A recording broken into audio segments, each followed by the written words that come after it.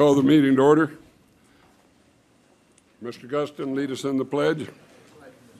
Please rise, put your hand over your heart. I pledge allegiance to the flag of the United States of America and to the republic for which it stands, one nation, under God, indivisible, with liberty and justice for all.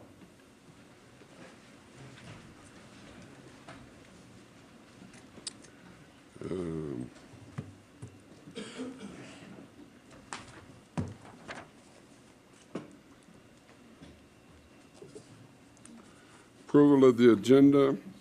Before we do that, proclamations. May 7th, National Train Day. Item D2, Wildfire Awareness Week. Item D3, National Community Development Week. Presentations, E1, Rink on the River season, recognition of Club Calneva volunteers and staff. Item E2, Kids Safe. Public comment, 12 noon, public hearing, 12:15. Time certain, 2 o'clock, Education Alliance regarding education and the economy. Time certain is at 2:30, discussion regarding incidental gaming and enforcement options. Time certain, 4 o'clock, proposed state legislation. Public hearing this evening is on TCA properties. It has been requested to pull, but we'll still have to call the meeting to order to do that. And item M2, Special Assessment District Number 1. There will be a joint Reno City Council redevelopment agent meeting a little after 12 today. Any other changes? Well, let me approve the agenda since we did it, and then what? Mr. Mayor, I believe it's item J9 for a time certain of 2:30. Yes. L9. I mean L9. Yes, it is on there. Okay. All right. No, you can't do that. That's right. I jumped ahead. That's the trouble with the guy taking a day off, isn't it? Let's observe a moment of silence.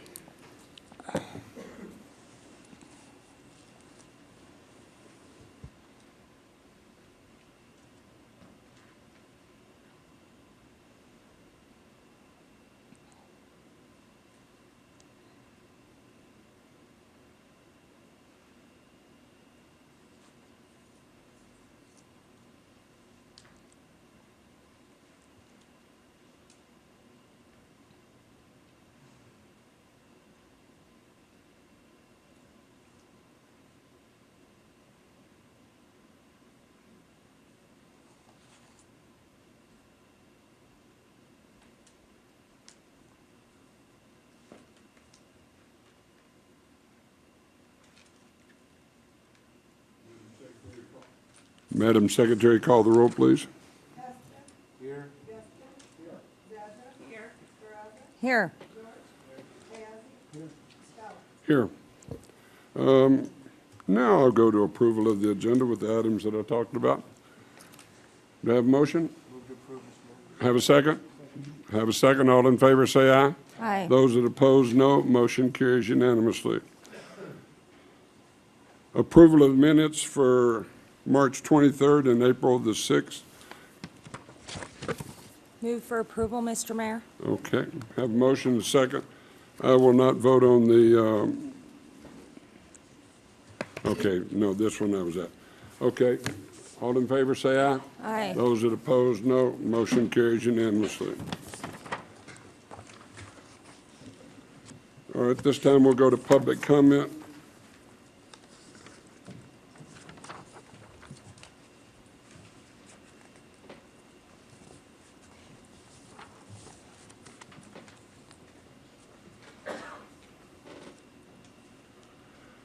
David Kosher? Coker, excuse me, sir. Thank you. Thank you, ladies and gentlemen. Pull the mic down and introduce yourself for the record. Thank you for giving me the opportunity. My name is David Coker. And I'd just like to express my feelings. I heard that you guys were considering shutting down the shelter. And not also that if being a homeless person, difficulties to be able to even find a place to squat is, difficult. Now, I in the wheelchair, the opportunity to be able to find any place to sleep is, null. And I just wish to please keep the shelter open. To be able to have 4 walls and a roof over my head means so much. And from what I hear, you guys are considering shutting it down. No, we're not shutting the shelter down. And that's what I heard, No. by word of mouth. You can visit with our staff later about it, but there's no intentions to shut the shelter. The overflow shelter, yes, they might be closing it. And the tent city part is the safe ground, and that's for people that are in programs that are starting to things and stuff like that. But we're not shutting down the family shelter or anything. Well, if you shut down the overflow, that's where I'm staying at. So if you shut that down, basically you're going to be putting me out on the street. Well, we only have certain funds that we can do. We built the homeless shelter. There are programs to get into and work so that people will work with you. And again, the word's been put out to all of the people over there. They've had several months now to work on something. And if you'll go over there and visit with our staff and things, we will see what we can do to help you. Okay, I appreciate it. But Okay. once again, thank you Thank for you, sir. listening. Linda Losh? Hello. Heidi? Hello, my name is Linda Wash, and I just wanted to say I'll be getting my semi-retirement July 20th, but I've had a very difficult time. The women's shelters are full, and I've had to roll out, and I don't want to be arrested for trespassing. And we're not allowed to go back into Tent City. There's only 8 tents left. So I just wondered if anything could be done, because I'll be 62 next month, and it's not very easy for me. Well, if you'll visit with staff, as I told the gentleman, staff will see what they can do to help you, and they've been working with everybody, and they told everybody in the overflow that there was a certain time coming and we needed to get some programs, but y'all work with them and talk to them, and they'll try to see what they can do to help you. Thank you very much. Thank you. Dana Hamby? Hi, Heidi? my name's Dina Hamby. I have some concerns with the city of Reno. I have a place to live.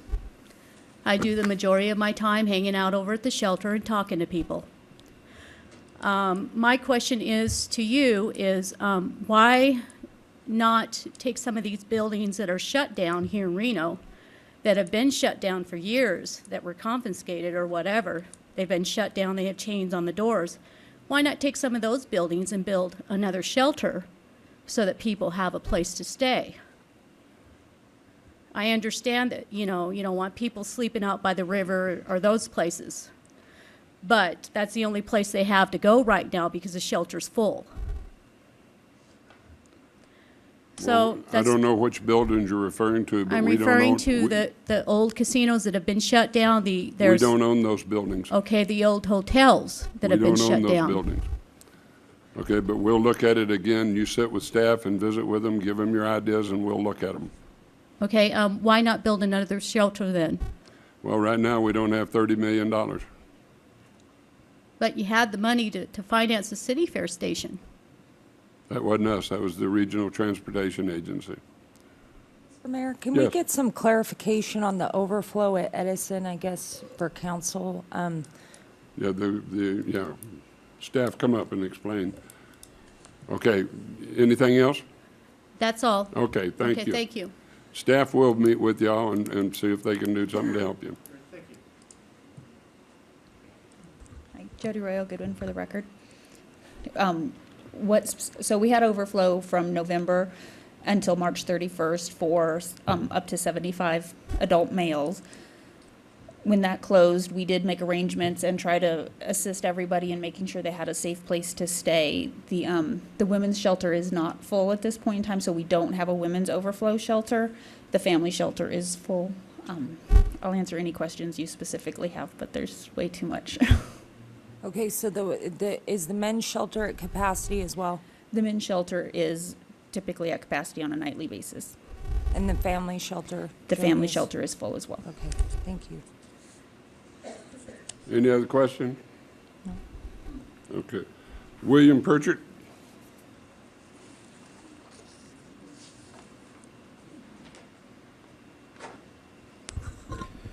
My name is William Poocher, 2725 Everett, Reno. Mr. Mayor, members of the council, I've come to speak on the ordinance that this body will consider today on prohibiting the homeless from the river. Since I believe that this is a civil liberties issue, I had contacted the ACLU of Nevada with the hope that they might come and speak on the issue. I discovered late yesterday that the city attorney's office had already spoken with their general counsel on the constitutionality. So you guys have done your due diligence on this ordinance. I'm sure that any discussion on this issue is a moot point, and a hearing today is surely window dressing to something that you've already decided anyways. However, I believe that the homeless in this community are an easy scapegoat at a time when so many are experiencing financial difficulties. Who better to pick on than a group of people that does not have a union, interest group, or lobbyist to represent them than the homeless? It makes it look like this body is really tackling the tough issues. I believe that this ordinance will really do is create a greater hardship on those people who are in the greatest amount of need, barely surviving as it is. I was told that the Sacramento Board of Supervisors had also been addressing the issue of the homeless camping along the American River. I read in the Sacramento Bee how one Sacramento city official conceded that the strategy of keeping the homeless on the move was not working because if we're going to have a mass eviction, there needs to be a place for them to go. As I read more about the issue, I discovered an organization called Safe Ground Sacramento, a nonprofit that works with churches, synagogues, congregation, union halls, business owners in the Midtown area to permit up to 100 safe ground homeless to stay overnight on their property from 6 to 7 a.m. the next day. I'm sure that this is a more constructive way of addressing Reno's homeless situation rather than to push them out of another place. Since this body is so fond of awarding corporate welfare to billionaires such as the baseball stadium owners who are able to fend for themselves, is it too much to ask that it make an investment towards those who cannot? I'm not a religious person, but I recall from my years of Catholic school the following teaching from Jesus Christ from the book of Matthew. I was thirsty and you gave me nothing to drink. I was a stranger and you did not invite me in. I needed clothes and you did not clothe me. I was sick in prison and you did not look after me. They will also answer, Lord, when did we see you hungry, thirsty, or a stranger needing clothes, or a sick person, or in person, and did not help you? He will reply, I tell you the truth, whatever you did not do for one of the least among you, you did not do for me. Thank you. Thank you very much. Ted Erkin?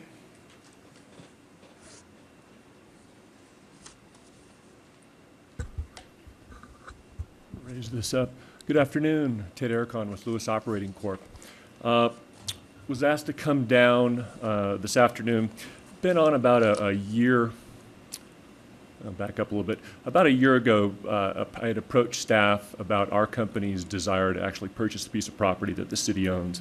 It's 3 acres. It's APN 143040-15 down at where the new roundabout is at Veterans Parkway and Geiger Grade. We actually own the adjacent 4.8 acres. I'd met with Merrill and Craig. I'd met with John Hester. I'd actually spoken to Councilman Dortch briefly about it. It's a little bit of a complicated issue in that both RTC and NDOT both had reservations in title on this piece of property as well. So we needed to check with NDOT and also RTC to see if they would be willing to go along with the sale, although the city is entitled on the property.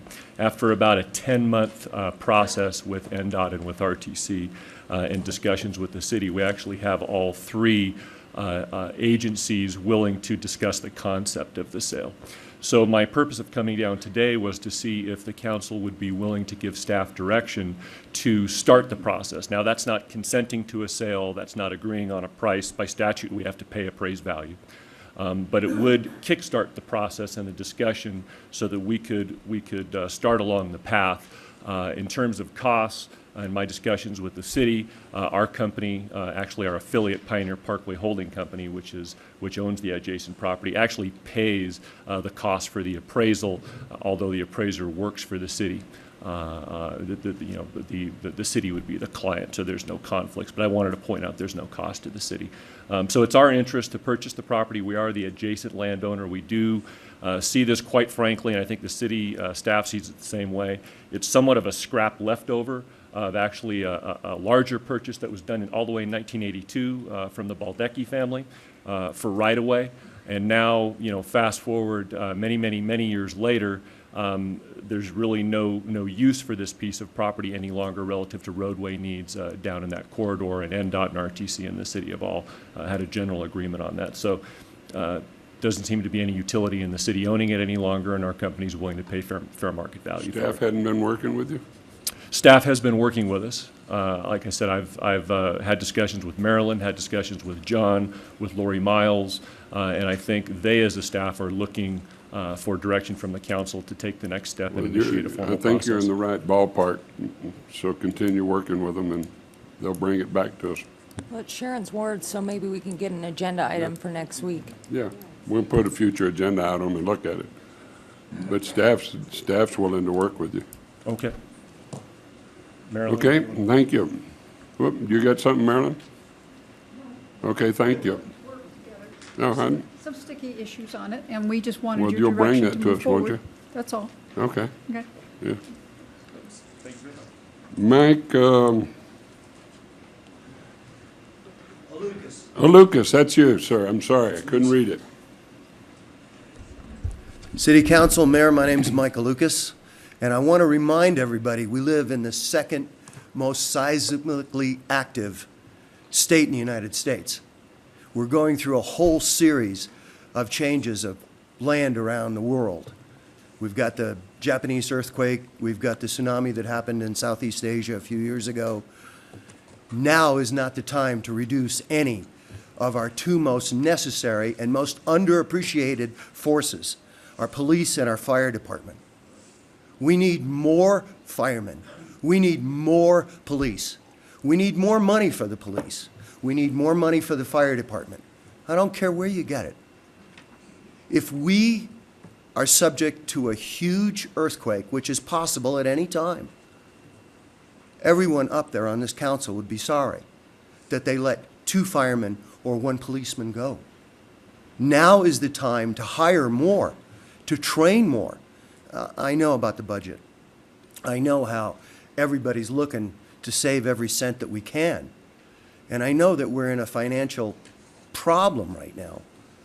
But by the same token, it's really necessary that we look at our least appreciated and most needed forces, fire and police, and give them all that they need, because at any day, the national news could feature a story about how Reno, Nevada was partially flooded when Lake Tahoe broke open and a 200-foot wall of water came through our valley. Now, I'm not saying that that's going to happen, but anything can happen nowadays. We've all seen that. And that's all I'd like to say. Appreciate it very much. Thank you. Thank you, Mayor. Brent Swearingen?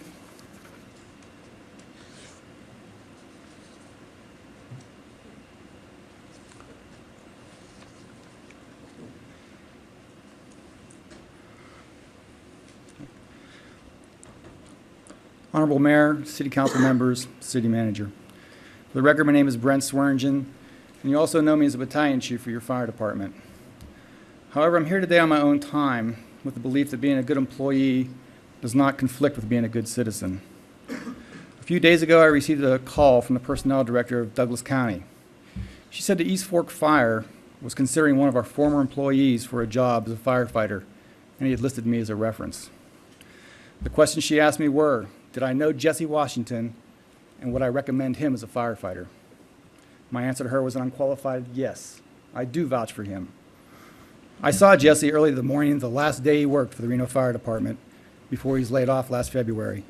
Excuse me. I'd gotten up to drive to headquarters to arrange staffing for the day about 6:15 in the morning. He was down in the apparatus bay by himself, washing the fire truck. No one had told him to get up early or take care of this. In fact, no one even knew he was doing it. In an hour and a half, he would turn in his gear and be gone. If the definition of character is doing the right thing when no one is looking, then Jesse Washington defines character. Jesse was an excellent employee, but he's not an exception in our organization. I've had the privilege of traveling to cities all over the western United States to assist other fire departments in grading and selecting their officers and chiefs. I've worked in Denver, Oakland, San Jose, Portland, Seattle, Sacramento, Albuquerque, and many others. It's an opportunity to look deep into another organization and see what they're made of. And I can tell you with confidence and pride that our men and women are absolutely at the top of their profession. I'm incredibly proud of our firefighters, and I hope you're aware of the quality of your workforce. Every day we send these men and women to situations that require both technical skill and caring, and they deliver. Whenever we send them into a burning building to search for victims, or when they stay behind after the ambulance has transported an elderly person to make sure the dog's taken care of and the house is locked up, we vouch for our firefighters. But we can't vouch for them and vilify them at the same time. I realize we are all under incredible strain right now. There's frustration on all sides. But please remember, when you talk about your fire department, you're talking about real people. People with character and dedication like Jesse Washington. People that I and your entire command staff vouch for. Thank you. Thank you, sir. Guy Felton? Thank you, Mr. Mayor. Felton, Guy Felton. I am a volunteer ombudsman for the people of Nevada. An ombudsman is a person who attempts to protect citizens from run-amok public officials. I publish websites including dumpgamic.com. During the elections campaign season last year, Mr. Ken Stover ran against DA Dick Gamick in the Republican primary. Stover sent the following letter to Gamick. The residents of the Truckee Meadows currently are paying a tax to pay for the cleanup of the PCE contamination in our water supply. PCE is a dry cleaning chemical that is highly carcinogenic. Currently, the cleanup project is costing the taxpayers $30 million, and it is expected to take 30 years to remove this pollutant. 3 years ago, an environmental lawyer offered Mr. Gamick his services in litigating this PCE contamination against the chemical manufacturers of PCE. He had previously filed a similar suit on behalf of the citizens of Modesto, California. In that lawsuit, the court ordered that the PCE remediation was the responsibility of the chemical manufacturers.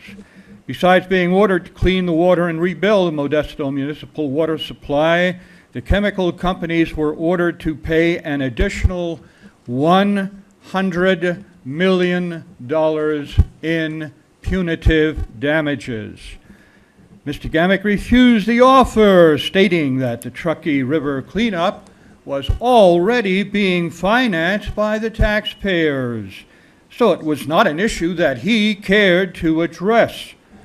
And this is the exact reason why the citizens of Washoe County will have to wait 30 years to have this chemical removed from the water. Callous to the needs of the citizens and inconsiderate to the taxpayers, Mr. Gamick chose not to make our community safer.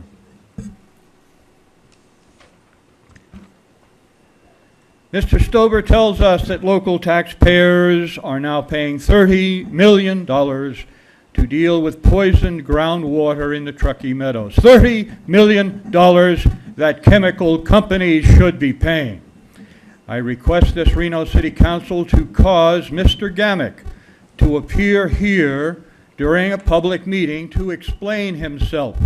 Why did he let the chemical companies off the hook by not suing them to clean up a $30 million threat to the lives of thousands of local residents? Why did Gamick cavalierly pass this cost along to innocent taxpayers? Cavalierly, as in not letting the public know what was going on. Thank you, sir. Mr. Sam Dene. Sam Dene, the Encyclopedia of Reno Government. Sam is an Air Force Academy graduate, spent many years flying fighters and bombers, and in the later years of his life, he has been watchdogging Reno on behalf of the citizens for free. Oh, and by the way, Mr. Mayor, Randy Weisenbach told me to say hi to you. I ran into him, I met him this morning, and he said he's got a brand new lawnmower, a great big one he'll let you ride. Just stay away from the sprinkler systems. Thank you. And, oh, and also, if you're wondering about why I wasn't here last week, I got my brand new dental implant in today. We worked. And it took him about 3 months. It took about 3 months to put in the proper satellite tracking device. And the doctor says he'll get the code to you, Mr. Mayor.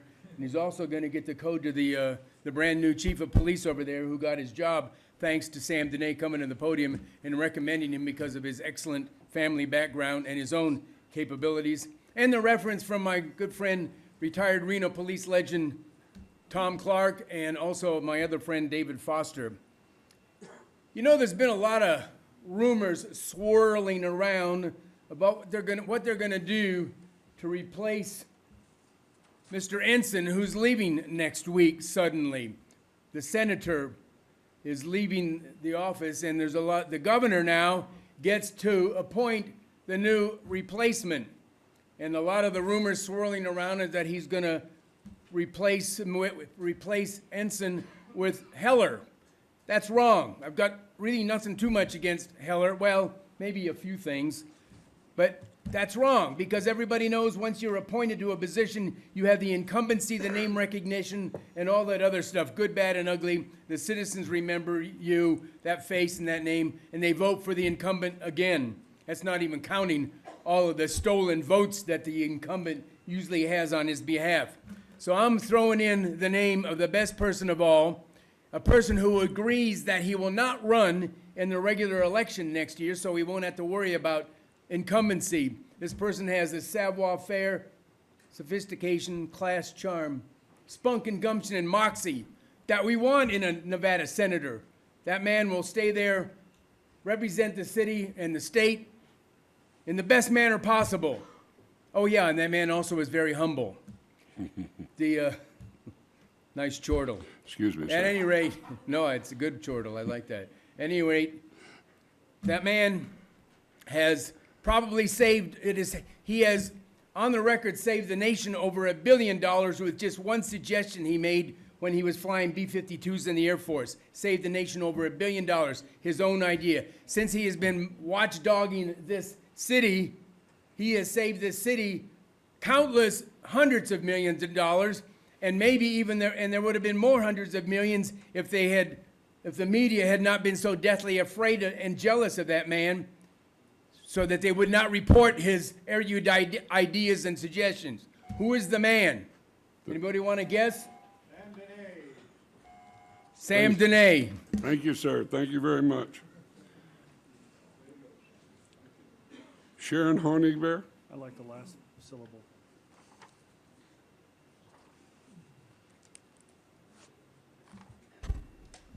Thank you, Mayor, Council. My name, for the record, is Sharon Honig-Bear, and I am a homeowner in Reno, but I'm representing Historic Reno Preservation Society. And I'd just like to thank Councilwoman Sferraza for putting on the agenda item L8 in support of the creation of the Wells Avenue Conservation District. I did email each of you personally last week a more detailed letter why we feel it's important to support the community effort that's been going on for 3 years in the west of Wells neighborhood to really assess some of the treasures and the depth of community building and many of the historic homes that still remain, keeping a real community feel in that neighborhood. So we'd like to support that. And as long as I'm up here, I'd like to also say that today Historic Reno Preservation Society is launching a new effort on our our part that we call the Neighborhood Preservation Fund, and we're launching it today, and we will start to provide mini grants. We're actually going to provide money to homeowners who want to improve the exterior, the facades of their homes and businesses. So we have money from last year's home tour that was so successful, and we're going to go through a full application process and have a panel that will judge those applications and do what we can do to help homeowners who are interested in preserving neighborhood character in historic buildings, and give them a little hand up, a little hand out. So, Okay. Thank you. Thank you very much. Having no other public comment cards, I'll close the public comment section. Now, do you have a card filled out?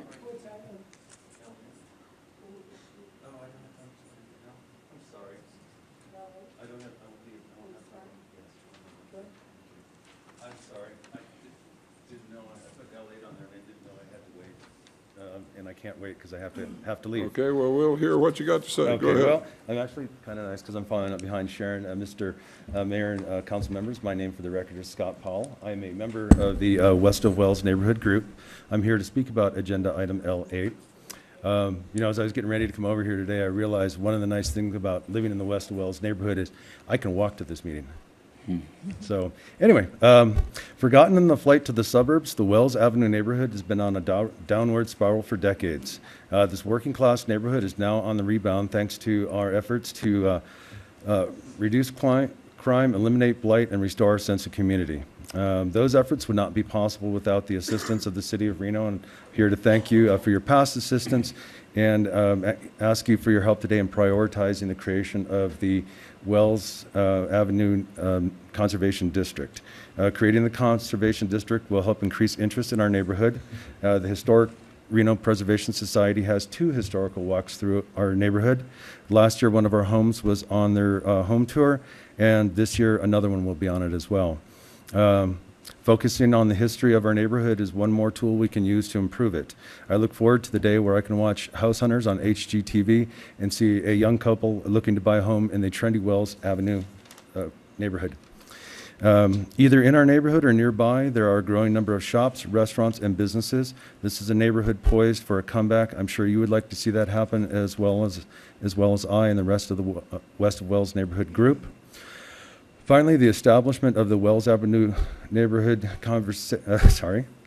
Wells Avenue Conservation District would honor the memory of past Reno residents such as William Maccabee, whose grandsons still run Maccabee Office Environments, and Joseph Arthur, who discovered silver in Broken Hills, Nevada.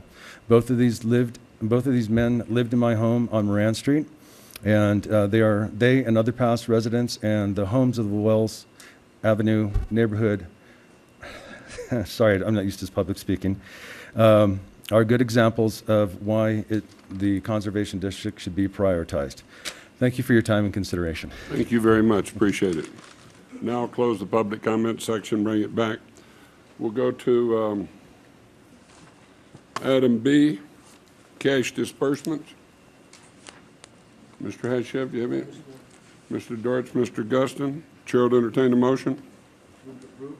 Have a motion, second. All in favor say aye. Aye. Those that oppose, no. Motion carries unanimously. Consent agenda. Any items you want to pull for discussion? Mr. Isaac. C11 and C12, Mr. Mayor. C11 and C15. C11, C15. Ms. Safraza? 11 and C12. You want C12. All right. Any other, Mr. Guston? C4. C4. Any others? Chair will entertain. Whoops, wait a minute. Somebody just handed me a sheet. Somebody wanted to speak. Mr. Dene. Sam Dene, the Encyclopedia of Reno Government, and it feels so good to break out a full-blown smile now where I don't have to cover up that gap in my tooth. At any rate, I generally approve of this consent agenda. For those out in TV land, the consent agenda is where they're going to, generally speaking, vote on 10 or 12 items all with one vote because it's mainly housekeeping operations. I had sort of a question about C2, and I've got nothing against Carson City Towing, but I just wonder why we're using a company from Carson City to do the work up here in Reno for public safety and enforcement of traffic regulations. I would assume other folks would wonder about that too. Nothing against those folks at all, or even against this agenda item. I'm glad to see that you're approving some help for the Boys and Girls Club here on item C7. I always speak in favor of the Boys and Girls Club. It's a wonderful operation for Reno and for Nevada. And I'm interested mainly, though, in item C12, where you're going to, nothing against Conforey Armstrong folks either, but you're going to pay them $27,000, which isn't a whole lot of money in the grand scheme of things, but you're going to pay them $27,000 to go and sort of analyze fire department payroll and telestaff records. And I do recall that a couple of weeks ago, you hired an outside attorney at $150,000 relative to analyzing the fire department payroll and operating procedures. And it just doesn't seem quite right that our taxes are going to be paid to hire a group, the attorney and this, who is then going to go up against the fire department. So the fire department is actually spending their own taxes to pay for the attorneys and the accountants to come and find out whether or not they're doing anything right or wrong. I'm not necessarily speaking so much against this, but something doesn't quite seem right. And that gentleman came up here and spoke on behalf of that Mr. Washington, who just lost his job a couple of weeks ago. And there's a lot of good firemen out there, not only losing their jobs, and policemen too, for that matter, not only losing their jobs, but it just seems like there's a lot of aspersions, nasty aspersions being cast upon our fire department, and I don't like that. As I said before, if I was the mayor, I would take a 50% pay cut right then. Then I could go to the fire department and everybody in town and have the bully pulpit and say, we're on hard times. For 1 year, everybody's going to take a 25% pay cut, like it or leave it, and that's the way it is. I'll reserve comment. Anyway, no others. We have people who want to speak on C11 and C4, and we'll bring those up when we get to those agenda items. All the other agenda items, I have a motion and second on. All in favor say aye. Aye. Those that oppose, no. Motion carries unanimously. On item C4, we have somebody wish to speak, and that's Richard J. Good afternoon, Mr. Mayor and City Council. I'll keep my comments real short. My name is Richard J., President of Great Basin Youth Soccer. I just wanted to say thank you very much for all your work that you've done in solving this situation and hopefully get everything approved for DePoli Middle School and the parking situation we have there. The only thing I would ask is that if we can start construction as soon as possible, only because our fall season will start in September 10th. We expect a 25% increase over the numbers we have in spring. We'll be utilizing all fields there from approximately 8:30 in the morning to approximately 4 o'clock in the afternoon on Saturdays only, so it shouldn't have too much disruption. We do understand that the parking situation will help, but it won't solve everything. We just ask to help us communicate to the residents out there that we will be using the residential streets for parking. With that, thank you once again, and all of our kids, thank you as well. Thank you. Thank you very much. Item C4. Was that you, Mr. President? Or no, Mr. Guston? Yep. If I can ask a couple of questions of Jeff Mann. And there's no doubt about that parking is needed out there, and this has developed into a place where there are leagues and youth participating, and I understand that totally. Jeff, do you know how many leagues play there now? For the record, Jeff Mann, Parks, Recreation, Community Services. There's one league playing there currently. That's Great Basin Youth Soccer. Beginning this fall, Washoe Little League softball will also start playing on the two softball fields. I guess my question is, well, not so much league, but teams. Are there, what other facilities are available? And I guess if we were to go ahead and approve this today, as the gentleman just got up said, there's a 25% increase, and they're still going to park in the neighborhood. Help me with the numbers about how much parking is available, how much is needed, and how much expansion can this area stand, or are there other facilities where some of those leagues could participate? That's a big Take those question. one at a time if you Let me want. address a couple of items at a time.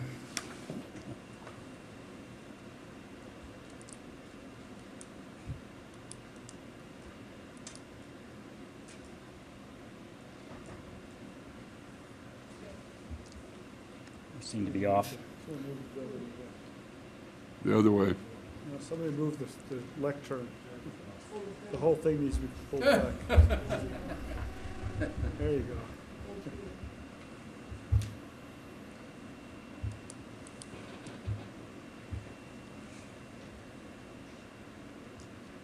Just an overview of the site, which is a combination of Double Diamond Park and DePaul Middle School.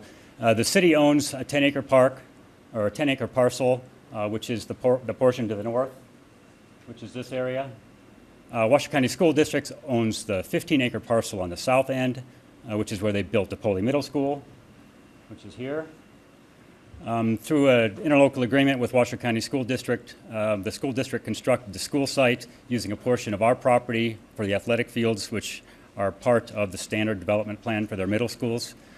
The site was first identified as part of the Double Diamond Plan Unit development as a joint use site for the city and the school district. And what the anticipation was a 10-acre community park adjacent to the school with sports fields and community park elements. The difference in the PUD between this park and the others in Double Diamond is that this park is to be constructed and maintained entirely by the city because it's more of a regional facility, being adjacent to the middle school, whereas the other parks in Double Diamond were constructed by the Double Diamond developer through RCT credits and are primarily maintained by the Homeowners Association. The city, as I mentioned, the city and the Washoe County School District entered into a reciprocal use agreement for construction and maintenance of the fields, and they opened last fall. As part of the current year CIP process,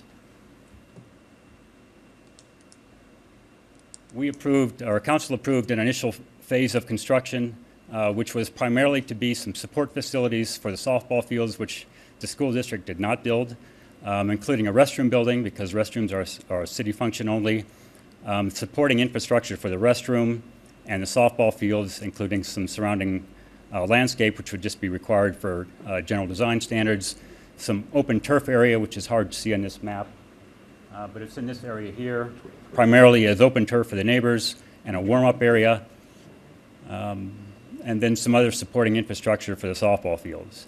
What we're asking for today is an enhancement to that phase one to include what we expect to be ultimately 240 parking spaces, which includes the 80 that are currently in place at the school. What we hope to achieve in this first phase would be 80 spots right here.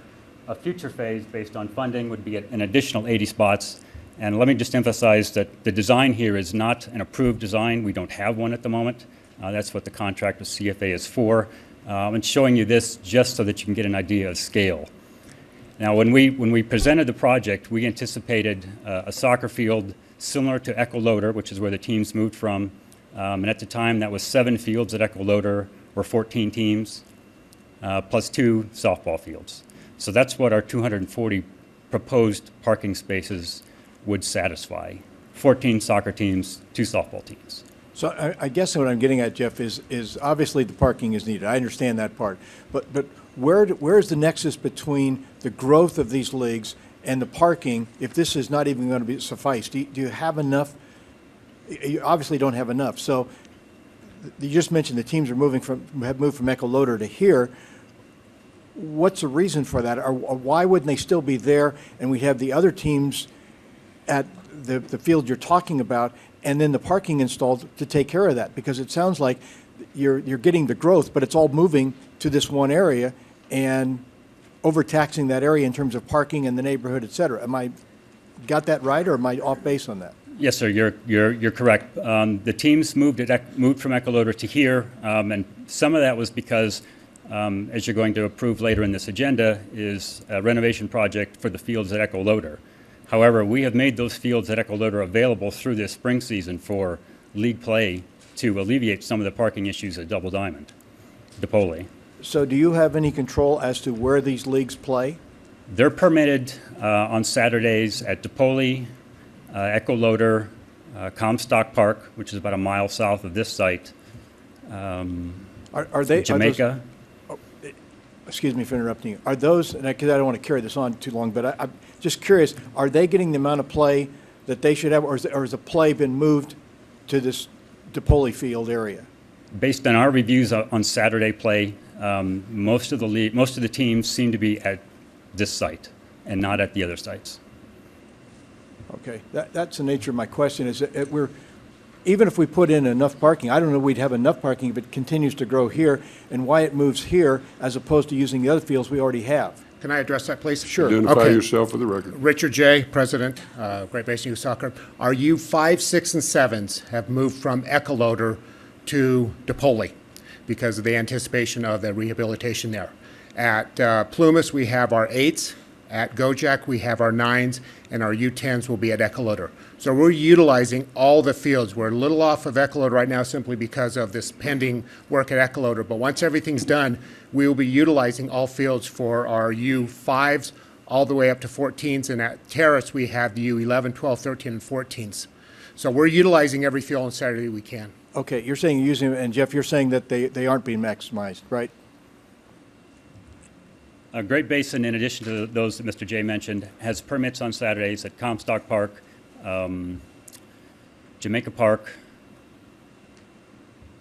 But my question is, and one other school. In our reviews, on my personal reviews on Saturday drive-bys and those of our weekend staff, those sites are not being used. And they have historically been used for this age group. And I don't want to kill this project because of doing it, but my fear is, as the gentleman mentioned, a 25% increase when the new league starts, you're not going to have enough space. If you just let it go, keep growing to the point it is, and not using the spaces that you have. And I know we have a difference of opinion here, and we're allowed to disagree that they're being maximized, but I just wanted to bring that to the council's attention. I don't know if we have enough space if you allow this particular area to keep growing and not maximize the use in the other areas. And that's the nature of my question. That's why I wanted to pull this for further discussion. If I can make one last comment, we fully understand the situation at DePoli, and the reason we put our 5, 6, and 7s out there is because those are much smaller teams. Our roster for a U5 and 6 is 8 players. Our roster for a U7 is 10 players. So there's going to be less players on the field, less cars out there, and we fully understand the situation at DePoli. That's why we have our younger groups there. A normal team will have anywhere from 15 to 18 players on it, so more cars there. So I understand your concern with DePoli, and that's why the younger players will be there. We will use Jamaica and Comstock as overflow. Only problem with that is the fields are kind of a little tough to put an even number of fields there. But when we get to that point where we need to use Comstock and Jamaica, we certainly will. We don't use just City of Reno fields. We have a number of fields with Washoe County, North Valleys, South Valleys, Brown Elementary, and a number of other schools. So we're utilizing as many as we can, and we do look at it to make sure that what age group are we putting here to make sure we keep parking in mind. Okay, and I understand that, and obviously you run the organization, so you know how to manage it, and all I'm bringing to the attention is that our Jeff, your department, Parks and Recreation, and the foundation need to work together because you will outgrow this field and we won't be able to have any more parking. So I'm just trying to get ahead of the curve a little bit in managing how the distribution of those teams and those fields go. And you have qualifications why you want 5, 6, and 7s in one place and 8s and 9s in another. I understand, but I really don't want to hear it again back to council that, well, we don't have enough parking there. And the neighbors are again saying it's overparked because there are too many teams playing there, and the teams could be actually someplace else. That's the nature of my question. So I think you've answered it. I think Mr. J realizes our concern about this. So you've got to distribute those people in a manner in that this facility doesn't get overused. And that's the nature of my question. Ms. Adra. And I think you've heard both from Jeff and Mr. J. We've had extensive conversations and planning. We've had some incredible staff work. I really have to give kudos to not only Parks and Rec, but Public Works for all of the effort that we've put into it. What we're hearing is what we know And we actually identified, when we put together our facilities plan 3 years ago, we do not have enough facilities to accommodate the demand and need for all of the youth sports. And by virtue of them putting the less traffic generating teams at this location, it really has been their effort to try and work with those residents out there. Yeah, they're going to be dissatisfied through this summer season, but we've worked hard with them and will continue to, for them to understand that by us being able to move this forward to fix it at least for the fall league, I think we've got their concession. The reality is we don't have enough capacity throughout the city, and they're just trying to allocate it as best they can to have as least impact on any neighborhood that they can. Okay, and I appreciate the explanation, and I would just ask Parks and Recreation, Jeff, specifically you, is to work with them and manage it, because I guess this, as Councilwoman Zander said, we don't have enough capacity, but it seems that it could be managed better, and I understand one park is under construction now, so that's all I'm asking. I'm going to go ahead and move to approve the staff recommendation, but I'm just asking for the oversight and review and the coordination to try to make those as accessible and accommodating as they can to the nearby neighborhoods. I have a motion. Do I have a second? I did. Second. You made the second. Okay, Mr. I Isaac. have one, where's the money coming from for this? This is residential construction tax for District 4. And that money can't be used to balance the general fund in any way, can it? Correct. It can only be used for construction of new parks. Thank you. And actually, a point of information, that construction tax is not in this area, it's being moved from another area, am I correct? It's all within residential construction tax District 4, which is southeast. Some So of it it is is in this from. area? It's all from District 4. Okay, thank you. Jeff, could you touch on, just really briefly, we've even delayed working at Echo Loader to try and accommodate these leagues. Correct. And there hasn't been the right time. But Correct. we even delayed that for about a year, trying to. Yes, we had some engineering delays which delayed the project, but this last delay we specifically put in place to give the soccer league the fields for the entire spring season. Hearing from a couple of school teachers and stuff, did the school district put in enough parking when they built the school? We'll ask that some other day. Okay, I have a motion second. Any further discussion? All in favor say aye. Aye. Those that oppose, no. Motion carries unanimously. Mr. Azzi, C11. Thank you, Mr. Mayor. I just want to know, from the staff report, it looks like this can read our data currently. We don't have to do any analysis or conversion. For the record, Mike Hernandez, Reno Fire Chief.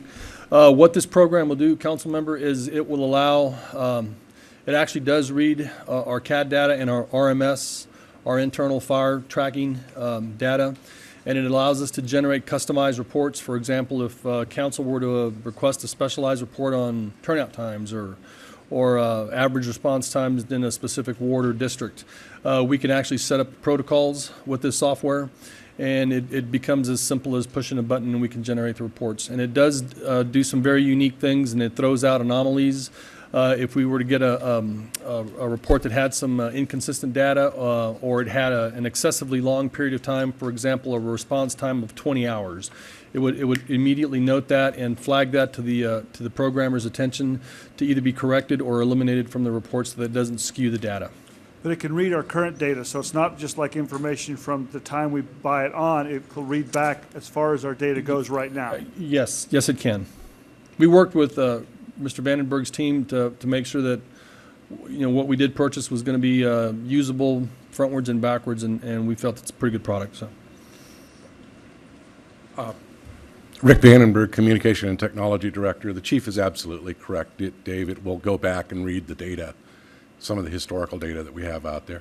And it really is an overlay on top of it that makes it very easy for the command staff to get out and really look at the data, manipulate the data in the manner that you're looking at. Right now, what we have to do is kind of pull it out in a crystal report or some kind of custom report that we generate, give it off to the command staff, say, is this what you're looking for? No, go back and try and reiterate it. So last week we were told that it takes 10 clicks of a mouse to get data on who called in 2 hours before. Will this solve that problem? I'm not sure it'll address the telestaff component, but I can certainly look into that and get an answer for you. And will this also then track our cost of running the fire trucks and stuff? We have a separate program that, a fleet program that we currently own.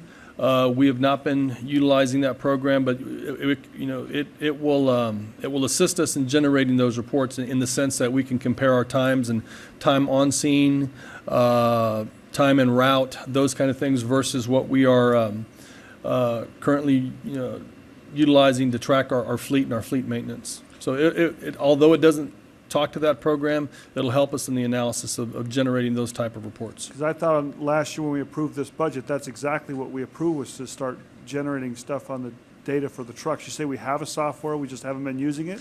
We do have a software. We currently track purchase orders, work order requests, and things like that. It is a very robust software package, and unfortunately, we lack the staff to. We've got 4 mechanics, and they're up to their gills in work. And the shop superintendent, when he has time, he will enter data into that system.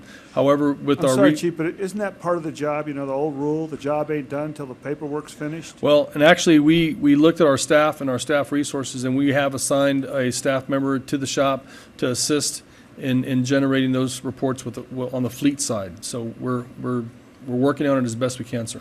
Okay. Okay, yes, Mr. President. Yeah, Chief, on this system, just following up on Councilman Ayazi's and the telestaff, would this give us the ability to track overtime and get those reports that we've been requesting? Actually, this system will not. It'll track more of our response time, training hours, training time, prevention data. Currently, we do have our budget analyst who does a pretty good job of tracking how our overtime is being utilized and projected out. So it won't speak to the financial side, but it will speak to our data in terms of our response and how we are doing it, in terms of an organization. So. But last week when I asked that question when we can pull that information. I think, Brent, you said that it takes 10 or 11 clicks. It's very time consuming to be able to do that. That's correct, and that's part of the telestaff system that we use. That's part of our contract in how we manage our staffing of the department. So I guess, Rick, question for you: is there ability for this software to integrate with telestaff then to get that information? Because that's what we really need. This specific product is designed for the fire RMS side, not necessarily for the telestaff side. However, and this is a kind of something to think about for the future.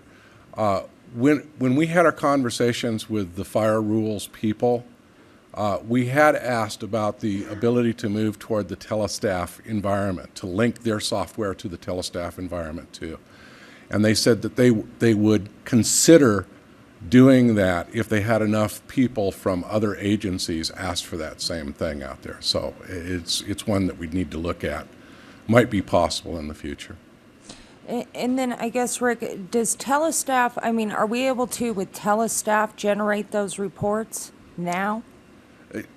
Telestaff, from a staffing perspective, allows you to generate a certain amount of reports, but again, it's one of, there's so much data going in there. It's trying to determine how do you want to see it, what's the best way of looking at it, how do you want to review it.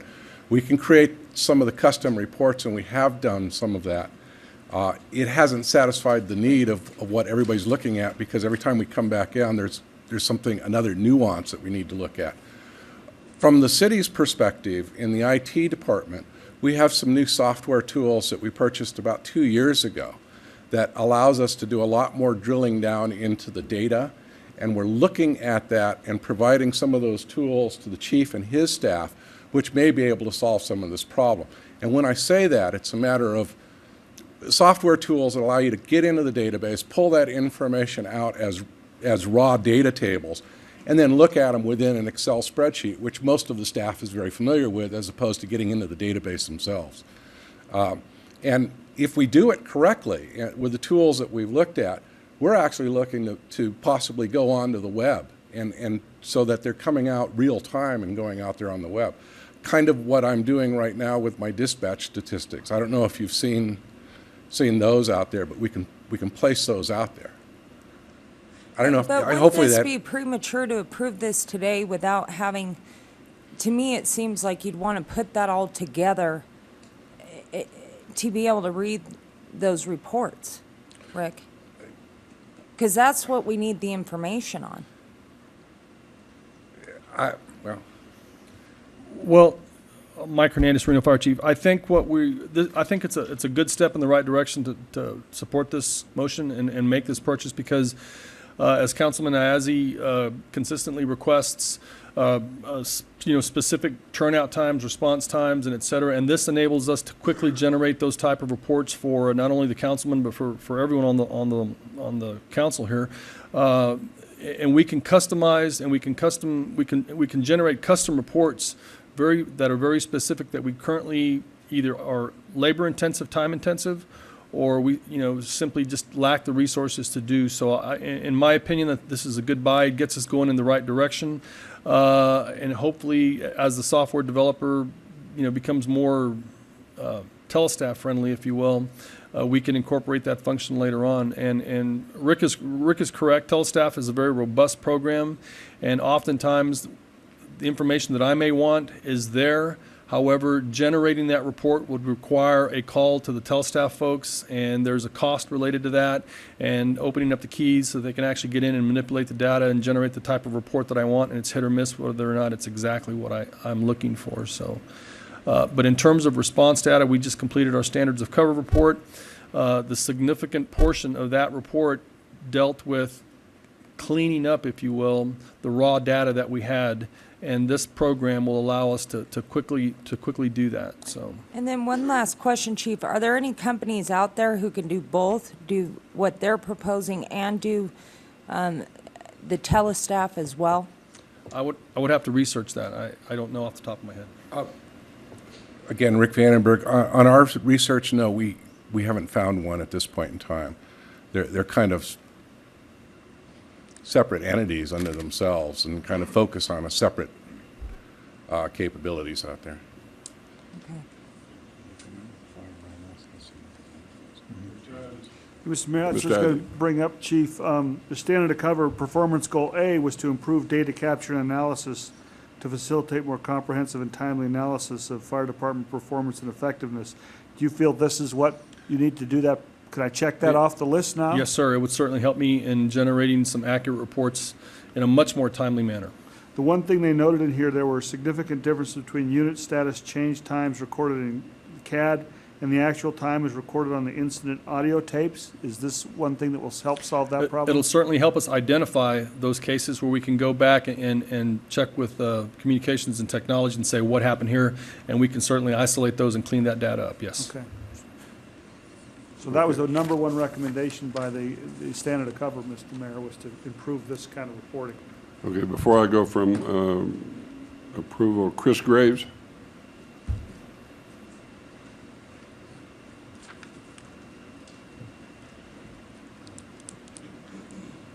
Thank you, Council. Mr. Mayor, for the record, Chris Graves. I come to you as a resident of the City of Reno and also as a technical advisor. As an end user of the fire reporting and EMS reporting software within the Reno Fire Department, I'm intimately familiar with the system. On the fire reporting side, it does capture the data, and the data is able to be withdrawn. Our main problems, and this comes from my experience within the EMS division, when I was assigned in there, is generating reports about EMS reports. We have, the fire reporting system did not adapt well to the NEMSIS reporting standards, and it takes a severe amount of data entry fields to actually complete a complete EMS report. I don't feel that the cost of this program is going to actually implement the real problem, which is the user input level. There are some other products out there that I've brought to staff, and if you are seriously thinking about looking at regionalization, we need to look at what our partner agencies are doing, and our partner agencies, most of them surrounding us, are using the Sanzio Health EMS reporting software that's an Internet Explorer-based software that is fairly reasonably priced and can produce many of these reports fairly simply. And most of those agencies are still using Zoll Fire RMS for their fire reporting software. So if you have any further questions about that, I would gladly give you more input on that. Okay. Thank you. Any questions, anybody? Yes. Let me ask a follow-up of the chief. Mr. Graves brings up a good point. I mean, we're having a joint meeting with the county on Monday to sort of see what might be happening with the fire department. Is this something we should put off for a month or two to figure out whether we're going to form a district or be joint and see where, because that's going to be decided in a month or two. As I understand, Mr. Mayor, members of the council, as I understand, all of the fire service agencies use our dispatching center, with the exception of North Lake Tahoe, but they use a version of CAD, computer-aided dispatching system. So again, I'll probably have to default to Rick, but I believe that the system that we're going to purchase will help if we were to regionalize, because Sierra, TM, Reno, we all use the same dispatching center, so it's the same backbone, if you will. Rick, do you have anything else? Okay. Okay. All right. I'll move to approve, Mr. Mayor, All right. based on that. Second? Second. Have a second. All in favor, say aye. Aye. Those that oppose, no. Motion carries unanimously. All right. C-15. Yeah, my only question on that was the difference is, was this in next year's budget or this year's budget? I don't know when this, I didn't see when this takes Tracy effect. Chase, Reno City Attorney's Office. This is insurance for next year's budget, is my understanding, and I know the contract renewal is coming up at this point in time, Okay, as so of May 15th, so. There's $25,000 less than this year's. Yeah, that is in the risk fund, which is a restricted fund, though, so it doesn't transfer to any other fund for use, unfortunately. Okay. I'll move to approve, Mr. Mayor. Have a motion second. All in favor, say aye.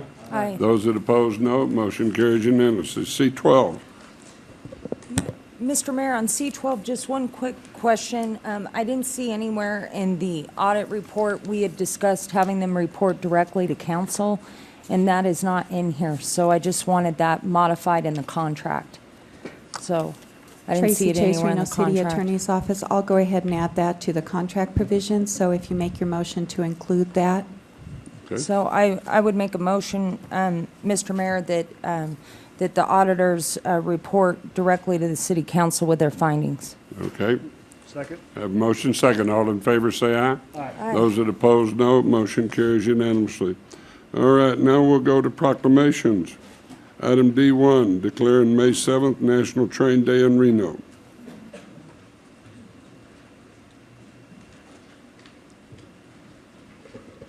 I gave that one to Dan because he really likes trains. Oh, and this, I didn't know my mic was on.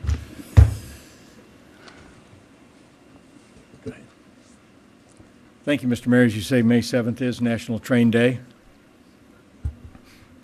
Will you be leaving town, or do you? No, okay.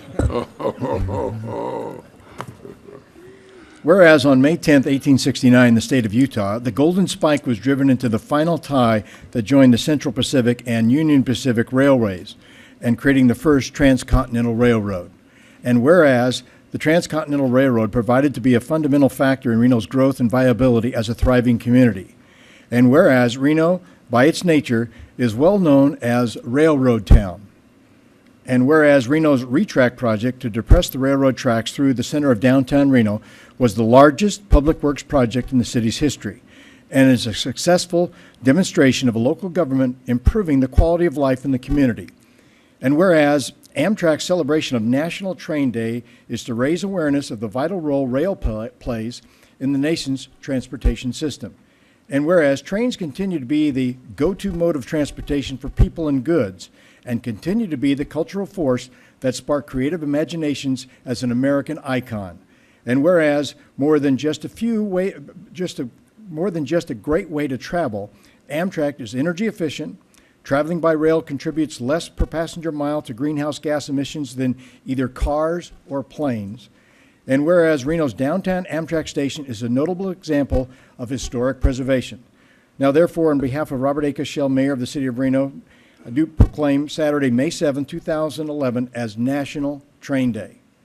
And I would like to make a couple comments being on the first one last year and intend to participate this year. It is a great event for people to get downtown. The Galena Band, jazz band played last year, and they played, as the train was leaving, they played the Chattanooga Choo Choo. And it really resonated.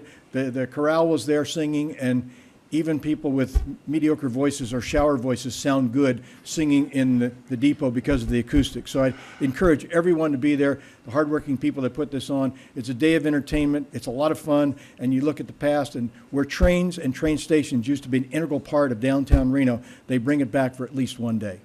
That's great. Mike? Thanks, Dan. Appreciate it. Yeah. Thank you. Thank you. Appreciate it. You want to say anything?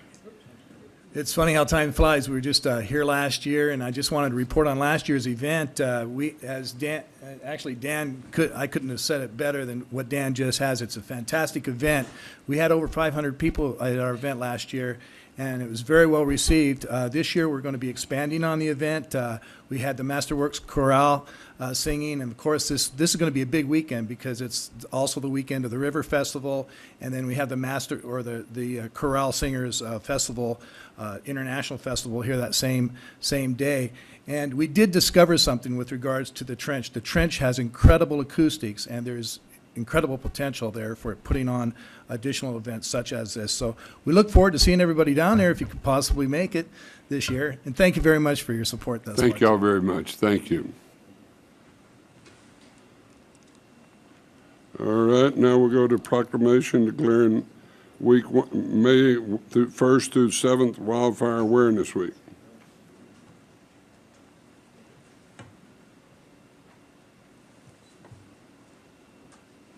You take over.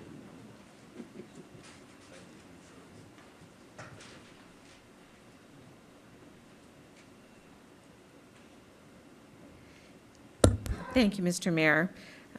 For the community that we live in, this is critical for us to recognize every year.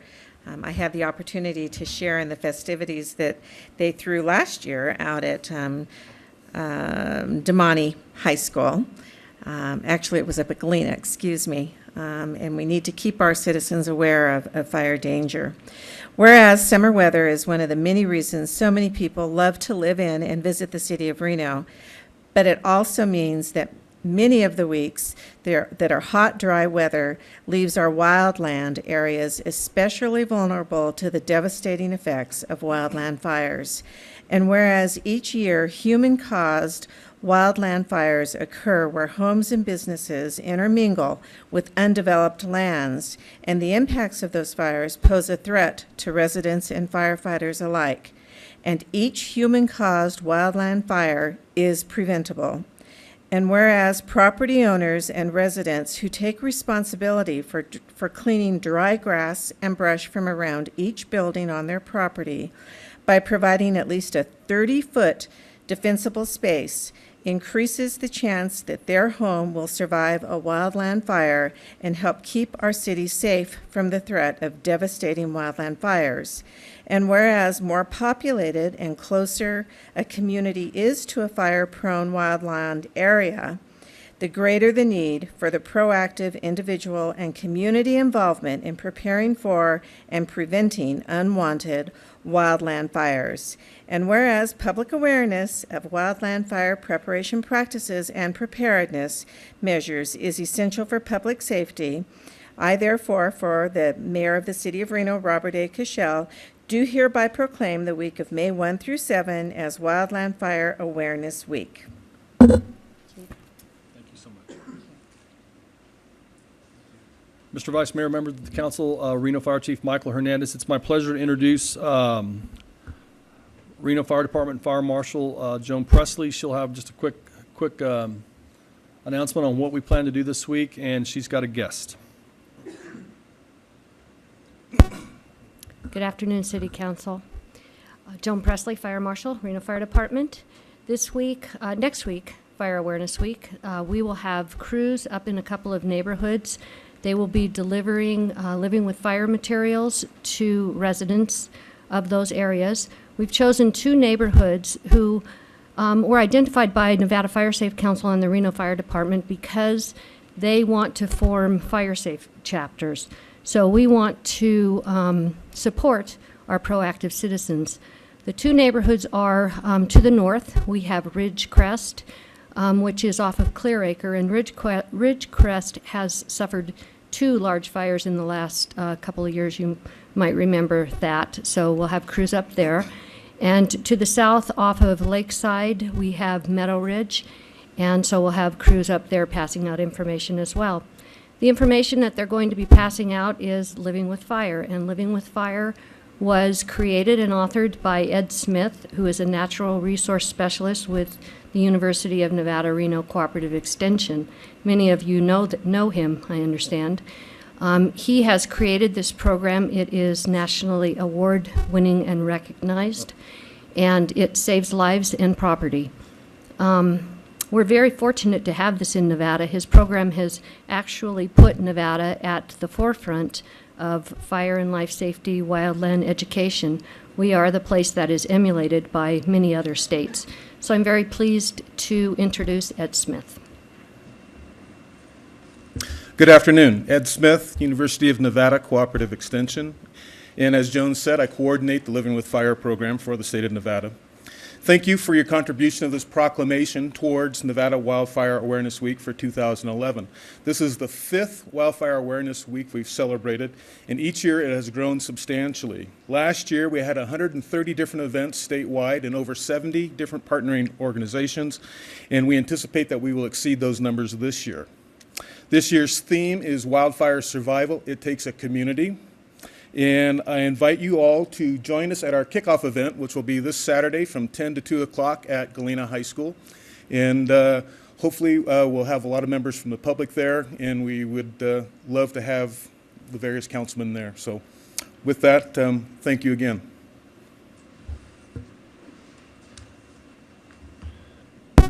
Mr. Vice Mayor, if I could, members of the council, I'd like to take just a quick moment.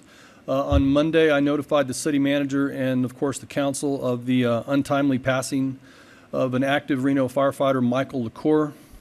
Michael LaCour was in his mid-40s. His passing was a surprise and a shock to the Reno fire family. He leaves behind a wife and 2 children. He passed unexpectedly for medical reasons at a local hospital. Firefighter LaCour served with honor and unblemished record. He was also one of the first members to arrive at the Mizpah fire, and was clearly instrumental in effecting the rescue of several members of that incident.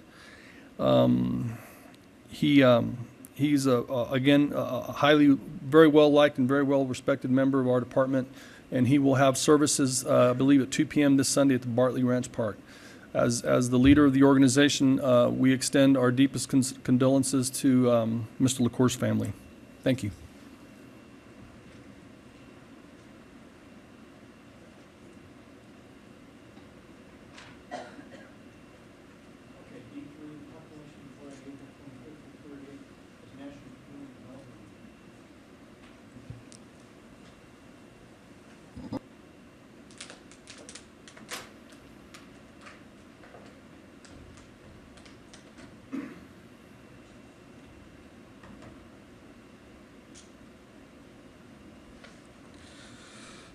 Thank you, Mr. Mayor. Whereas the Community Development Block Grant Program was enacted and signed into law by President Gerald Ford as the centerpiece of the Housing and Community Development Act of 1974, and whereas the CDBG program has as its primary objective the development of viable urban communities by providing decent housing and suitable living environment and expanding economic opportunities, principally for persons of low and moderate income.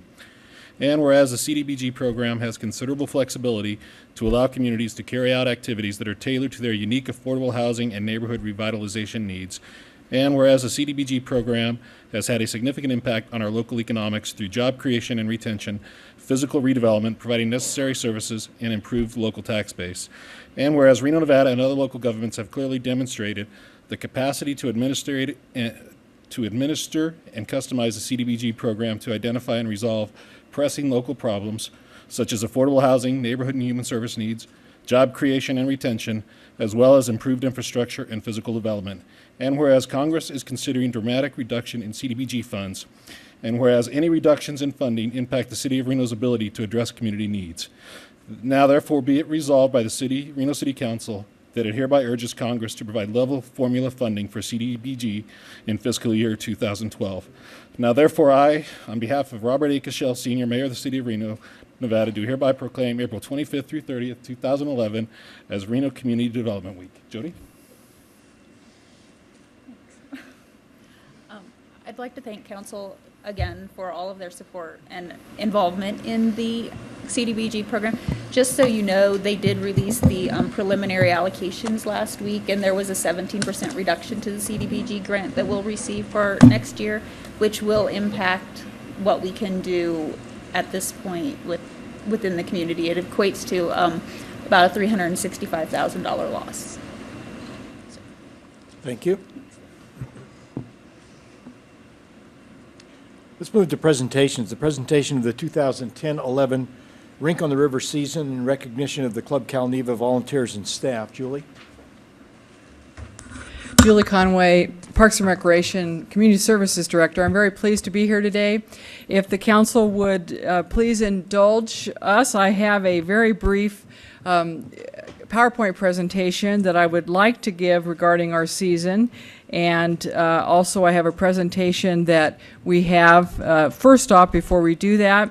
And I'd like to call up Jonathan Skinner, Recreation Manager, if I may, to help me give this presentation.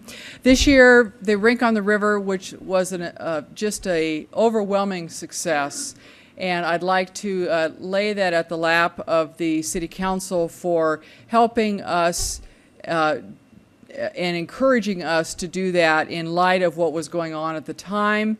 We were in the depths, as you know, of what was going on with the budget, and we really did not have the money. It had been cut from the budget, and we were at the point at which, without your encouragement to say, let's go forward, and our Mayor Cashel saying, I will help find someone who will backstop us in case the weather is not conducive to moving forward on this.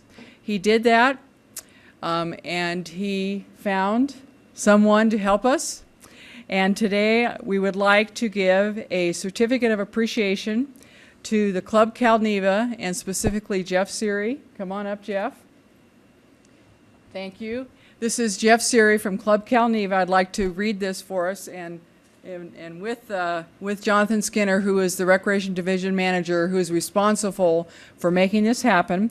This is a certificate of appreciation presented to Jeff Seary and Club Calneva for your outstanding contributions and support of the Rink on the River 2010-2011 season, and presented April 27, 2011 by Robert A. Cashel, Sr., Mayor, and myself, Julie M. Conway, Director. And we thank you so much. You were there to backstop us in case there was any problem, not only financially, but you helped us with the marketing. You were there with what we needed as far as the concessions. And we give you this certificate and thank you so much for all the help and encouragement. And we want to give you our sincerest appreciation for that. Thank you.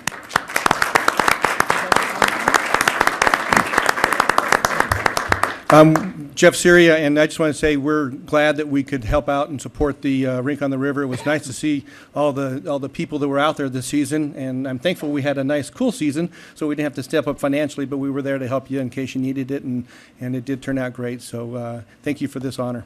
Well, thank you very much. And your arm doesn't hurt as bad after I twisted, did it?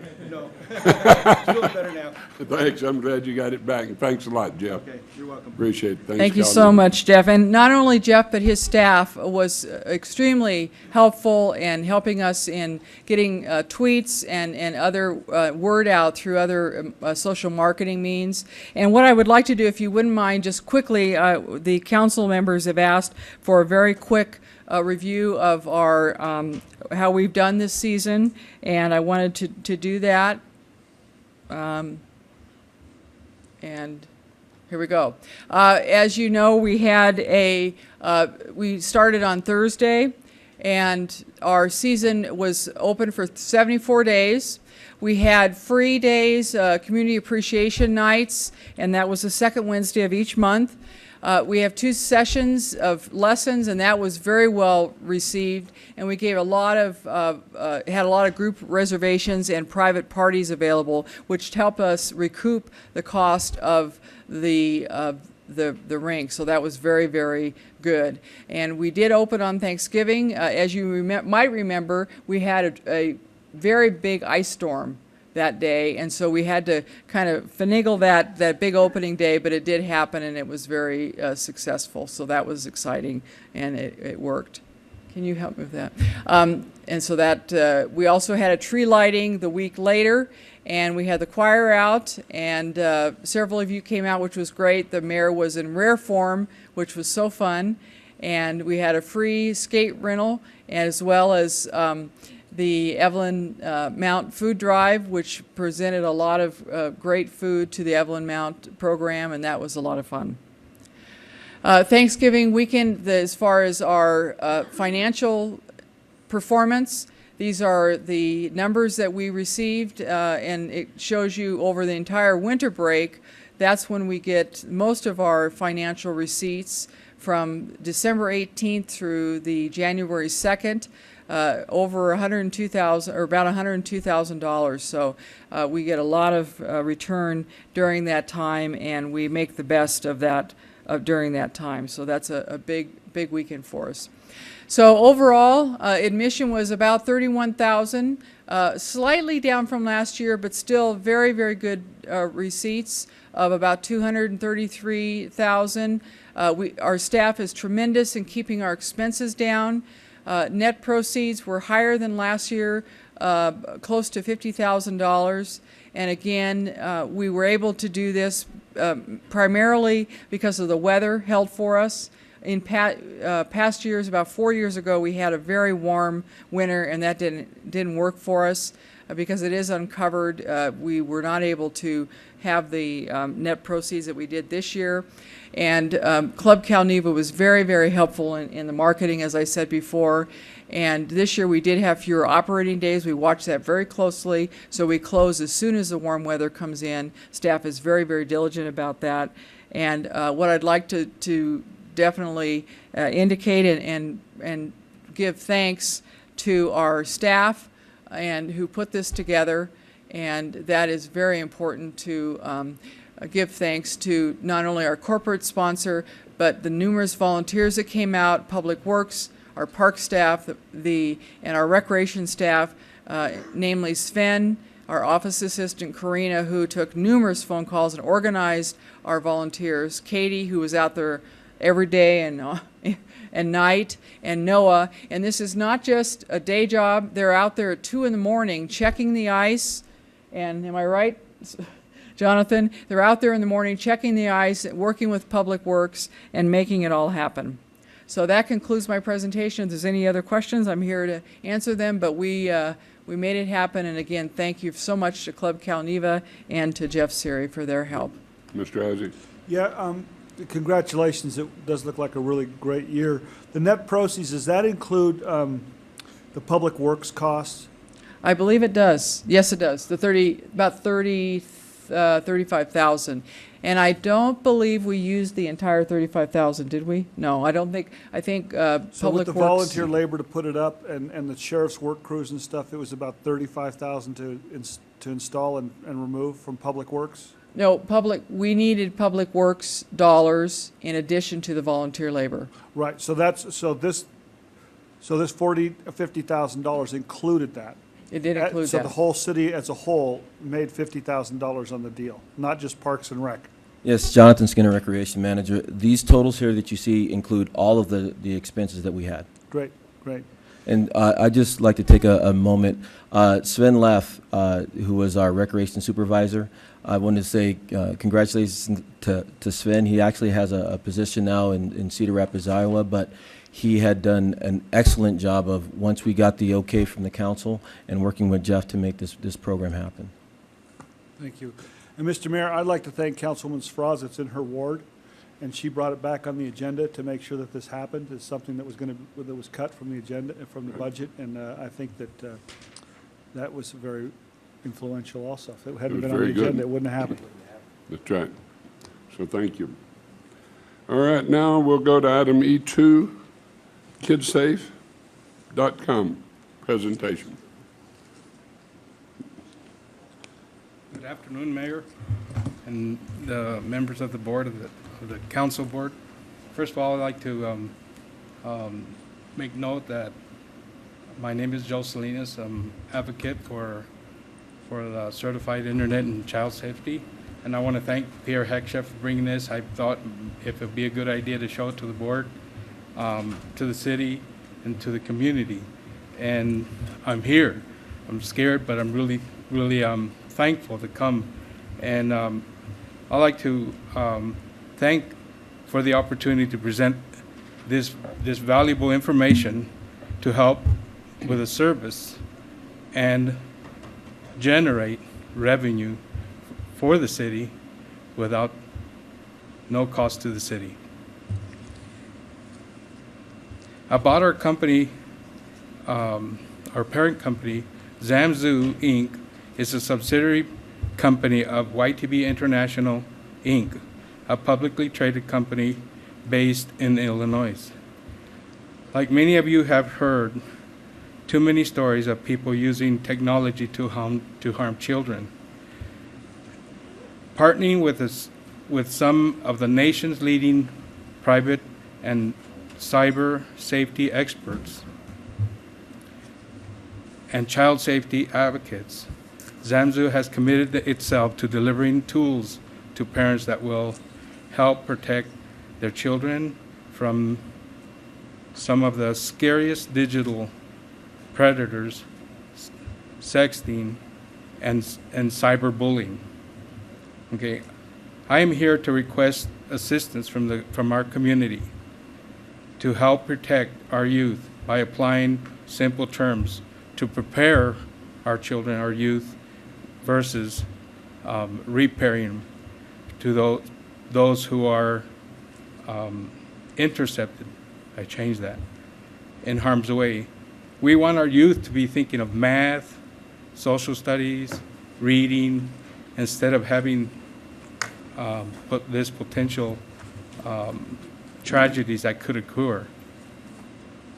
We offer valuable safety workshops to help parents and advocates using these available tools to the current challenging times we are facing today.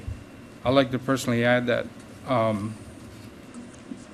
my reason to do this, I was a victim. And it's really difficult. You're in school, you're thinking of math, you're thinking of a lot of things. I've seen a lot of things in my life. I remember last time I was here, you guys gave me a thing for the Cesar Chavez. I remember seeing 2 people get shot, and I lived with this running thing in my life. And I felt so comfortable to see Steve, the police. When I see people in uniform like that, I feel safe. And that's what it's all about, helping people, keeping people safe. And why not better to keep our youth safe? And by providing a service. It will be no cost to the city, and we'll do all the work, and of course the company pays, and the revenues that will be generated, you could imagine having 100 agents generating $10 a piece. That's $10,000 for the city. That's pretty good. So basically that's and as an opening, the information I've given you is just a little bit that I would just received. Things that the parents and the childs would sign, an agreement, of course. Right now, we're going right in the middle. If a person starts a new service and buy new phones for the kids, then it would be initially done without any question. Now we have to go and get that agreement, of course. But anyway, let me set up real quick here.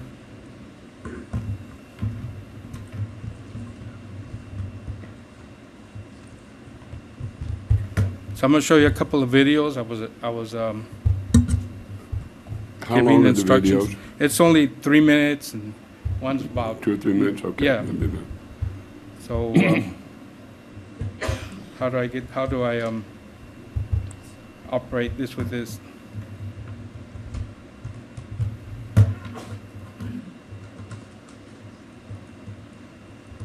Well, anyway, I guess I'll bring my laptop. I did bring Okay. it, but anyway, I just wanted to just go ahead and share. We offer workshops to the community, people who want to be advocates, and they're all with certified. There's only 3 certified individuals here. There's myself, and there's Beth Devine. She's a nurse and she's in the operating room 15 to 18 hours a day. So you can imagine that, and she still wants to do this. I mean, because she loves to help people. And we have a person in Fernley, Angel McGovern, and she has a desire to go out and help, our youth. And it's our future. We want to just, plant a seed, because you don't want people to be terrified, 55 years old. Instead of thinking in school, be thinking about, having that thing, and it's terrible. Is there any questions? Mr. Asher?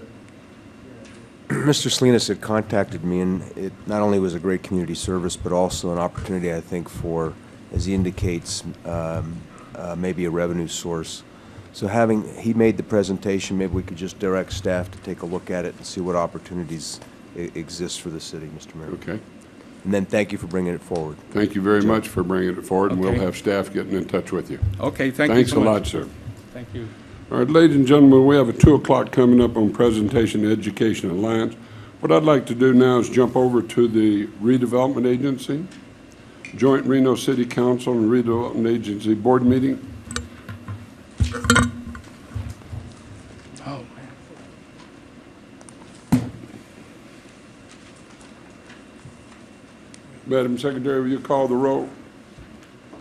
I was going to say, you moving?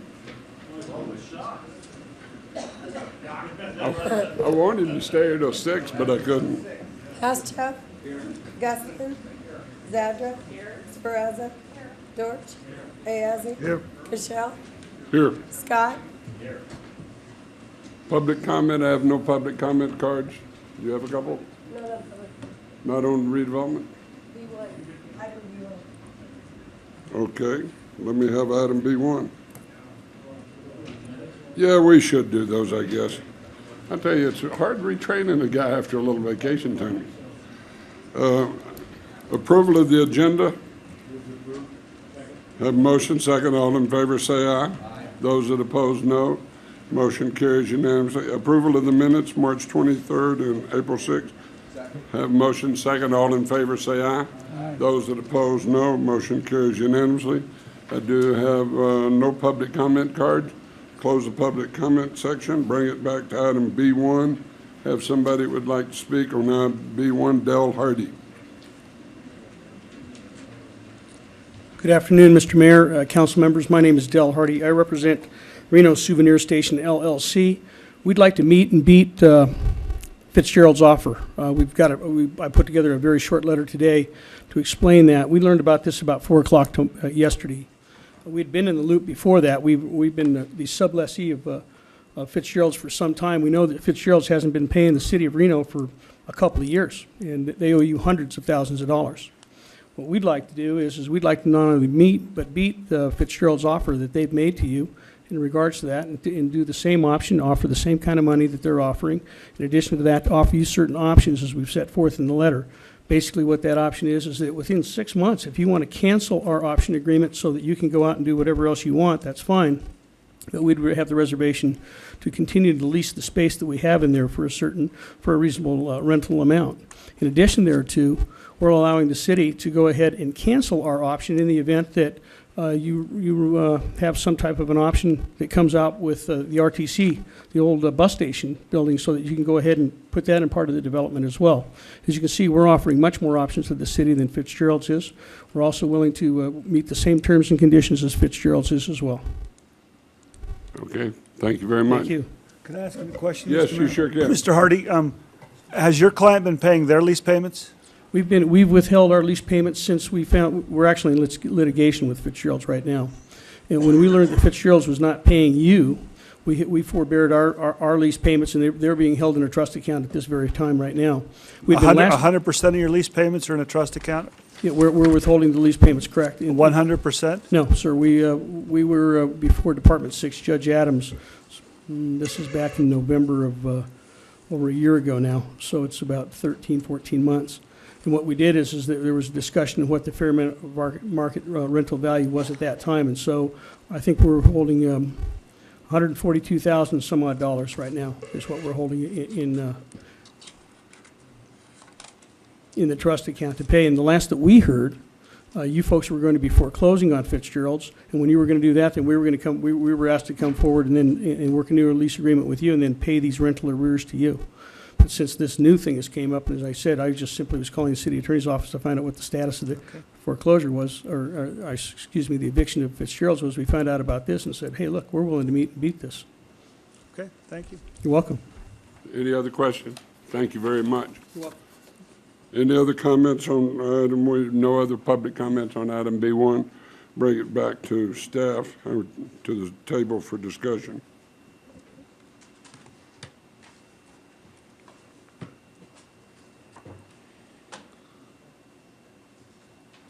Yes. Yeah, you better give us a little staff report and bring us up to date. Just for the record, John Chipman, Deputy City Attorney.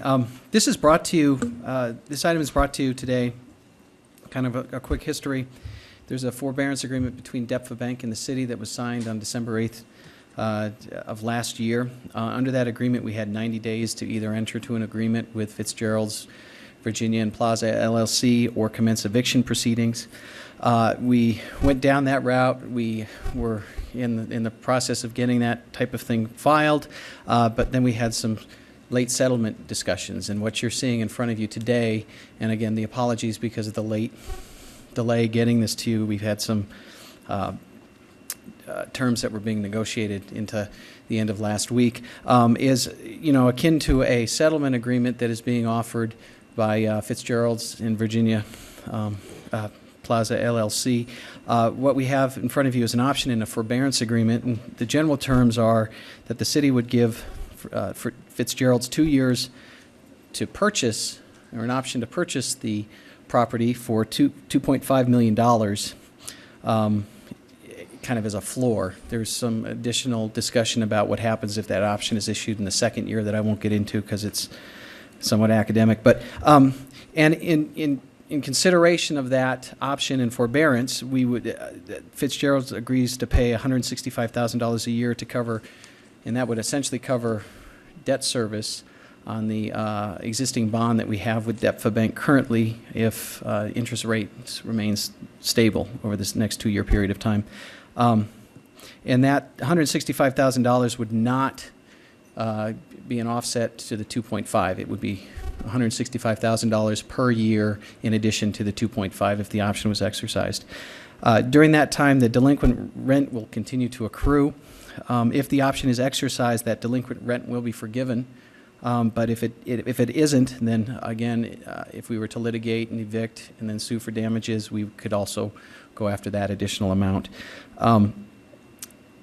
Under the agreement in general, the purchase and sale agreement, Fitzgerald's must maintain the garage, and Exhibit C talks about what that would look like, but essentially, if and when it gets opened, it has to be maintained like any other garage of its like age within Reno. So again, we felt we needed to bring this to you from the standpoint that we are talking about $2.5 million that can potentially help with the bond that we have with DEPFA Bank right now in terms of refinancing or giving you some additional options down the pike with that. With that said, there's no obligation on the city part to go forward with this. There's no obligation. It's a pure policy call, and whatever you guys want to do, that would be fine. If there's any questions.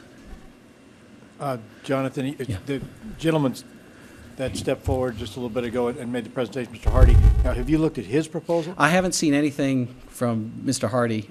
He contacted me yesterday. We exchanged a voicemail. We've had discussions in the past, but that'd be great to see that, and we can analyze that offer if.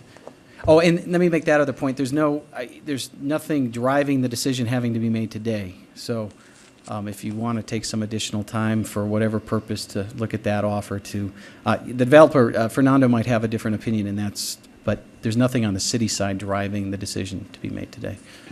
Okay, so that's what kind of the nature of, I mean, it's a last minute offer. I understand that. We do have one offer on the table, but I'd like to evaluate both of those. But that was my only question, Mr. Mayor. Okay, Mr. Dortch.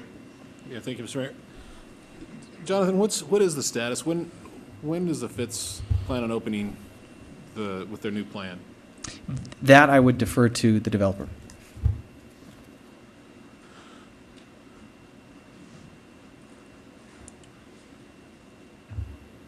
For the record, Fernando Leal, Manager L3 Development. Mr. Mayor. Just kind of an update on the process? Absolutely. Progress on... The approval of this agreement, which is 15 months in the making, would pretty much ensure the project moving forward. We are working with redevelopment on a management agreement for the 2 blocks of the retrack. But I was instructed by Don Wilson, my business partner of 15 years, to communicate that this agreement would be absolutely critical in moving the project forward. So is it this agreement plus the management agreement that you're negotiating? That is correct. So that's got to happen too? Yes. Both of those items? Yes. And the management agreement, I could speak to that if there are any questions. So this affects the climbing wall and all that stuff? Excuse me, Mr. Mayor? This includes the climbing wall and all that? Yes, it includes it moving forward on the development of the Fitzgerald. Now, I know when we met before, you said that if you couldn't get open by July on that project, that it probably wouldn't move forward. Is that not the case anymore? Well, what's happened, Mr. Dortch, is what we would do is have to phase. We've missed the window. We've made non-refundable deposits to the climbing wall manufacturer. But as I had mentioned to you and other council members, their busiest season is in the summer because the majority of their business is universities. So what we would do is pretty much gear up to install the wall and get back on their schedule as soon as possible, but not prohibit the development of other phases of the project, namely the first, the second, and the third floor. Okay. And then a couple other questions for Jonathan. Now, Jonathan, I mean, we're looking at, I mean, I hadn't heard that we were going to do a 2-year option on the purchase. I thought it was an outright purchase.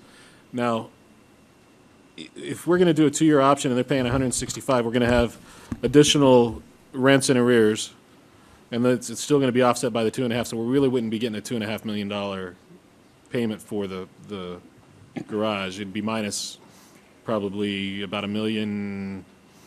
What would that be? About $1.5 million? Maybe I'm not following. I mean, because at that point in time, in 2 years, if they purchase it in 2 years, and I mean the arrears, the rents and arrears would be almost $1.5 million.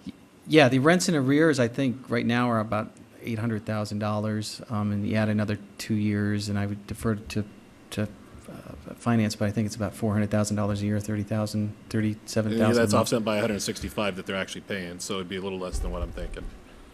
Well, to be clear, make sure I'm not misstating this, but during the term of the forbearance, those rents will continue to accrue. So even that, the 165 is not an offset for those rents that are accruing. Those are purely an option payment. Yeah, it's new money that, it's money that's being used in this consideration to give the 2 year. So we will be at about $1.5 million, $1.6 million in arrears in 2 years when they actually make this payment. Yeah, subject to check.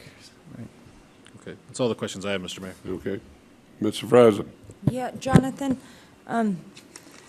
because this one, the balance you said is 5.9?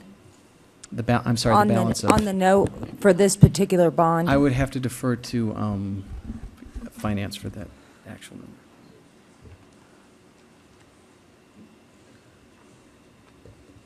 For the record, Jill Olson, Finance, that's correct. So essentially, if we accepted this offer today with the 2.5, the city would be eating it $3.5 million?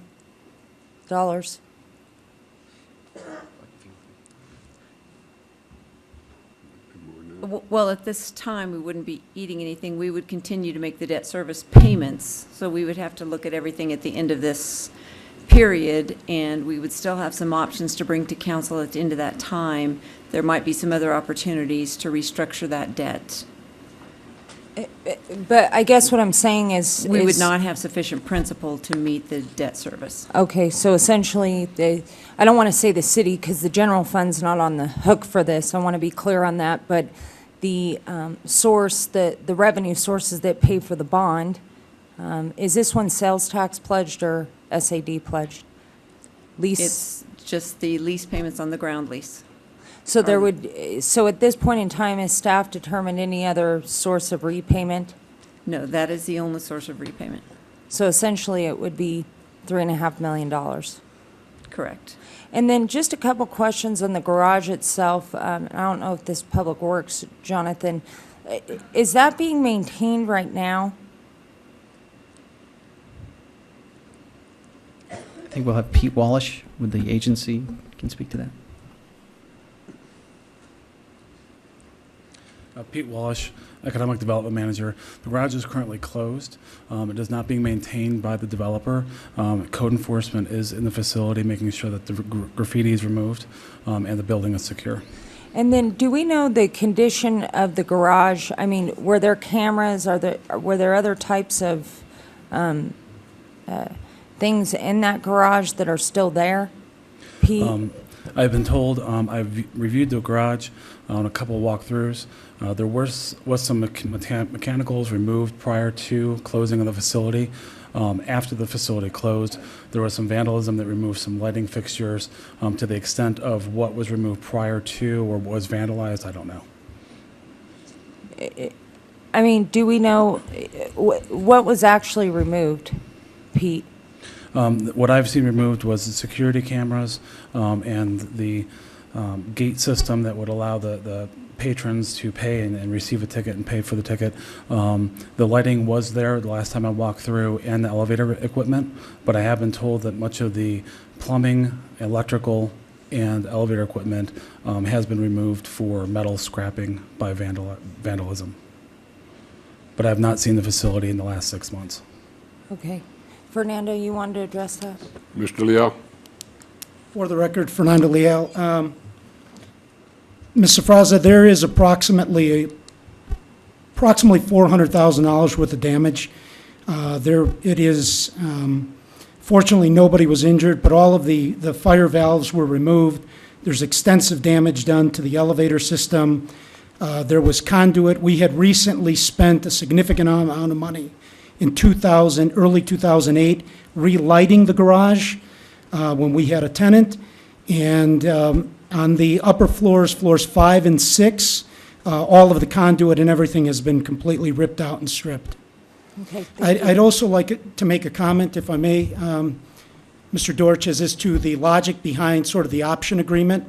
The option agreement was really to try to move this project forward.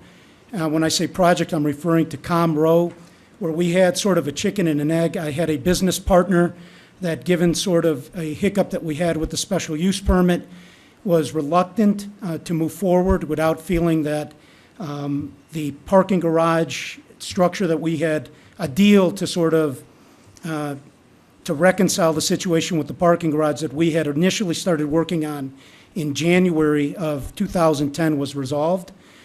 Therefore, we put forth an offer to put up $165,000 that was not refundable, that wouldn't go towards a purchase price, that was being discussed as early as July of last year, with term sheets being circulated between redevelopment and my office in Chicago.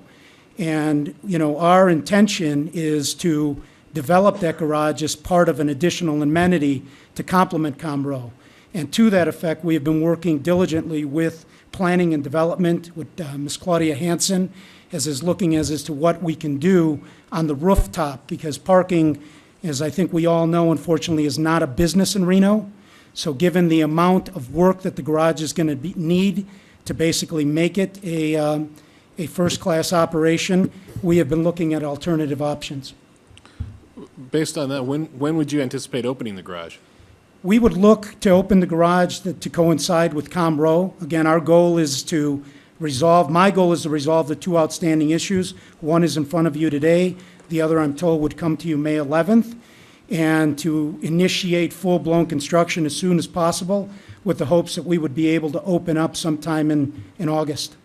So you'd have the garage and Comroe opened in August? Yeah, I'm more reluctant on the garage, Mr. Dortch, because I've not spent as much time on exactly a timeline and so forth, but our idea would be to open them and for the openings to coincide.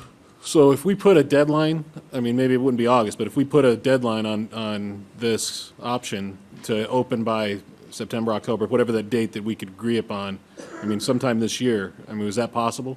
Well, I mean, it depends on what the option is. I mean, I think you'd have to look at the efforts and the dollars invested. I mean, as we all know in construction, there are unforeseen conditions, but I believe I have a track record of completing projects that we start, and our goal would not be to sort of delay. I mean, if we go, we go. And at this point, I've been just trying to keep momentum moving forward on a basis without releasing all the contracts to the subcontractors that have been in front of you before.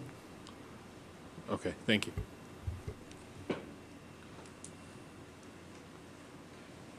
Mr. Izzy. Dwight, was your question about the time limit on the garage or the time limit on Comroe? So I thought I had heard Mr. Leal give a comment about the garage, not necessarily Comroe. Well, I think he said that they're planning on opening Comroe by August, but they wouldn't get a commitment on the garage. Is that? I think that's what I heard. Do I have to keep saying Fernando Leal for the record, or for the record, Fernando Leal? Mr. Dortch, we would be moving. I mean, it all depends on the approval of these two items. Again, we have continued to move forward, but at what I would consider a snail's pace. Our goal would be to open up Comroe as soon as possible. I believe that we need approximately 90 to maximum 120 days. Now, I want to be very clear in stating that would not necessarily include the installation of the wall, because that would be predicated on the availability of scheduling for the climbing facility. But what we would do is prepare the structure by putting the deck over Virginia and completing the first, the second, and the third floor.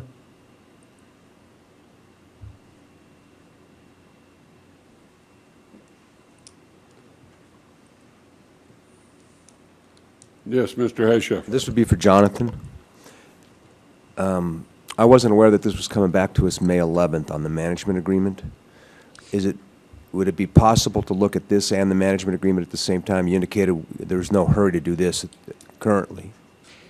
Yeah, certainly. I mean, this item can be pushed back. The management agreement, I haven't seen that yet. Not to say that it's not coming back on the 11th. I just that hasn't been fleshed out as far as I know. But maybe staff has a better handle on where that is. But.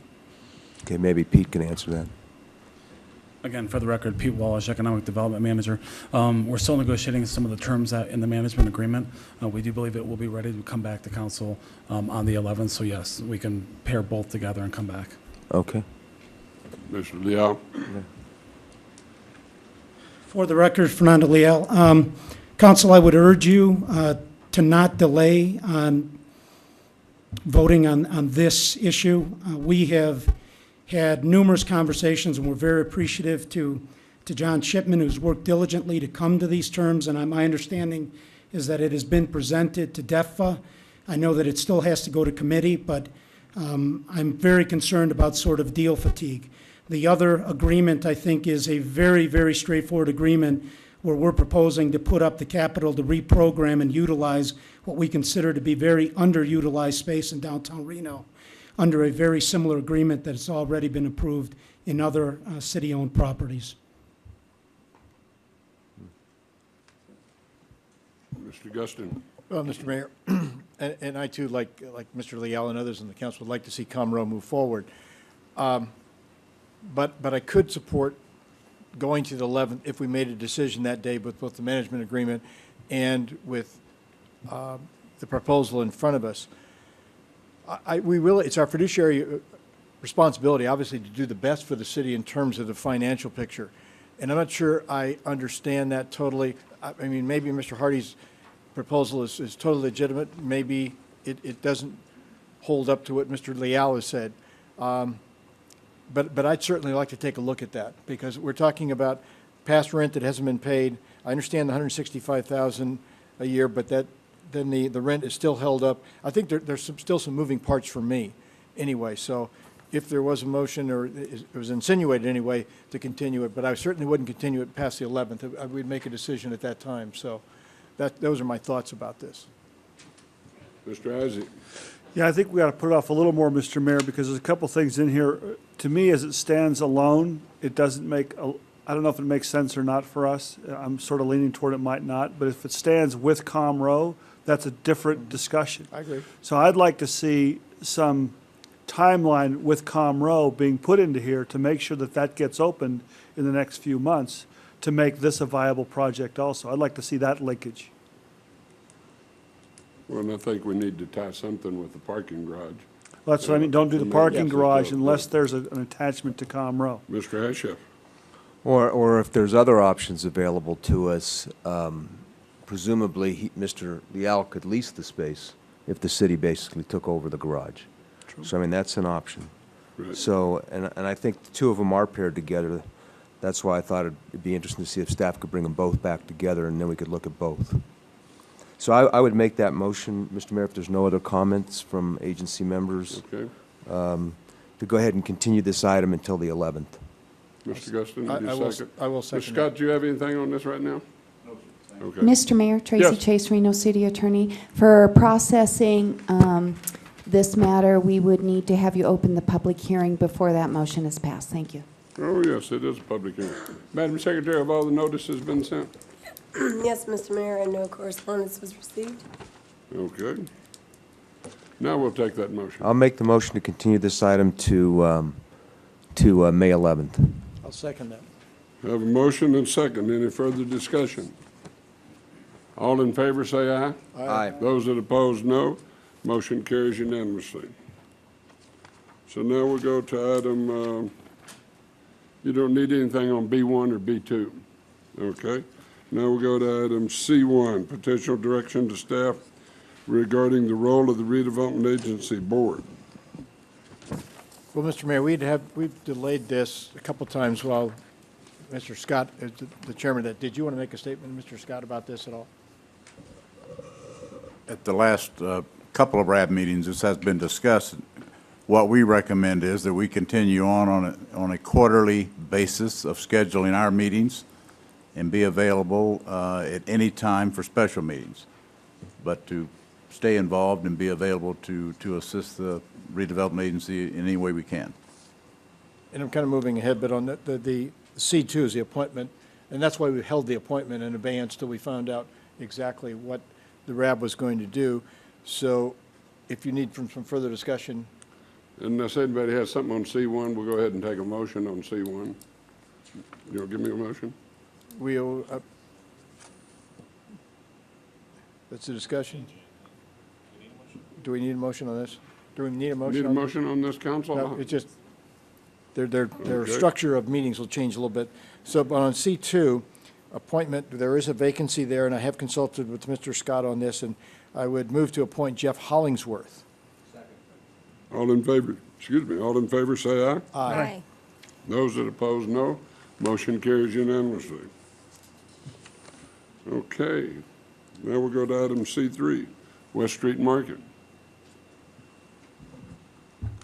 Mr. Mayor, members of council, Pete Walsh, Economic Development Manager. This item comes before you as a clarification piece. Council and the board looked at the West Street Market and the rates that were charged per square feet for future tenants.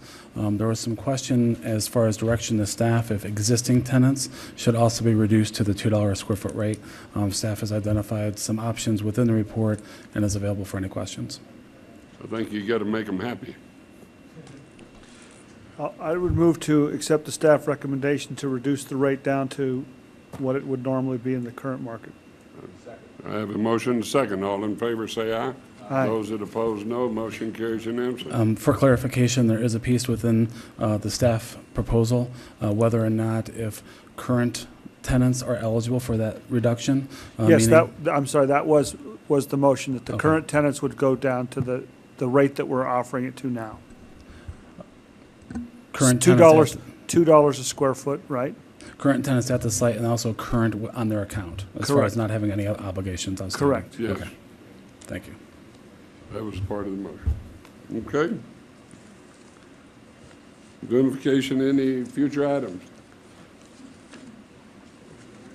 Have a motion to adjourn? Move to adjourn. Second, all in favor say aye. Aye. Those that oppose, no. Motion carries unanimously. Now we'll go back to reports. Educational Alliance regarding education. Is everybody here? All right. Jim Frome, this is Denise Hedrick for the record of the Education Alliance. He stepped out for just a second. I think he'll be right back in. Okay, so, now you're going to limit this. How long is this presentation? we were scheduled for 15 minutes. Um, We can go faster? Go faster. Let's Okay. let's limit it to 10 minutes if we could. Okay, do we have a moment to wait for Jim to get back in the room? Absolutely, I'll Okay. wait for him. Thank you so much. Mm-hmm. Let's see, let's take, huh?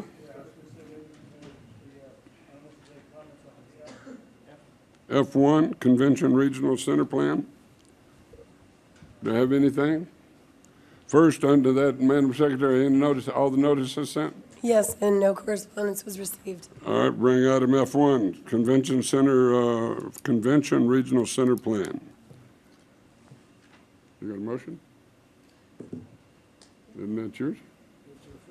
Have a motion to refer? I have a motion. Do I have a second? Second. All in favor, say aye. Aye. Those that oppose, Mr. no. Mayor, Motion- Tracy Chase, Reno City Attorney's Office. If the staff recommendation is in the first one, and then the second item, we would have to read the ordinance before the motion to Do you refer. mind if I go to F11 and then you do the ordinance? Thank you. Do you mind not cutting me off? I know I'm slow after being out of town a little bit, but that's, item F11, ordinance. This is Bill number 6743, an ordinance amending the Reno Municipal Code Title 18 Annexation and Land Development, Chapter 18.08, zoning, Section 18.08.201, entitled Permitted Uses by Base Zone District to allow limited commercial land uses within the residential district of the Convention Regional Center Plan area, together with other matters, properly reading thereto. Second. All in favor, say aye. Aye. Those that oppose, no. Motion carries unanimously. Ordinance adoption, resolutions. Resolution H1. Resolution number 7574, resolution for budget augmentations and approval of budget revisions, March 1st, 2011 through April 30th, 2011. Have a motion, second. All in favor, say aye. Those that oppose, no. Motion carries unanimously. Ordinance introductions. I1. This is Bill number 6744, an ordinance amending Reno Municipal Code Title 8 entitled Public Peace, Safety, and Morals, Chapter 8.23 entitled Parks and Recreation, Article 3, Regulation of Parks and Recreation Facilities, modifying requirements related to orders of exclusion and administrative procedures, and providing other matters properly relating thereto. Have a motion, second. All in favor, say aye. Those that oppose, no. Motion carries unanimously. Item I2, we have somebody who wants to speak on item I2. Mr. Ed Hawkins.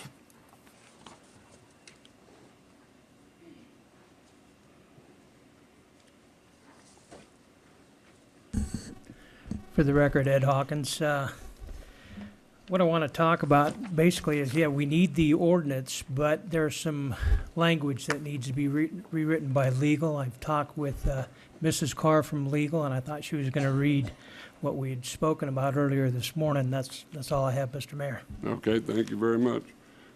Pastor Brew? Bro. I should have known that. Sorry. Sir. I know you should have. Pastor Rick Bro. I've worked for the homeless here in Reno, and I do it nationwide. I do big events.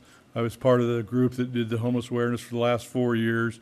Have split off from them. Our church used to be their sponsor, and now I work with a group called We Care Ministries. We're volunteers, and it's a non-denominational group. We work with all the homeless that you don't feed. Every night, Amber by herself, and she's had several awards for us already. We prepare food for the first of the month, it's slow, say 200 people, up to 400 people right now. This is the people that are sleeping on the river. This is not the people sleeping in the shelter. Now, real heavily after I did the event here in Reno for 7,000, I did an event in Sacramento for 25,000. I did one in Las Vegas last summer for 40,000 people. So I know what's going to happen. You're going to have increased crime. You're going to have increased burglaries. I'm getting ready to go to Indianapolis to do a similar event for 50,000 here in the next couple months. We need to provide a safe shelter. Regardless of what the public may believe, there's probably half a dozen tents left. There's been nobody admitted into safe haven for 6 months now. We need to find a new safe haven if that's the intent of the council, is to move them. And I understand that from the presence of the ballpark, but they need somewhere to go. The definition of homeless has changed incredibly. From a faith standpoint, Amber's group provides a well-balanced dinner every night. None of our crew works. I'm a pastor full-time, of course, of Living Waters, but I work on volunteer money myself. As she feeds food, I walk that line. And about 4 months ago, I'm walking that line, and I'm there on a faith standpoint. I'm there to pray for these people and build them up spiritually and faith-wise. And here's a lady that she looks like she just walked out of Macy's. And I says, "Darling, what are you doing here? What's your story?" And she's like, "So many other people, one payment away from doing it." The women's shelter is about half empty for some reason, and I know the reason, but it's about half empty. The family unit's full, the men groups is full. They closed the overflow the end of last month. These people have nowhere to go but to the river. So we need a better alternative. I know the finances are tough. We're really in a tough spot, be it in the faith-based groups. Last year, though, when everyone said, "Well, you'll never pull off this event for Gary and Jamie," we needed 15,000. Well, God provided that money, and it's probably what we're going to need to do this for these people too. But we need a better solution than saying, I mean, they can't pay a jaywalking ticket. How do you think they're ever going to pay a ticket for camping on the river? That's all I got. That's true, but one of the things we've asked the ones that are in the tents to get into a program so we can help them. And I agree with you, Mayor. But they will not sign up for a program. They will not go to counseling. Yeah, I've been very deeply involved with this, and I appreciate what she does. And absolutely, because, I'm also have worked with New Hope Recovery Ranch. I can take these guys absolutely scot-free out there, and they're going to be starting a women's group here shortly, too, for free alcohol and drug treatment. It's a 6-month program, great program. But we've asked them to join the ones that were in the overflow shelter before we closed it. We gave them 2 months' notice that they needed to get in a program, get in a counselor, get with something, doing it, and they've all said no. Yeah. So I don't know what we do with them. Well, we'll work on it. We'll work on it. We'll take it to a new notch. Thank you. Thank you. Amber Dobson.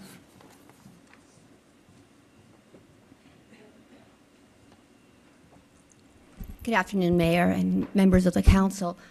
Pastor Rick was able to touch on base on a few things, but I just want to clarify a few things.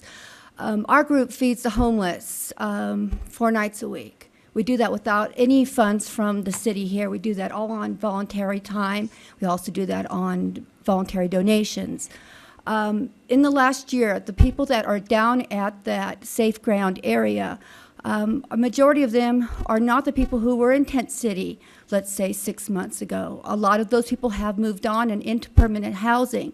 But every night I see new faces. I see elderly, I see veterans, I see kids who are now out of the programs that they were in before and on the streets. So there's a whole different group of people who are out there. We've been able to help quite a few of the people who were in Tent City, and yes, there are 8 people left out there that have not been able to get into programs or, as you say, are unwilling to be in programs. But that's the mindset of some homeless, but not everyone who's down there feels that way. A lot of people are disenchanted and have lost hope. Our group goes down and shows them that, there are people within the community who do care about them and that we are willing to do whatever we can without the city's help to make their lives better. I just feel that you don't have the money to help these homeless people. How do you have money to police the river? How do you have money to take these people and put them in jail and house them overnight in the jail system? You don't have money for that either. So there has to be some way of finding how we all can work together as a community and as the council here to find out what we can do with the homeless. They're not going to go away. It's a great dream to say that we're going to end homeless, but there are homeless constantly coming into Reno from other places. For everyone that you find a new home for, there's another person that replaces them. So ending homeless is not something that's going to happen in 5 years or 10 years. It's going to take us to accept the fact there are homeless people in our community that need help, and it's not always sending them to join or some of the other programs are out there. We need to figure out what we can do to house them so they're not at the river. They don't want to live at the river. They don't want to live on the streets. You passed an ordinance last fall that made it illegal for them to sit or stand on the streets. So where did you think they were going to go? They are not allowed to be within 1 mile of downtown Reno. They went to the river. They don't want to be there. They want to have some type of shelter. I think we can do something better than just passing another ordinance that's just going to cause more problems in the long run. Thank you for listening. Well, we appreciate that very much. This council has been very progressive in working with the homeless. After 30-something years, this council has put together the money and stuff to build what we have now, and we're trying to look at it in the future. One thing that Volunteers of America is doing right now is they're getting with the faith-based group and trying to put some stuff together, fundraisings and stuff, so we can do different things. But it's just something that's not that we want to, but there's certain things that we've got to do to try to clean up certain areas and stuff. But when you see somebody standing by the river taking care of his business, it's really not too appetizing to anybody. So those are problems we have, and we need to work on them together. And thank y'all very much for coming. Item 2. This is Bill number 6745, an ordinance amending Reno Municipal Code, Title 8 entitled Public Peace, Safety, and Morals, Chapter 8.12 entitled Offenses Against Public Peace, making camping on public property in the Truckee River corridor without a permit a misdemeanor offense and providing other matters properly relating thereto. Mr. Mayor, we had public comment on this. Do you have some other wording to add to this, Gabriel? You probably saw me squirming over there. Did you already move on item I-1 to recommend this to the committee as a whole? Because there were some suggested changes from the ACLU that I would like to present and incorporate, as well as some clarifications Let's from open up I-1 again. public comment. Yeah, finish I-2, and then we'll open I-1 up again. Okay. Go ahead and Is there I-2. anything- Yeah, we're going to do I-2, and then we'll open Okay. it. I-2 deals with, I guess, the camping on public property. As you know, we've been working with the ACLU to have them take a look at our ordinances, see if they had any constitutional other issues with it, and they presented us with their recommended changes, which I have prepared some small amendments to it based upon their concerns, and I'd like to pass those out to you so that you can see them, and then potentially we could recommend it to the committee as a whole as amended. Well, why don't we put this off until the next month, because you're not prepared and we don't have the stuff here, don't have time to read it right now. No, it's prepared, it's done, it's just. Well, why didn't we have it? Because the ACLU provided it to me this morning in a letter that they asked me to present into the record Okay. and provide to you. Bring it on over. They're very minor changes, it won't take me more than a minute or two to show Just them to bring you. it on. Let's get staff reports ahead of time, or pull them from now on if we don't have them.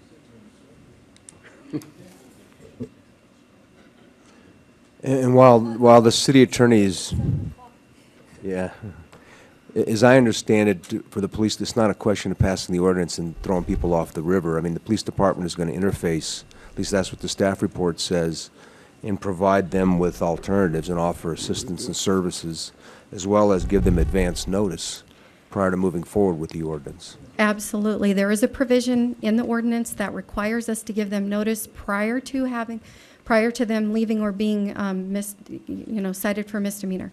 We have a river outreach program similar to the sidewalk program, where we give them notice in advance that the ordinance is going to be in place.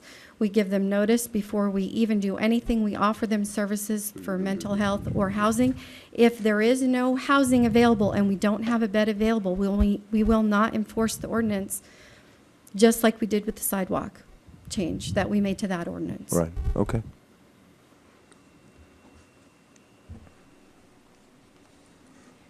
Does everybody have a copy of the You've gone through all packet? of these now, and all these recommendations and everything? Yes, I have. And so you say that that's what you want to do? Yes, I Chief, you've would. been able to look at them? Yes, sir. Okay.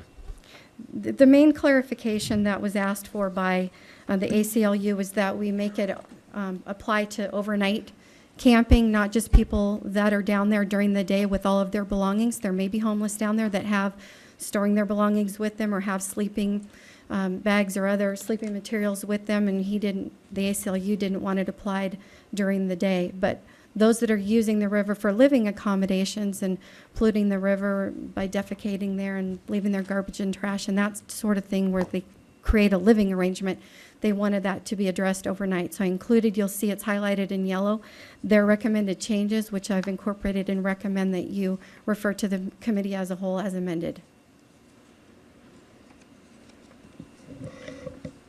What page is that on? On the second page, you're dealing with Chapter 8.12, which is the camping on public property in the Truckee River corridor. And on the second page, you'll see the highlights that reference overnight, and then what overnight means, which is a half hour after sunset to sunrise. Yep.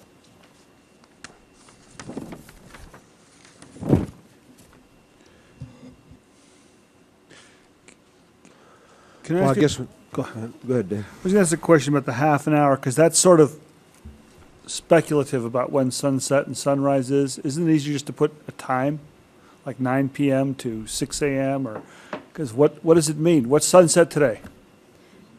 That is a nationally determined standard that you can look up, and I know that in working with the police department, they felt that that standard was acceptable, and the reason we use that is other park ordinances have that same language. Okay, And so it makes it for consistent for enforcement- us. Yes. Okay. Well, I'll make the motion to refer, Mr. Mayor, as amended. Okay. Have a motion second. All in favor, say aye. Aye. Those that oppose, no. Motion carries unanimously. Now, make a motion to open up I-1. Have a motion second. All in favor, say aye. Aye. Those that oppose, no. Motion carries unanimously. Thank you very much. What changes you want to do there? Do you have some changes on I-1? I'm sorry. I'm so sorry. Yes, we did work with the ACLU on that one as well. The only request they had, as you can see on their letter to us, is that we add some language under subsection A that says that we had it for any crime in the state of Nevada, they could be excluded from the park, and they asked that it be crimes related to behavior that you would normally find in a park. So we've incorporated that language in there.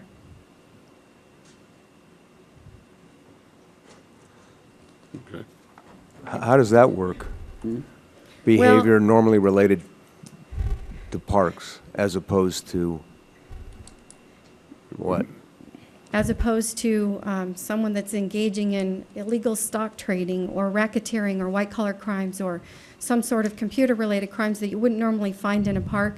They felt that it was overbroadly written if you had every law in the state apply to excluding individuals from parks, but they wanted it more tailored or narrowly tailored to address things that occurred in parks. Wouldn't you want it to address the river, and wouldn't you want it to address under the bridges and stuff like that? This just goes to parks, and the bridges are just as big a problem as the other. Yeah, this one in particular deals with people that engage in criminal activity in parks over and over and over again. For example, we have people that violate the rules in the parks, engage in misdemeanor activity, either selling drugs or skateboarding, where the members of the public are regularly walking by and creates a public safety issue. But we have cocaine being sold under the bridge and on the riverbank. We don't want to put that in there? we can try to, that would be a separate statute, but or a separate ordinance, but this one related to park areas, because those are easily defined to exclude them from the parks. We can definitely go after them and take enforcement action against them for activity under the bridge. But when you deal with the Truckee River corridor, it's not all city property. We have public property that's owned by the county, the state, and private property along there, so it's hard to define the area where we're excluding them from. And so along the river, that doesn't, never mind. Well, the parks that are along the river, No, never mind. Enough. Yeah, let's just go ahead and prove it. I'll make a motion to approve, and if you have any changes, make a motion for adoption, that we can do that within the second reading, correct? I'm sorry, refer. Refer. Second. Got a second. All in As favor, amended. say aye. Aye. Those Aye. that oppose, no. Motion carries unanimously. You don't need to whip the horse too long. All right. We have a 2:30, Mr. Mayor? Yeah, we're gonna go back to that now. We had a 2 o'clock time certain, and we'll do that right now, and then we'll go to the 2:30 Education Alliance regarding education. Jim Frommer. Good afternoon, Mr. Mayor, City Council members. I'm Jim Frommer. I'm a CPA, but today representing the Education Alliance as their board president.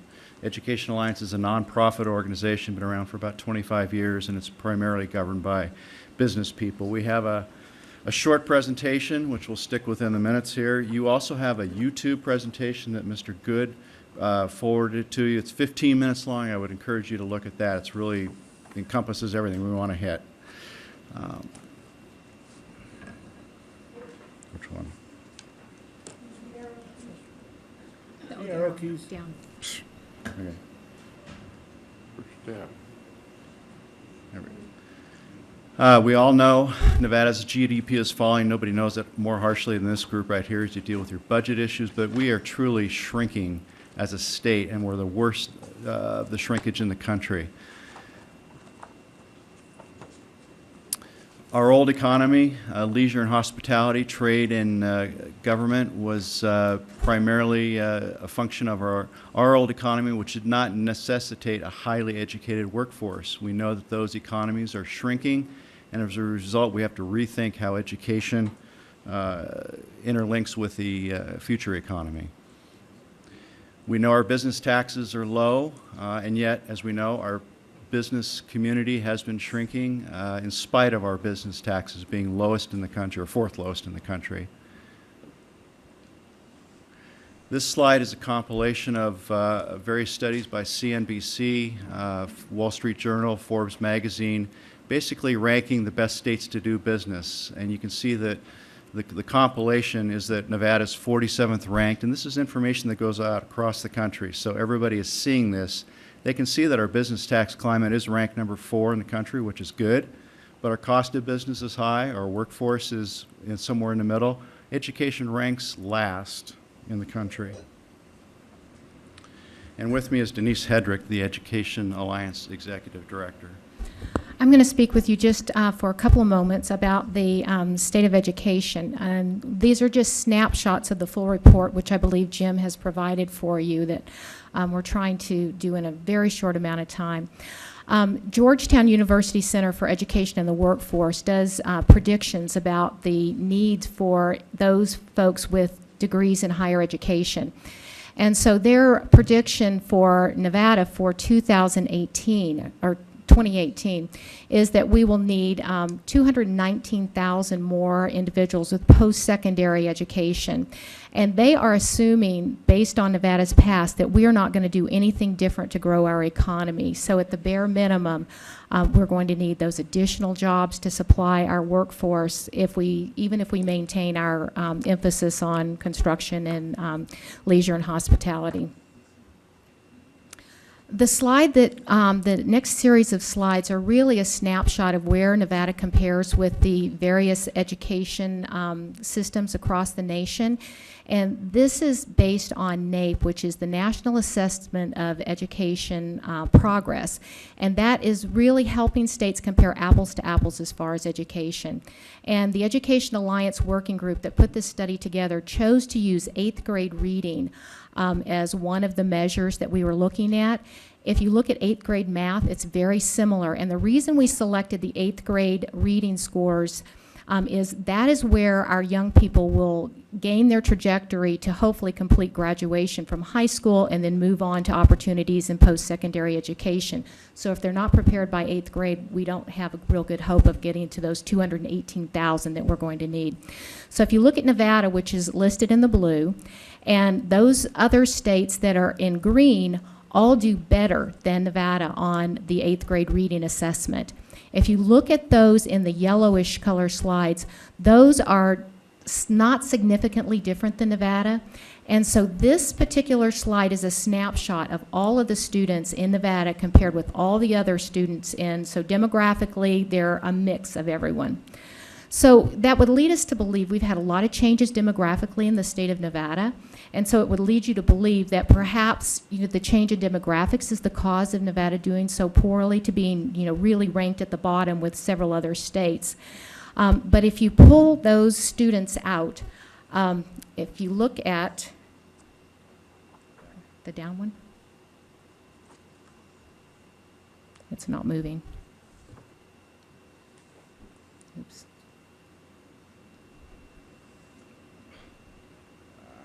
A minute.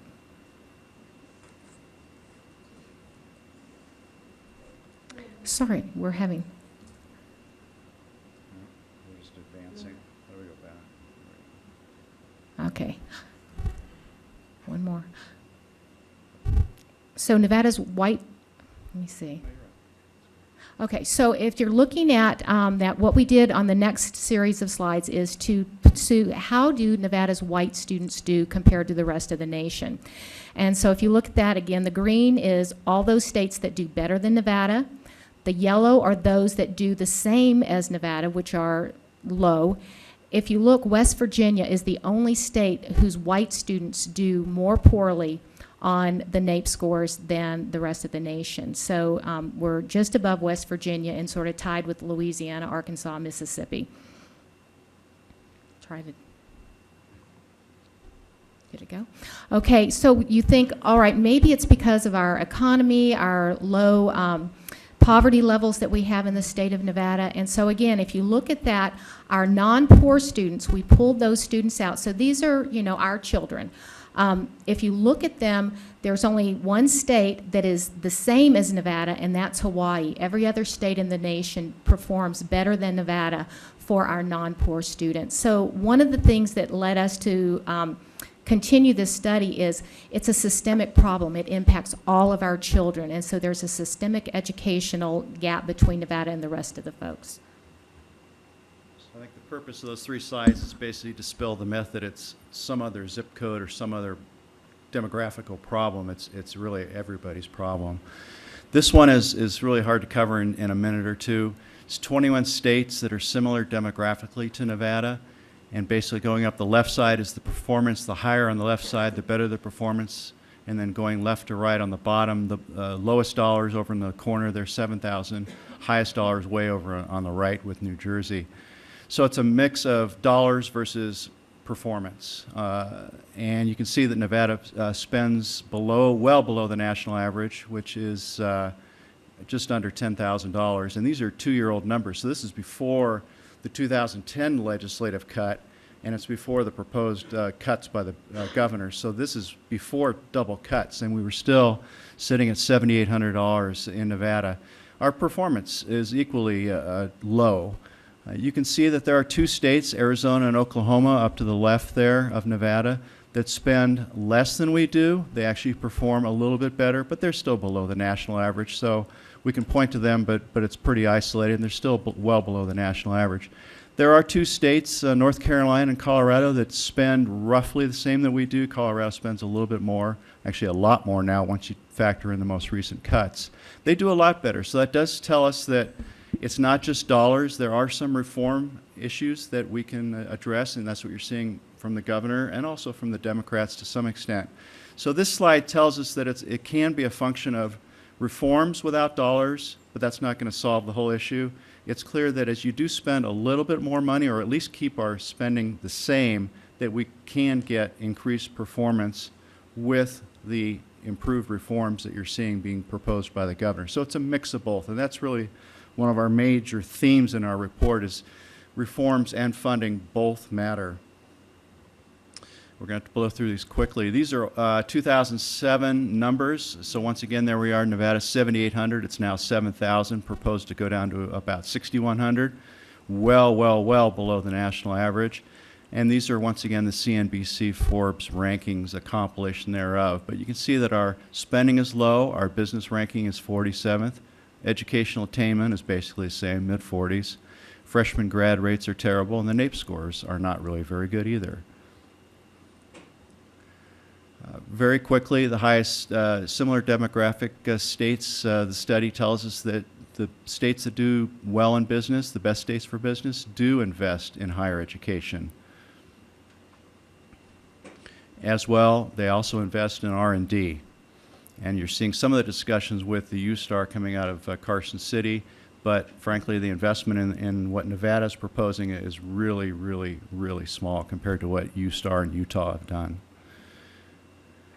So this encapsulates, I invite you to look back at the YouTube and also at the white paper that you've got. But basically, in this slide, we're talking about reforms and funding do matter. And we have been proponent in Carson City of discussing both of these issues. Some groups are doing just the reforms and think that's going to be the panacea. But the reality is that we don't spend nearly anything close to the national average. We ought to at least try to establish a level funding in order to achieve the reforms that we as a state want to achieve in order to rebuild our economy. And finally, we have asked for endorsements from various people. Mayor Cashel has been kind enough to endorse and support the concept of discussing evenly reforms and funding. Also, Mayor Kroll, Martini, Leroy Goodman from Fernley, Senator Raggio, Senator Bryan, Governor Miller, former Speaker Buckley, and the Northern Nevada Chamber of Commerce have endorsed the concept of equally discussing these because we think we have to discuss both sides of reform and funding. And I would encourage, if we can, to have this City Council, because it really does matter when we go before the legislature, if the City Council can endorse or support the concept of a balanced discussion. So I leave that with you. Okay, well, I would hope that the whole council would be in agreement to do something. Mr. Ashef. Yeah, we have the ability to put these items on the next agenda, so maybe what we'll do, Mr. Mayor, when we get to that item in the agenda is have a conversation of putting that on. Thank you. And thank you all for what All right. you're doing. We Thanks, Mayor. appreciate it. If you're going to diversify the economy, you can't get the education, but that's a different topic. All right, where are we? L9. L9. L9, yes. L9, discussion regarding incidental gaming. Staff?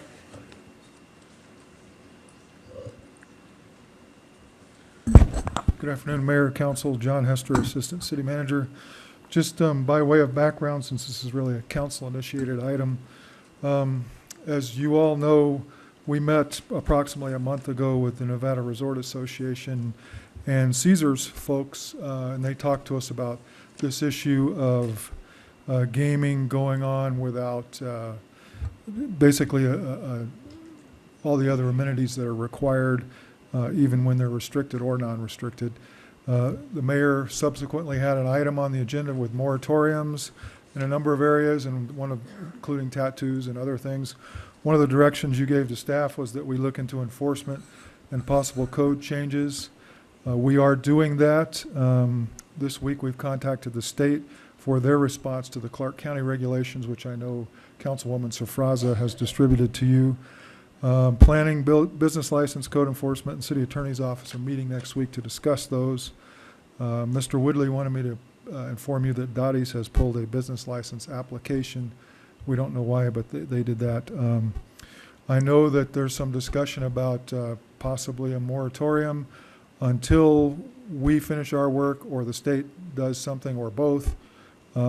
If that's your pleasure, I guess that would have to be noticed slightly different at your next meeting, but that's by way of background a little bit about where we are at the staff level in response to what you've directed us to do as a council and the information Councilwoman Sfraza has received. Well, I think it's getting out of hand a little bit, and I personally haven't changed my opinion that we need to have a short moratorium, either when they get the state regulations or get our own or tying in with the county and Clark County, but that's for the rest of the council to look at and discuss. Mr. Fraser. Yeah, Mr. Mayor, I guess a few questions for staff. On the first one for John, when Dottie's came in for application, I think there's some issue regarding whether they were going to serve food, and it's been quite some time now. Has staff gone back regarding the enforcement to see if they're complying with the current use permits, John? We are going back, and I hesitate to get into details because I'm not as conversant as our code enforcement staff, but there are some issues that we're looking into. Okay, and then the other issue on the gaming, and I don't know if this is for the city attorney's office, when do we expect a ruling from the Gaming Commission on the interpretation of the law or what they're going to do there? I think that's probably part of what Mr. Henry has contacted them about, but I don't know if you have an answer to that, Marilyn. Marilyn Craig, Deputy City Attorney. I am not familiar with what Mr. Henry has contacted the Gaming Commission about. We are working to work on an ordinance for ourselves, but I don't know what his specific question to the Gaming Commission is. I guess, Mr. Mayor, I don't know if we have public comment, but I would like to see us do a moratorium until the commission comes out and makes its recommendations regarding the interpretation of the law, because I think if we have more applications, this is going to cause some unintended consequences if we're doing approvals while they're coming in and we don't know what that interpretation is going to be. Well, I'd like to see what Ms. Fraser, Ms. Zadra. Well, and Marilyn, we addressed this in a similar issue to this, relating to the casinos and beverage operations that are out on South Meadows Parkway, the Spike and Claim. And, you know, we put specific language into our ordinance about there had to be no shared kitchen. They had to have their own kitchen, their own restrooms.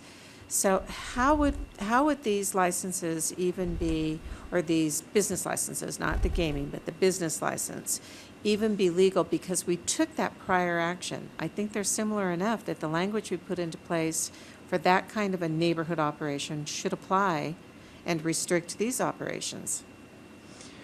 I don't know that I can speak to business licenses because that's a separate area. The ordinance, the code we did adopt, we did share with the folks from NRA and Caesars. And in fact, some of the things that they are talking about that they just passed in Clark County, we already have. Some of them we don't. So I don't think we've seen any new establishments get business licenses that have more than 15 slots that are interconnected with internal hallways and things like that. I think the issues that we're looking at, without getting very specific, are they still serving food? If they're serving food, are they obeying the non-smoking and no food together rules with slot machines? Those kind of things. Have we sort of had, as I call, sort of scope creep?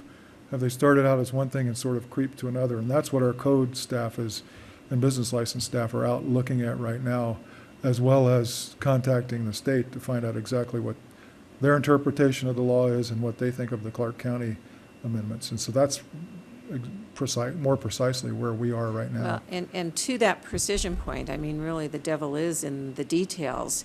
When we talk about food, could it be interpreted that peanuts and pretzels qualify? Well, that's exactly the kind of discussion they're having at staff level, because gaming is supposed to, as I recall, be an accessory use to the food, not the other way around. And what's happened is appears, without saying we filed any issued any notices of violation or anything like that, but it appears to us that we're moving in that direction. 'Cause I don't want to get into details about any particular cases, as you can understand. But I hope that answers your question. Well, it's something we've been going to look at for a long time on all the regulations and stuff we control, because a lot of these smaller ones are the standalones and everything else. They compare our state with other states, and there's no comparison because they don't have them in grocery stores or in bars or anywhere else, all the actions inside the club. So I think we need to find out where the state's going on some of this stuff and find out where we are. Well, Mr. Guston. Thank you, Mr. Mayor. John, just a question. I don't know, it seems clear to me, and it's talked about non-restricted gaming, and it talks about incidental to the primary business or establishment. Isn't that the linchpin? Isn't that the bottom line? Mm-hmm.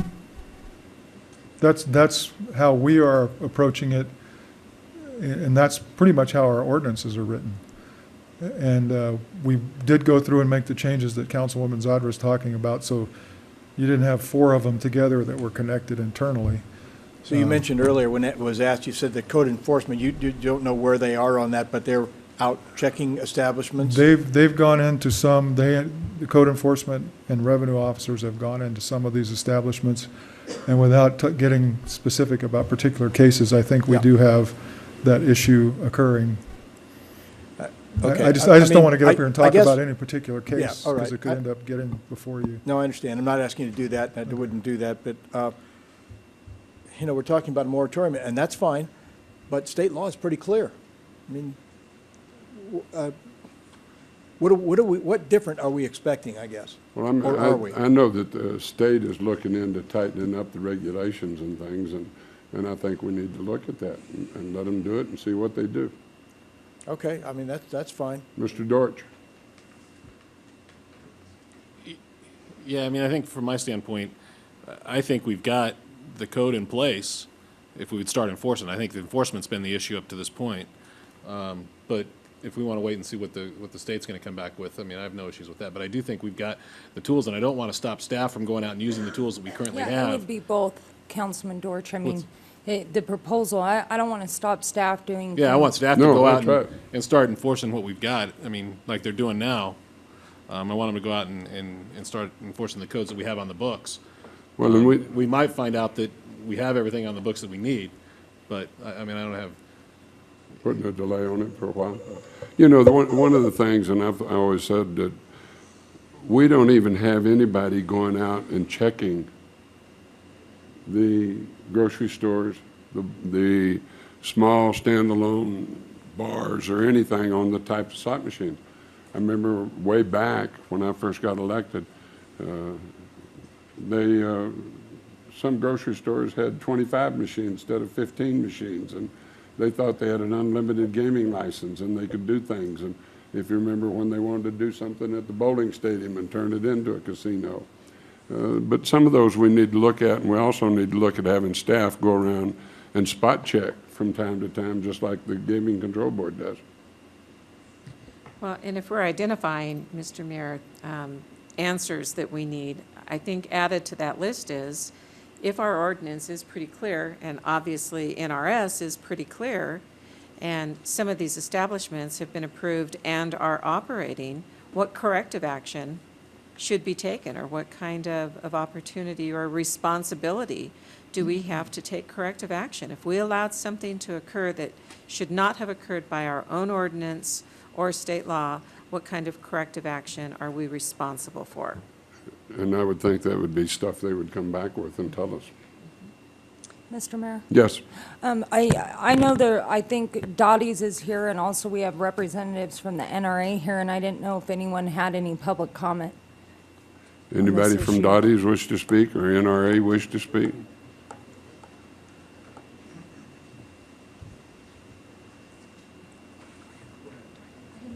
You can fill out the sheets later. Hi, for the record, I'm Patty Becker, and I'm here representing Dottie's.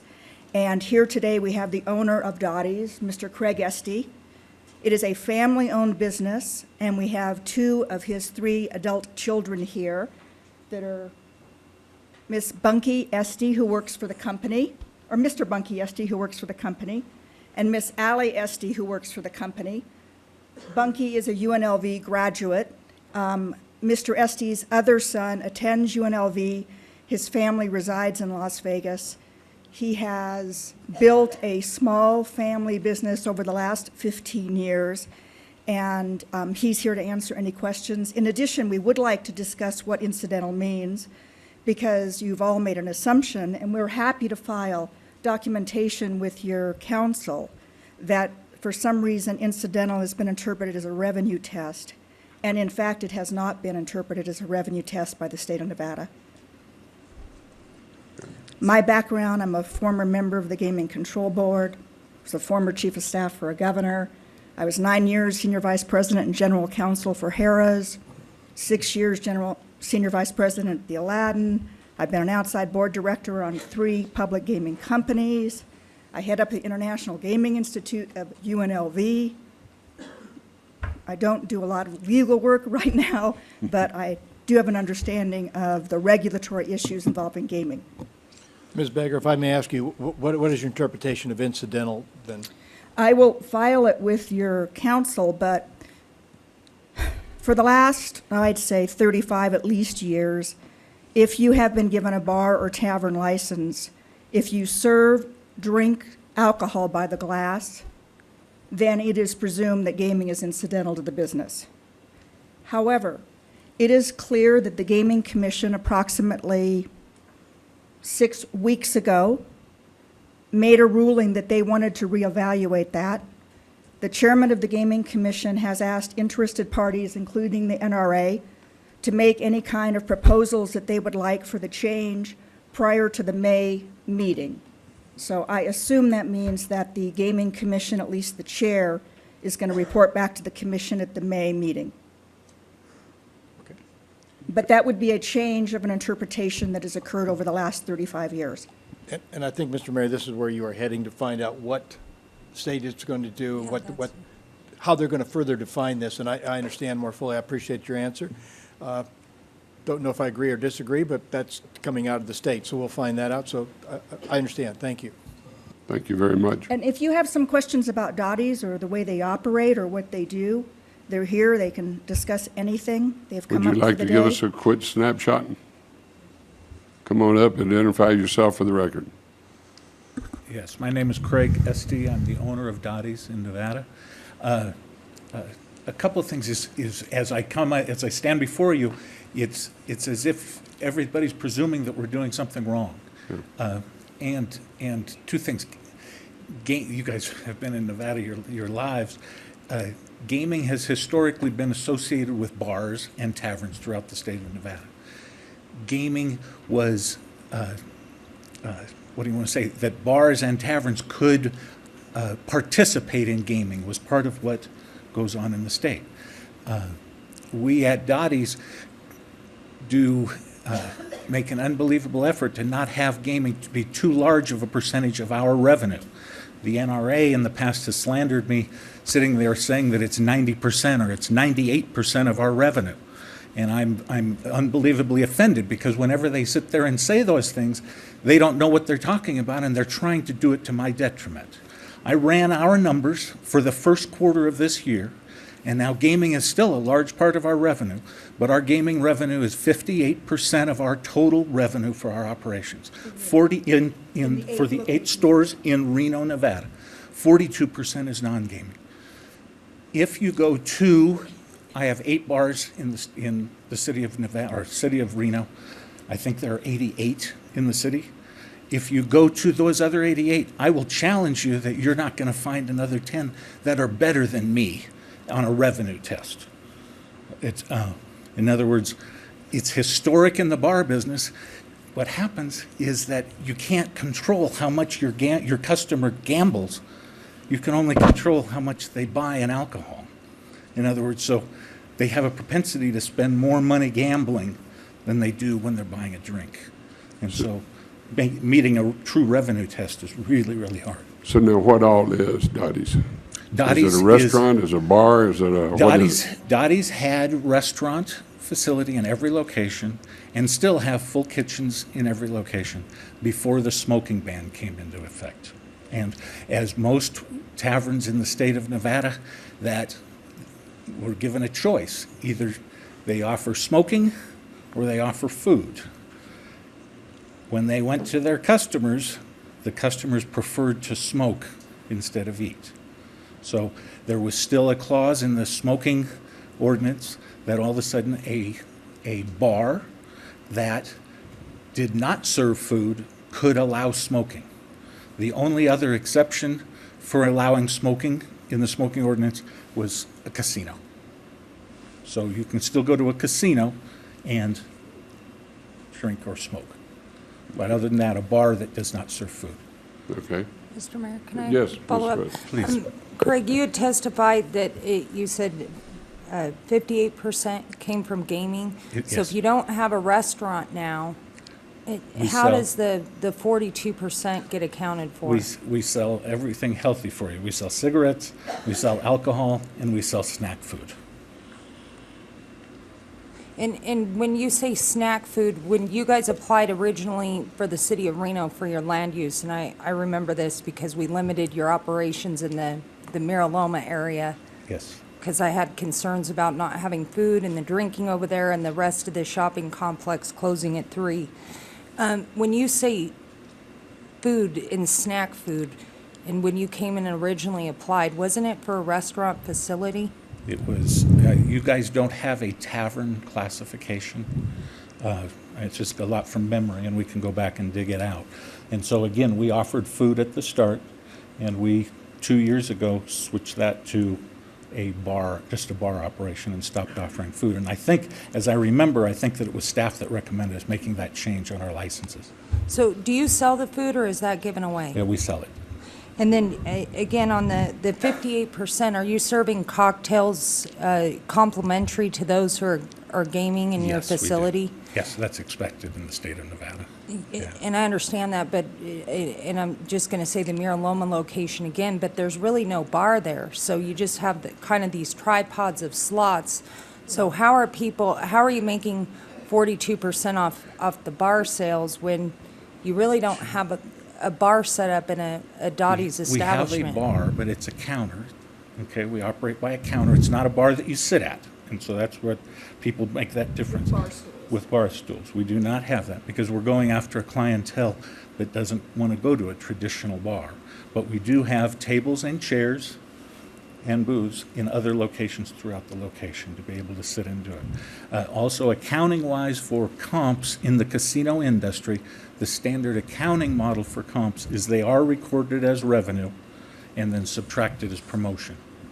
That's standard in casino accounting. Okay, thank you. What do you call snacks?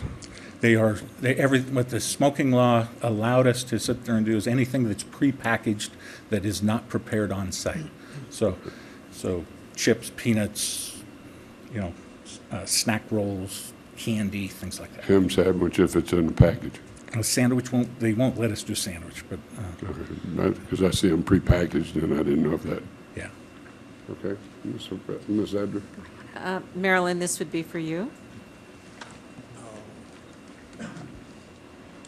A couple of months ago, we had Scolaris in, wanting to be able to give beverage, alcohol, to the people who are in their area, casino area, of their grocery stores playing the slots. And we put restrictions, or they put restrictions. Help me remember how we handled that. I don't recall. It's too much in between then and now. I don't recall. I would like to see how that is similar or dissimilar to this issue as well. Okay. If I could just take a couple of quick minutes, I think you need to know a little bit about Dottie's story. This is a family-owned business that came to Nevada in 1995. They took over 6 locations in southern Nevada that had been failing from United Coin. On those locations, they had a map, a diagram of what they were going to do, how they were going to place the slot machines, And they told the Gaming Control Board exactly what their philosophy was. In fact, the Gaming Control Board members went out and saw what Dottie's looked like. And they said, we don't think this is going to work in the state of Nevada. And Mr. Esty said, we're targeting a different customer. We're not targeting a young man who wants to drink too much. We want that type of consumer to feel uncomfortable in our establishment. We're targeting older females and males who would prefer not to sit at a bar stool, that would like to come to a neighborhood bar, that would like to have a drink and would like to be able to gamble. The Gaming Control Board said, will you commit to funding this if it is not financially viable? And will you commit to turn it into a sports bar if your concept does not work? Because they did not think it was going to work. And Mr. Esty said, I'll make that commitment. And so the years progressed. And when he reappeared before the Gaming Control Board, they would say, are you making any money yet? And he would say, no, I'm still funding my losses out of my personal funds. And I'm funding any expansion out of my personal funds. And that happened for a number of years. And Mr. Esty said, I believe in what I am doing. I believe in building a brand. He does not advertise for customers.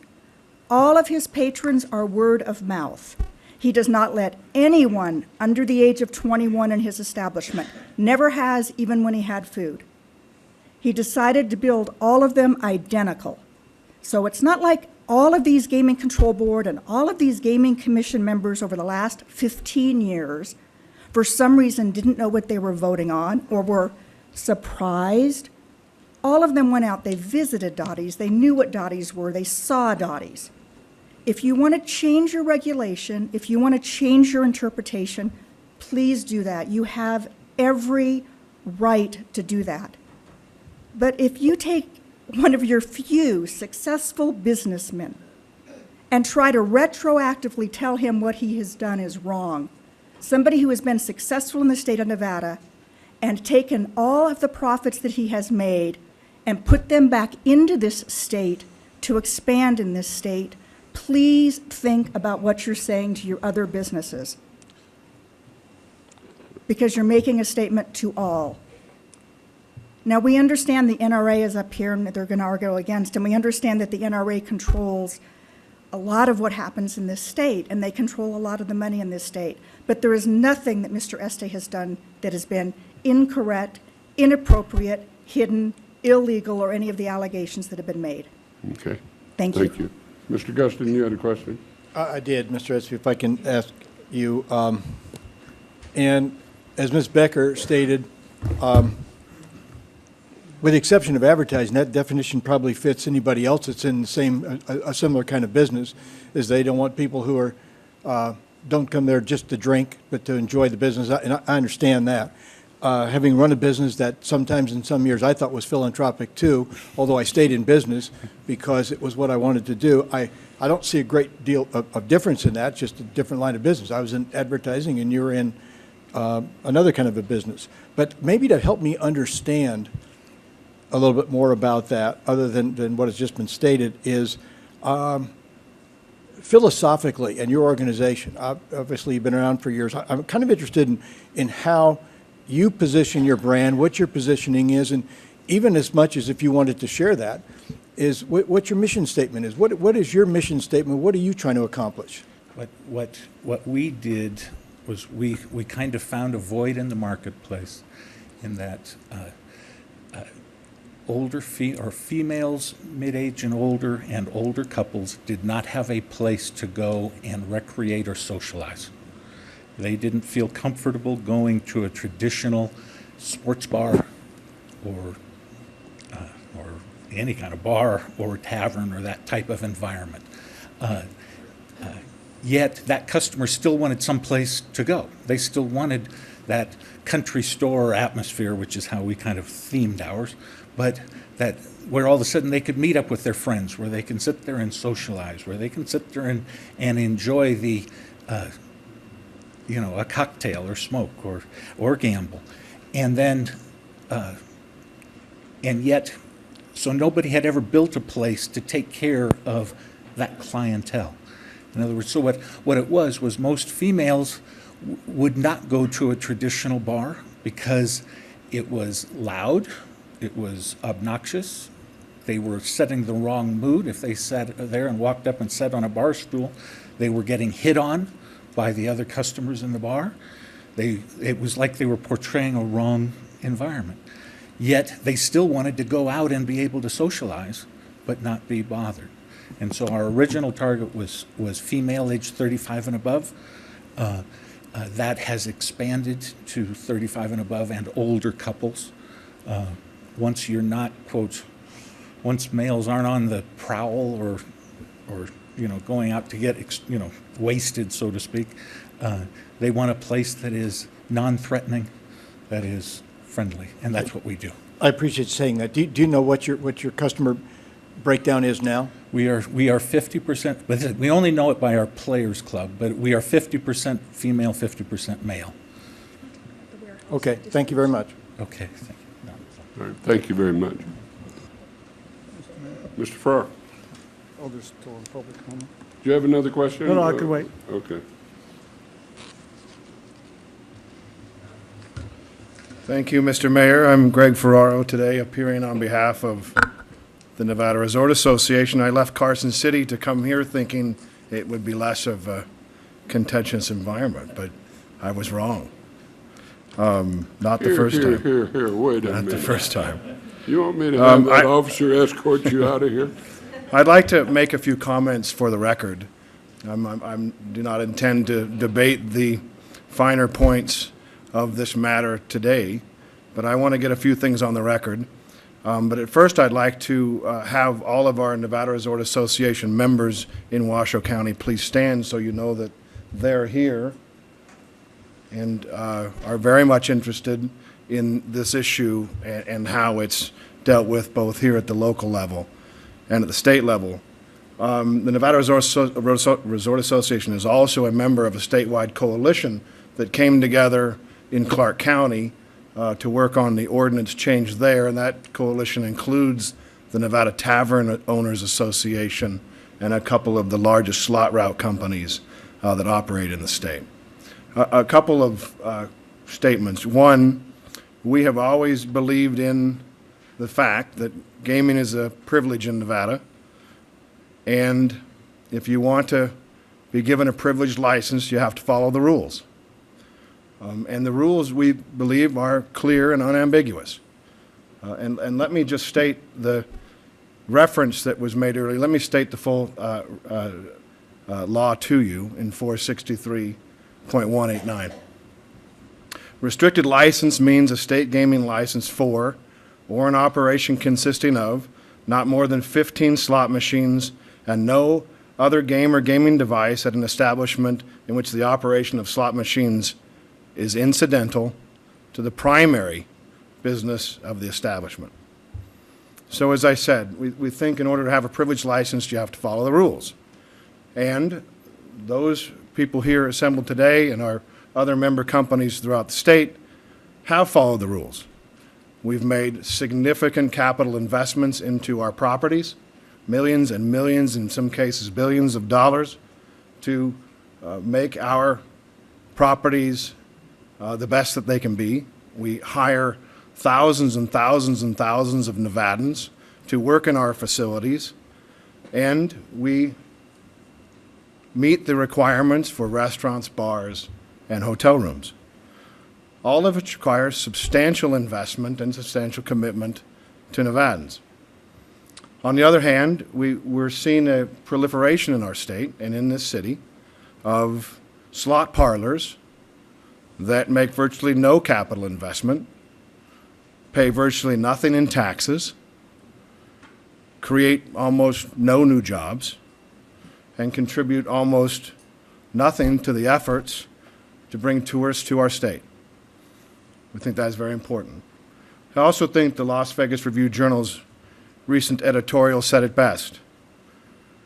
Calling slot parlors activity incidental just doesn't pass the smell test. We know the Nevada Gaming Commission has scheduled a hearing on May 19th. You were asking about that earlier, and we think that is a very important event in our state. You all are familiar with the action that was taken in Clark County. We would encourage you taking some action, as you have discussed earlier today, subject to some of your staff report. But we think the Gaming Commission will have enough evidence to take action and to establish uniform rules for our state going forward. In conclusion, I would just say on behalf of our industry, we appreciate the seriousness in which you have addressed the matter. We think it is of grave concern going forward. A timeout is much needed. We would encourage your efforts for a moratorium until or unless the state of Nevada takes action in this area. And we would certainly appreciate the opportunity to provide additional comments if there's any questions. Mr. President, do you have something?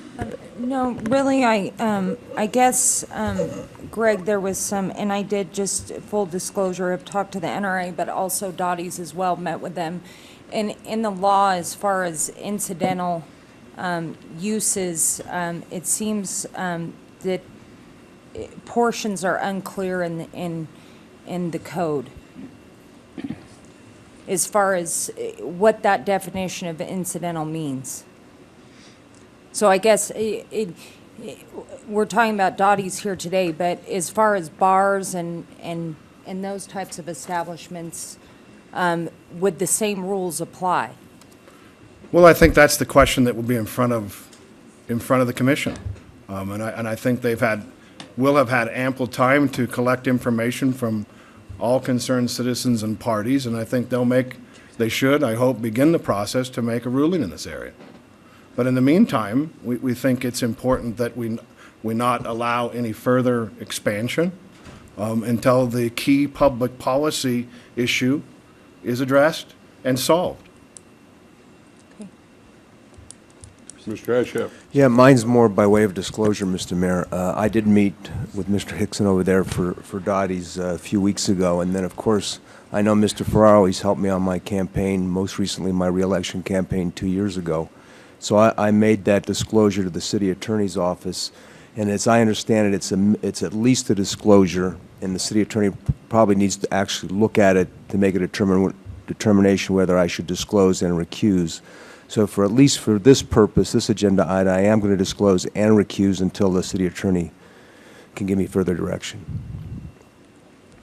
Mr. Guston. And thank you, Councilman Hastjeff. Mr. Mayor, I do need to mention that I did speak with Mr. Hickson briefly on the phone, and he did email me some information, but that was the extent of my contact. Mr. Azzi. I have, Mr. Esty, I'm sorry, can I have a question for you? Are we done with the public comment, Mr. Mayor? I might be way out of line here. Are we done with the public comment? Any more public comment cards? No, we have none. I've closed Okay. the public comment. I'm looking on your websites, and you said you have 8 Dottie's in Reno? Yes, I think we just opened 9. But how many do you 8 I have had in the numbers area? I've got to ask Mr. 14 in Washoe County. That includes 1 non-restricted. Well, look on your website, it says 15, so maybe there's 1 open in your name, I don't know, but you better check on that one. And then in Clark County, you have 54? I got to ask my other guy. No. I'm looking on your website. Your whole No, yeah, but the jurisdiction. Mike Ide with Dottie's. We have 21 licensed restricted locations by Clark County. There are others in the city of Las Vegas, others in the city of Henderson, others licensed by the city of North Las Vegas. I'll forgive you because you don't know the rule here is we're also in Washoe County here, even though I'm in the city of Reno. So to me, that's all Clark County. Okay. And I don't know the number off the top of my head in all of Clark County. Probably 54 is the right answer. There's 54 restricted locations in the whole state. And Mr. Esty, when you applied for a license at Mariloma, I just pulled the minutes. It was a special use permit to allow 24-hour restaurant. Yes, And you no longer operate a restaurant. that's correct. How are you even open? The special use permit was to open a restaurant. I don't know, we'll have to dig back and do that. It's not licensed as a restaurant right now. I don't know I'd be how that curious, went and through. I'd ask our staff how that happened also, but that's what came before us, was to have a restaurant with ancillary use. The very essence of what we did here was the ancillary use would be the gaming. And when you decided to take the state law, and I understand this happened to a lot of people, but you decided in the state law to shut down the restaurant. But as I look at the minutes, that's what we approved was a restaurant. Okay, we'll have to look at it too. Okay. I mean, I know we're licensed as a bar now, so I'm not sure how that works. Yeah. You do no advertising anywhere, outside of the state or anywhere? No. So you really don't bring any new people to town? I guess, You no. bring people out of the neighborhood? No, we don't go after a Give them another tourist. We're section. not after a tourist clientele. Also, part of restricted gaming is that we don't, most restricted gaming operations don't sit there and advertise their gaming like a full-blown casino does. And so, okay. Mr. Fraser? Mr. Mayor, and just getting back to the Mariloma, this isn't anything, has nothing to do with the NRA or Dottie's. I actually appealed the case back in 2004 at the City Council. I had concerns about this location, and specifically the council, and I had the clerk pull the minutes, getting back to what Councilman Ayazi was stating. We put several conditions on this. There was lengthy discussion even that alcohol would only be served with food. There's a series of special conditions here for this particular one, and I'm only referencing Mariloma because that one was in my ward and familiar with it because it was on appeal. And to me, it seems that use has changed substantially to the conditions that council put in the land use as far as their special use permit. So I do think that that we need to go on a dual track here as far as move forward with the moratorium until we get some the gaming commission to make a recommendation. But I would also like to see on these applications if they're in compliance, because that's what was agreed upon in the special use permit at the time, and we had lengthy discussion about how the operation would run. Any further comments? Councilman Ayazi? Just a comment for me is, I think one of the problems is there's so many locations. I mean, when does it become a non-restrictive license? I mean, my rough count, this facility's franchise has over 900 slot machines. And then to say that I don't know, it just makes a difference to me.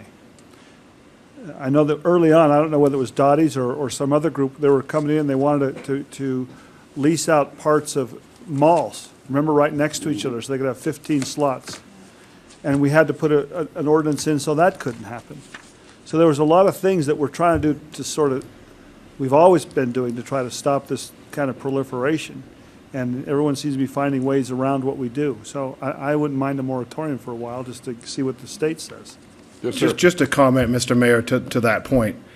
Dottie's is here representing their interests, but I wanted to point out there are a lot of Dottie's model that are proliferating around the state. So it could be Jackpot Jonies or whatever nice name might be attached to it, but it's the model of that business that we are concerned about as it expands, and it is expanding almost exponentially. So we think a timeout is absolutely necessary and warranted, and obviously Clark County has taken action, and obviously the state is deeply concerned, and it has scheduled a meeting to talk about it in 3 weeks. Identify yourself for the Oh, record. I'm sorry, my name is Greg Ferraro, again for the record. Thank you. Yes, Mr. Dortch. Yeah, Mr. Mayor, I'm fine moving forward in the direction that everyone's proposed. But I do want to be clear that I don't think that, and I know Jessica, you may comment that you think that the ordinances might be a little vague on incidental. I don't think they are vague on incidental. I think we haven't enforced it up to this point to the degree we should have, but I don't think they're vague. And I think what we're looking at is, I think what Mr. Ferraro mentioned was that it's incidental to the primary use. So what's the primary business in some of these locations? To me, the primary business is gaming.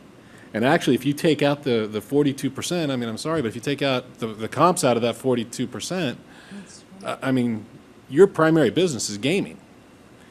And I mean, so I just don't think there's any way around that. I mean, and I don't think our ordinances are vague in that sense. So. Yeah, I wasn't talking about our ordinance. I was just, I think that I want a ruling from the state, clarification, because in all fairness to Dottie's, they also got a gaming license. So they signed off on it. So I think that the gaming has to make that determination. And I don't think we should be, I mean, there's a proliferation of them. And I do think we need to re-examine our code and make sure that everything's in compliance. Well, and personally, you know, and I've been in gaming for 40 years or whatever it is. I don't think I have any gaming license right now. I think I peddled them all to my son. But he's paying well, so that's the good part. But anyway, I wanted to disclose that I have been in gaming. I really don't think that I own any gaming apparatus right now. I do have a consulting business, but that's about the size of it. I wish that, I really wish that your establishment brought more people to town instead of taken away from other people that have put a lot of money in, but I understand your type of operation too, because we have truck stop operations and stuff like that. But anyway.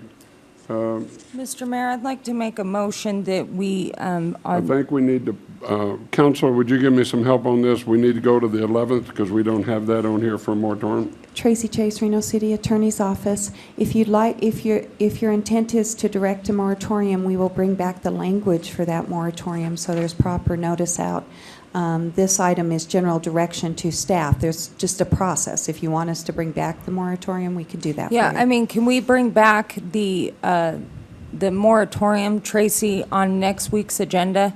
I mean, I'm not talking about the language of the moratorium, but how do I have to move forward? It comes back to us, or? Yeah, we would have to create basically an ordinance for that moratorium. So we probably need more than, because we only have 2 days to get that staff report done for next Wednesday. We probably would need till at least the 11th. We need it sooner than that, or we're going to have a proliferation of everybody in town filing for a gaming application.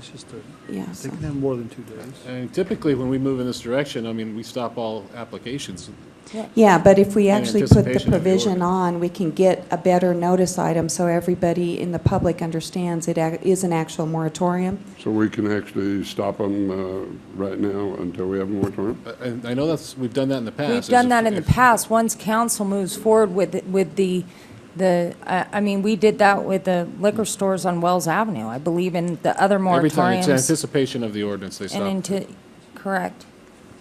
I have no problem moving forward with the 11th, Mr. Mayor, but I want it clear, I guess, from legal staff, if we have any applications, then we wouldn't be accepting those moving forward tomorrow, or how's that going to work? Tracy Chase, Reno City Attorney's Office. What we need to do is put the public on notice on what exactly you're considering to be the moratorium. To do that, you need an agenda item that mentions moratorium, number one, so that the council can determine we want a moratorium on these specific items. That would put the public on notice of where we're going until we get the ordinance drafted. Put it on all gaming, no slot machines, no hotels, no nothing until we get this thing worked out, and that stops it. I don't know if we want to go that far, Mr. Mayor, but why couldn't we put that on for next week then? You could put the Tracy? direction on for next week. We just couldn't get the ordinance ready for you that quickly. So that would be my motion, is for direction to come back on next week's agenda with the parameters of the moratorium, Mr. Mayor. Okay, I have a motion. Do I have a second? Second. I have a second. All in favor say aye. Aye. Those that oppose, no. Motion carries unanimously. Thank you. Whoop, whoop. No, member. There's a That's disclosure and recusal until the city attorney can That's right. look So at it's it. 6-1, and I did not recuse myself because I don't have any, and my son does, but I don't think it affects my decision-making. Okay? 6-1. Thank you, sir. 601. 601. Excuse Well, me, you that's guys are accountants, getting real technical on me. 601. Oh, I tell you. Thank y'all very much. Good to see you again. All right. Item J2.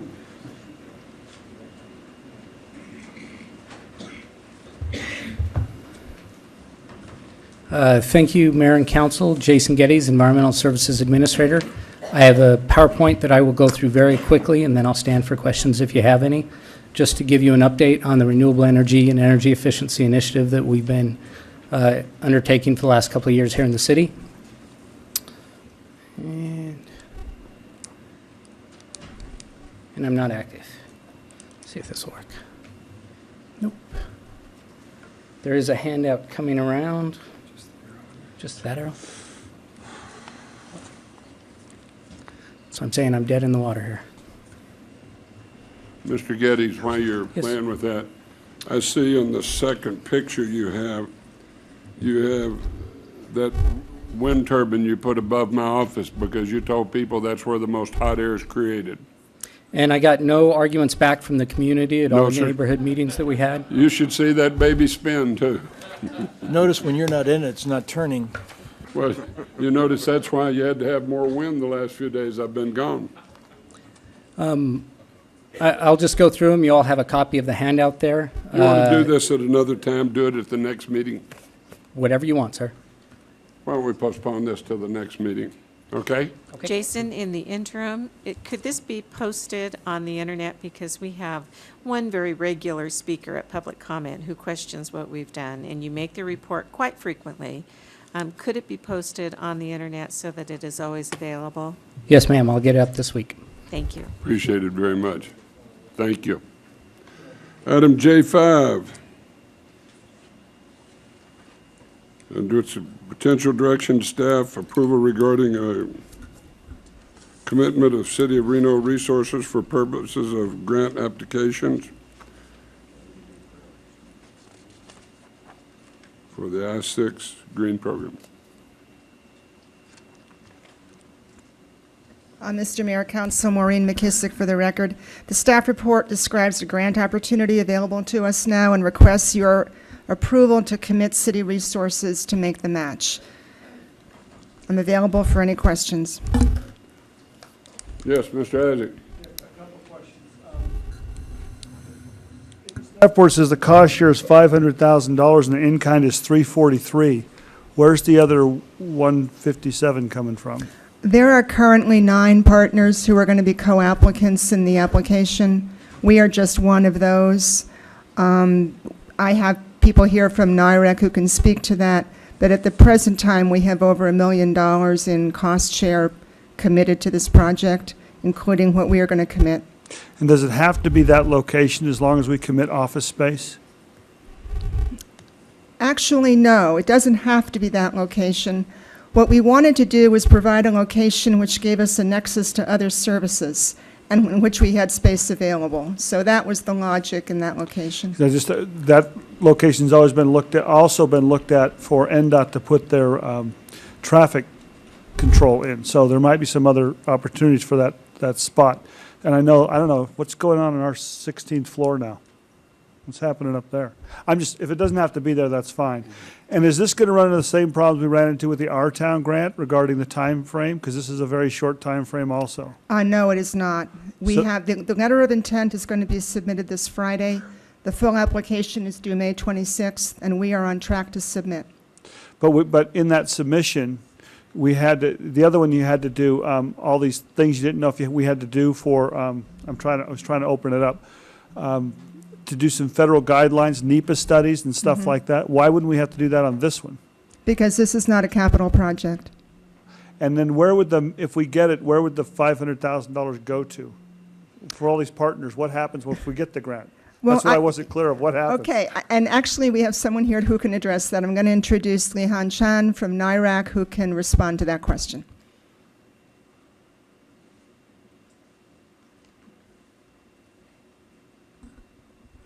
Afternoon, Council. Lehan Chan from NIREC. There are two main purposes for the use of these funds. The first is to set up 2 proof-of-concept centers. What proof-of-concept centers are essentially physical spaces where many different constituents and stakeholders come together and work together to accelerate technologies from universities and early-stage companies out into the market. So as part of this grant application, we would like to have a proof of concept center in the north as well as in the south, and the city of Las Vegas is working with us to cost share an equivalent space for that as well. The second part of the grant application goes towards what we call catalyst activities. And what this is essentially encouraging the university through funding industry liaison resources to work more closely with big companies, such as the ORMATs, for example, geothermal up in the north, and to really accelerate those relationships and increase collaboration between these different parties. And so very broadly, we will have a physical location with which to accelerate the activities of smaller business companies as well as early stage technologies from universities, and we will be working very closely with the universities to work with us on working with these much larger companies. So all in all, this effort, we imagine, in terms of deliverables, we're targeting to mentor approximately 40 companies over the 2-year period, raise an additional $1 million in corporate sponsored research programs, and additionally increase the number of internships, as well as really just create that sort of diversification and knowledge-based work that we're looking to do here in Nevada. And this is a 2-year grant, as I Yes, read? sir. And that's all there is on anyone's behalf, is a 2-year commitment from anyone? On the grant, yes, that's right. Okay, and from us, it's 2-year commitment for this, for office space? That's right. The discussion with Las Vegas has been that if this is a successful initiative and they'd like to support it further, that we have to renegotiate it 18 months into the lease. And then for legal, how do we do that by giving away space? I thought we had to do appraisals and all that stuff. I'm not opposed to it, I'm just curious how. Now we can give it away. Well, actually, we're not giving away the It's in space. We're kind? permitting another occupant to come in and use it. For free, though, that's the. That is correct. 'Cause That, we were told we couldn't do that in other areas. I think maybe you're thinking of NRS 268 and the changes that came in '07 with how we could lease to nonprofits. Oh, yeah, Article 12, Section B. I don't know. You know, there was a time when I did know that, actually. But yes, that was a concern. We had to be able, if we were going to enter into a lease with a nonprofit, we had to demonstrate that they provided either a service or some other type of, for want of a better word, service to the public that we would have otherwise provided. And that did become a stopping point at certain points in leasing.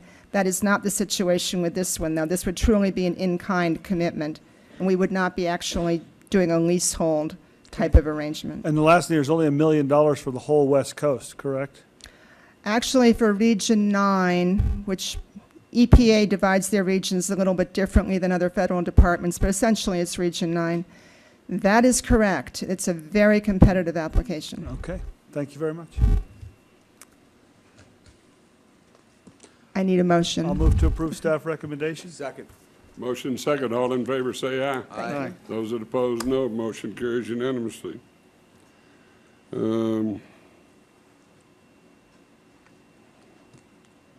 Confirmation of the appointment of a police chief. And this is not a interim police chief. There's a police chief, right? That's correct, sir. Oh, good. Kevin Knutson, interim city manager. Based on the council's finding of critical shortage and PERS concurrence with that decision, Mr. Pitts has come back out of retirement and is the acting police chief as of April 15th. We are here today to confirm him as the permanent police chief. Move to confirm. Second. Have motion second. All in favor, say aye. Aye. Those that oppose, no, they don't count. Chief? Honorable Mayor and Council, can I have 1 minute? Yes, sir. I just wanted to make the motion before you talked. I didn't want you to back up. Yeah, okay. That's not going to happen, sir. Those 3 guys behind you with guns say you can't outduel them. Never mind. Go ahead, sir. I'd just like to say that I've said this before, one of the greatest blessings I've had in my life is to serve in a variety of capacities in the Reno Police Department for the city of Reno. and that's blessed me. I mean, law enforcement, as any public safety job, is tough. You have good days and you have really tough days, but I think what it does is help form you as an individual. And I wouldn't give any of those days back, even the tough ones. Second thing is I want to thank you for having confidence in me and our staff and the men and women of the Reno Police Department during these tough times and these challenges that we face. And finally, you know, what forms you as a person are your family, your friends, those in your profession, not just at the Reno Police Department, but regionally. We have wonderful relationships with everybody in public safety in this region, and of course the industry nationwide. The opportunities that we've had at the Reno Police Department to form relationships and get involved in programs to improve what we do here and in other communities is wonderful. The other thing I'd like to remind you of, I was gone for a couple weeks, and I had told Ms. Audra last week when we had left the meeting that, you know, you have some time to reflect. It would be easy during that reflection to say it's kind of good to be gone, but I have to tell you that for me, I realized how wonderful really it is to work at the City of Reno as an employee, and that's even after 32 years of service. And what a wonderful group of department heads we have and staff here, and the hard work that they've done. I reflect a lot on that, and I think we're blessed as a city to have wonderful staff serving our community. And then, of course, finally is the support of the mayor, Mr. Mayor, and council. As a young command officer, I've stood before this council with Chief Bowman on a variety of things we've done. And I want to thank you, because you've also formed me as a leader in this city, and I appreciate the opportunities you've given me. Well, Chief, we appreciate you coming out of retirement and helping us out under this critical needs situation. You're highly respected in this community. Your staff respects you, and your command officers respect you. And I look forward for your leadership and helping us go along and form different policies we have to, and some of the things we need to do during these tough times. And we really appreciate it, and thank you very much, Chief, for coming back. Yes, sir. Thank you very much. Now we can drop that interim stuff? Right. Huh? That was bothering me. I called him the other day. I said, get that off of the thing, interim. And I personally want to say welcome back, Chief. Anybody else got something to say? I really also think we've had a lot of changes lately, and you did have a chance to leave, and that's why I wanted to make the motion. I really appreciate you sticking around and helping us out. Absolutely. Mr. Mayor, I just want to add to that, having talked to people in the union about how they feel, and we know bargaining units can feel different about the management, and to a man and woman, they just absolutely support Chief Pitts and thought that his leadership and his devotion to the city of Reno were genuine, and they would follow him anywhere, so will we. Thanks a lot, Chief. Welcome back. Ladies and gentlemen, I need to get an acceptance of the report on J4 that we're going to have come back to us. Could I have a motion? Yeah, why do I have to accept it? I wasn't going to bring it back. I was just asking you to accept it. It's part of our budget process as we move forward. Oh, it's the start of part of the budget process going forward. He's not bringing it back. Oh, he's not bringing it back? No, so let's accept the report and let him go. Move to approve. Have a motion, second. All in favor, say aye. Aye. Those that oppose, no. Motion carries unanimously. I tell you, taking a day or two off really slows me down. All right. No. See if he'll- Mr. Mayor, can we do the Wells Avenue Sure. issue? Which one is it? It was sorry, I have so much on this agenda today. L8. Sure. I think we can go pretty We can quickly, go. and we've got a few, I think, just here in Adam support. L8, yeah, well, they don't need to suffer. Move to approve, Mr. Mayor? Yeah, how about move to approve? Do y'all want to still stay? Do you guys want to talk? I think we've got a motion for approval here. Yeah, it's going to be, but go ahead, Barry. Stapleton? Yeah, Stapleton. She's Yeah. gone. All right. Durham, Griff?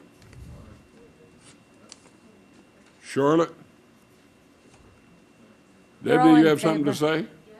say? She always does. We're going to Get up approve here, it, yeah. Hi, Dagny Stapleton for the record. Good, welcome here. Good Next afternoon. motion. Never mind, go ahead. What's that? Nothing. just giving We you were a having hard fun because you stepped out. I did. Go ahead. Sorry about that. Good afternoon, Mr. Mayor and members of council. Just wanted to encourage you guys to approve the prioritization of the Historic Conservation District. You all know how hard we work over in the Wells Avenue area and all the projects that, with your support, we've accomplished. And you know that we don't come here just to complain. We work hard, and we've already done 2+ years of work on this project. And we believe it's something else that will improve the quality of life and of our neighborhood, and also to recognize the historic value of our neighborhood. So just wanted to urge your support. Thank you. Thank you. Charlotte? You wish to speak? Okay. Dennis? No, Mr. Mayor, I'm good. All right. You wish to say something? Now, don't overkill it now. No, I'm not. I think we got a 7-0 vote right now if you don't kill it. Well, no, I do just want to say a couple things. I've overseen this survey for the last 3 years, and it's really exciting that it's finally done. I've got 6 binders like this. It's an actual survey. It's been completed. And I do just want to say we are working really hard over there. I don't know if you got my email or not, but we did our crime stats from 2009 to 2010 in the West of Wells area, and calls are down 30%. So we're working hard, so thank you. You need to identify yourself for the record.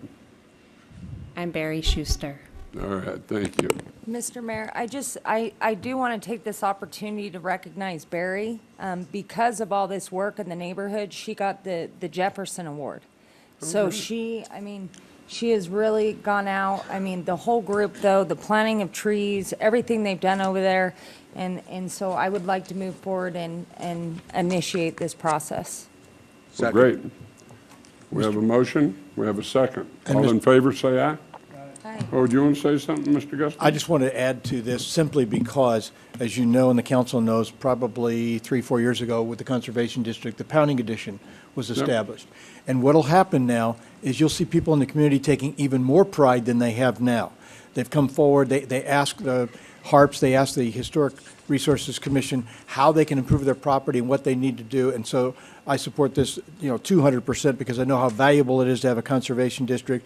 But good things, even better things will happen now that once we establish it and it's established, people will come forward and want to do even more. It's uncanny how people buy off on this, so congratulations to you. Let's take the vote. All in favor, say aye. Aye. Those that oppose, no. And you people from Wells Avenue, I want to apologize for Jessica not bringing this up earlier to make you sit here and suffer through the afternoon for 2 or 3 hours. And so I want to apologize for her actions today. Thank you, Mr. President. Get me in trouble, Mr. Mayor. I don't think you can get in trouble in that neighborhood. All right. Now we're down to K1.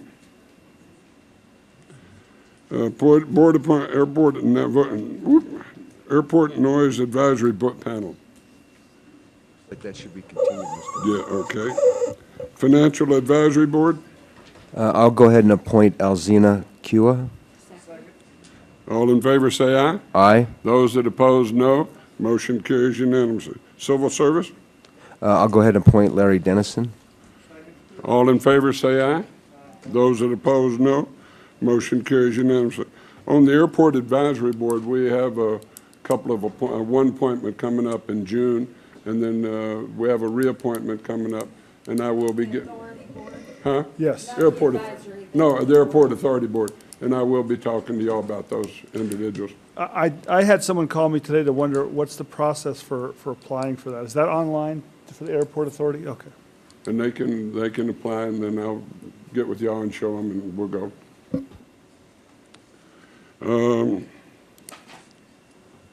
Item K2. Have a motion and a second. All in favor, say aye. Aye. Those that oppose, no. Motion carries unanimously. Discussion, item K3. Rochambeau, Mr. Mayor.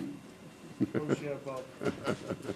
I'll make a motion that Councilwoman Srazza would serve as the 2-year term, and I would serve as the 1-year term. I'll second that. Any further We have discussion? Dan as the alternate. And Dan's the, it's just, I'm we didn't sorry, say, Councilman Guston. they had to alternate with this new committee, that's all it had to be. So one has to serve shorter and one longer. Okay. All those in favor say aye. Aye. Those that oppose, no. Motion carries. L1, identification of any future agenda items, Just the moratorium, Mr. Mayor, the moratorium, and then. for next week. Was there something else? Yeah, the property that we had, Ted talked to us about earlier today Oh, yeah. at Veterans, to get an update on the negotiations with RTC and all other parties as it relates to that private party proposed purchase. Okay, Mr. Guston? Yeah, Mr. Mayor, I believe you mentioned the Education Alliance, bringing that back for the council to formally make a Right. approval or not. Okay. Anything, Mr. Dortch? Mr. Azzi? Mr. Brazel? Okay. Any liaison reports?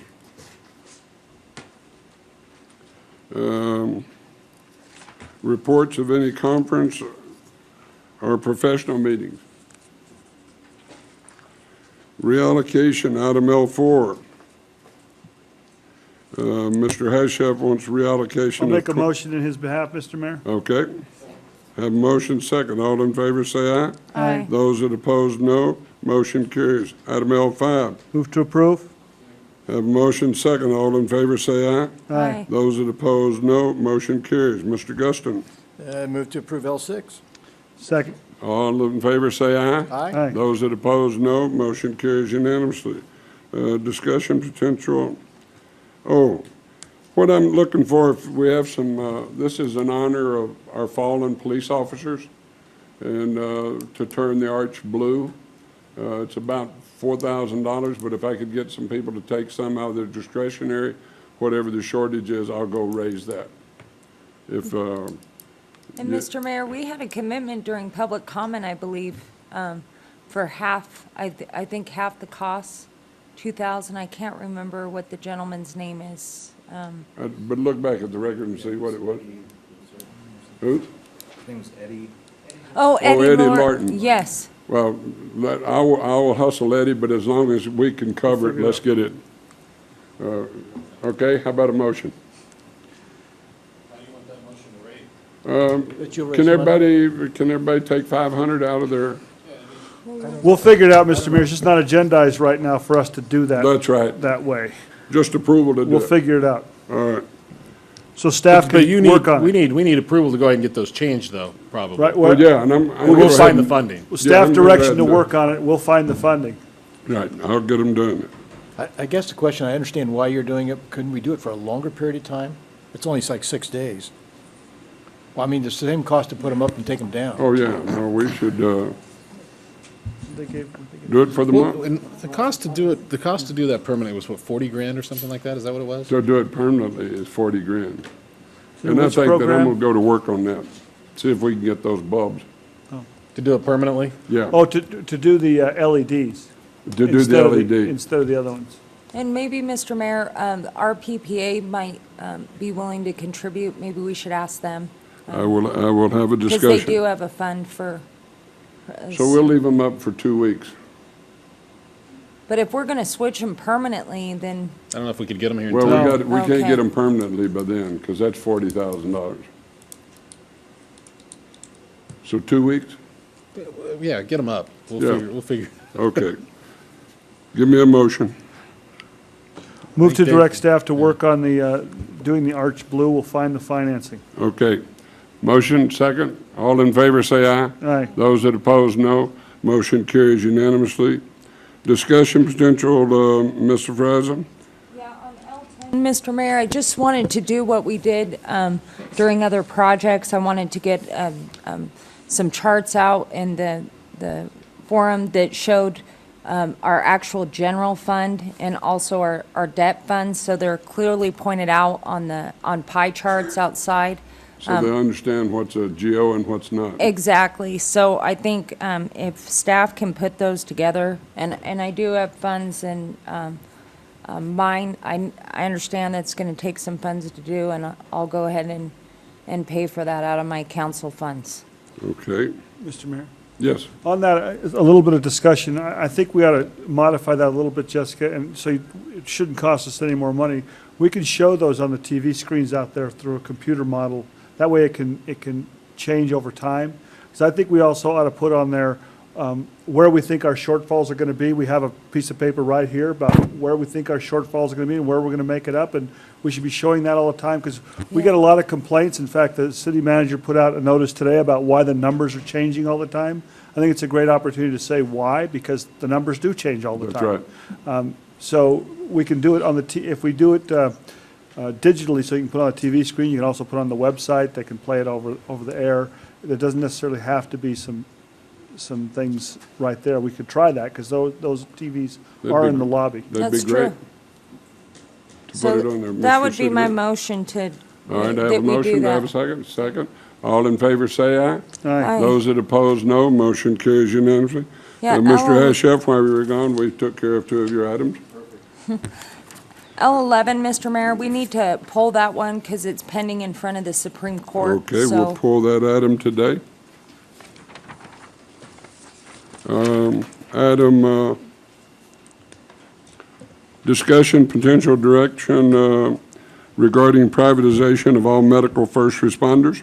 Mr. Izzy. Mr. Mayor, this is just on here to see if we could spend more than 2 hours of staff time to look at REMSA or some alternatives, or even look at the contracts to make sure this would be legal. This may or may not become moot on Monday when our joint meeting with the county. I don't know. There's a lot of moving pieces right now, but this is just to authorize staff to spend some time on it. Okay, motion and second. All in favor, say aye. Aye. Those that oppose, no. Are you and Mr. Guston still going to try to get with REMSA and talk to him? Well, now that we have approval, I think that we could talk to staff Okay. about all that. We will. Okay. Mr. Guston, L13? Yes, it's the same request to give staff time, and we're looking at a MRF, a materials recycling facility. There are a couple options here. I've been told by one of the potential suitors for this that it could be a revenue stream for the city of Reno, and the existing contract, people say, well, it maybe falls under their contract, but I'd like staff to take a look at this and bring it back at a future time, because I think what I've been told, it could be as much as a $500,000 revenue stream to the city of Reno. Well, we should do that. Have a motion and a second. Any discussion on it? All in just- favor, say aye. Aye. Whoops, excuse me, Mr. Dortch. Yeah, it's just real quick. I mean, aren't we, and I don't know if Kevin, I don't know if you have the answer to this or someone else, but aren't we already in discussions on this to some degree? I thought we were supposed to be bringing something back to us regarding this on, I think there's going to have to be some additional recycling fees or. This is new material that was delivered to the offices last week. I haven't had a chance to review it yet, but we'll certainly include it in the ongoing research that we're doing. There has been correspondence going for the potential businesses that want to participate, going to the health board and getting answers from them, and then resolving how they would structure it. But that's the last I've heard, it's going to the health board, and now both sides have signed off on what the agreement would be, but it hasn't officially been brought to the city yet. Because weren't we just recalling, didn't we have some study the university was doing, or we were working with them to bring something back?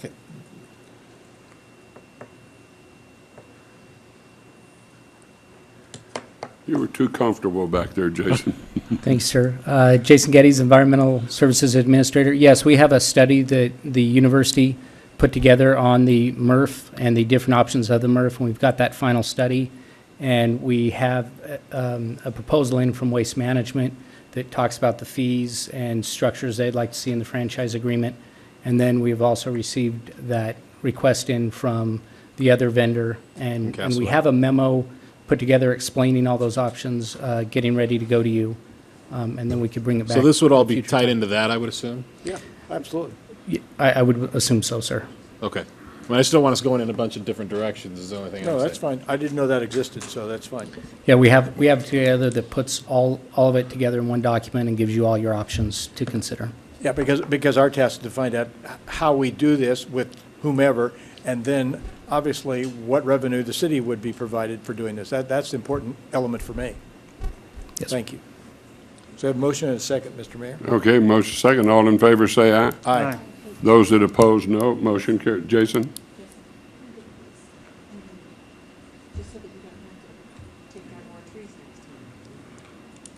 Mr. Geddes, you will start looking into the light bulbs for me, won't you? Thank you, sir.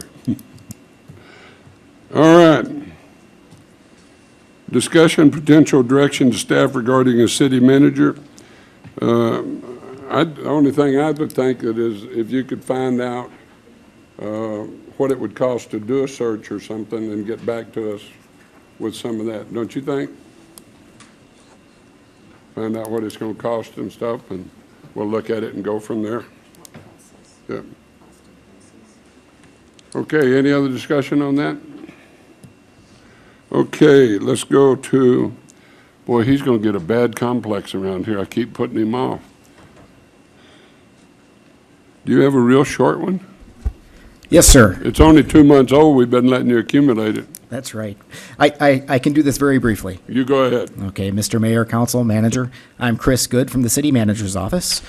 This is the good news item of reporting on good deeds and positive events in the community.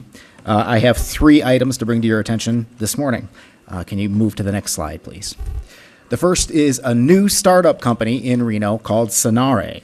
It's headquartered right here in Reno. They got $100 million venture capital from a Bay Area firm, and they could have located in the Bay Area. But the founders had done business in Reno earlier, loved it so much they decided to locate their new headquarters in Reno, Nevada. So they've got it here. They are using that money to purchase existing companies in different parts of the country, but bring them all under one umbrella to provide supplies and pharmaceuticals and information for diabetic patients across the country. But what it means for us locally is a new business, new headquarters, 40 to 50 new jobs centered on high-tech skills in Reno. So Reno is the place that they chose to do business. Next item. And when are they going to open for business? I believe they are already open They are for open business. now. Yes. Thank you. And actually, I should mention, I attended an event yesterday connected to the Reno 2020 project through the newspaper and the Chamber of Commerce and other organizations. And a comment was made during that event that we need to do a better job of telling Reno's story and talking about the successes that are happening here. And Sonare was the example given at that discussion. Another local success, the Washoe County School District has been recognized. They received an honorable mention from the American School Board Journal's 17th Annual Magna Awards. They recognize best practices around the country for educational systems. Our school district's Door-to-Door for Student Achievement program got this honorable mention. Now, this is very interesting. They send teams of school district and community leaders, including school board members, door-to-door to the homes of students who have not been showing up at class. They sit down with the students and perhaps their parents, discuss the issue. How can we get you back in school, get you back enrolled in the program? Doing this has resulted in a 7% improvement in graduation rate in a single year. So this is a creative, thinking outside the box idea that came from Reno, Nevada, and it's being held up as a national model. Next slide. My third and final item actually relates to people in-house. The city's own Inclusion and Adaptive Recreation Program has been selected. They competed with 150 different programs across the country. Out of that 150, 4 were selected by the U.S. Olympic Committee to participate in a Paralympic conference. And you'll be glad to know they're paying the tab. So it's not going to cost the city a penny to send our staff person to this Paralympic conference. There we will learn the latest trends in adaptive sports, the best ways to serve veterans with these adaptive recreation programs.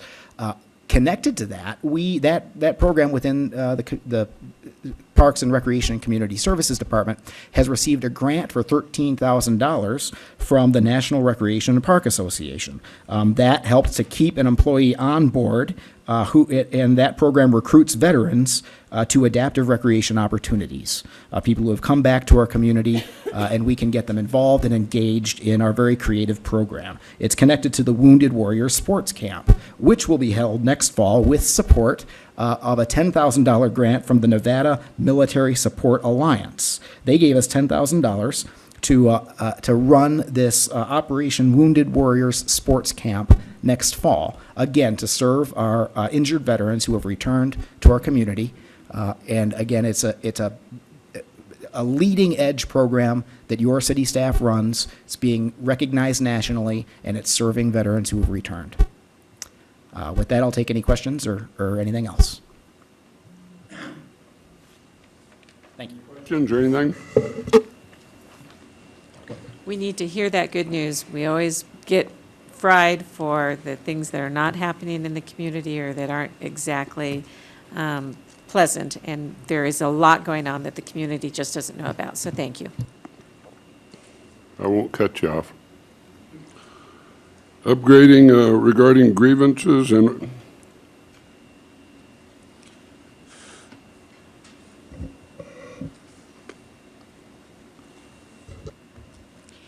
Renee Burgess, Director of Human Resources. Mr. Mayor, members of the council, and City Manager, there really have been no changes since the last report, but I'd be happy to take any questions.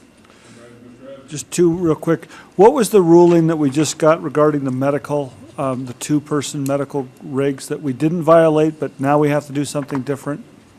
That was part of the arbitration decision on the staffing grievance, and the arbitrator said that both sides abrogated their responsibility to negotiate over the impacts of safety considerations when that takes place. The city did not offer negotiations, nor did the union request negotiations, and in fact, it did not raise the issue of safety in any of the grievance discussions.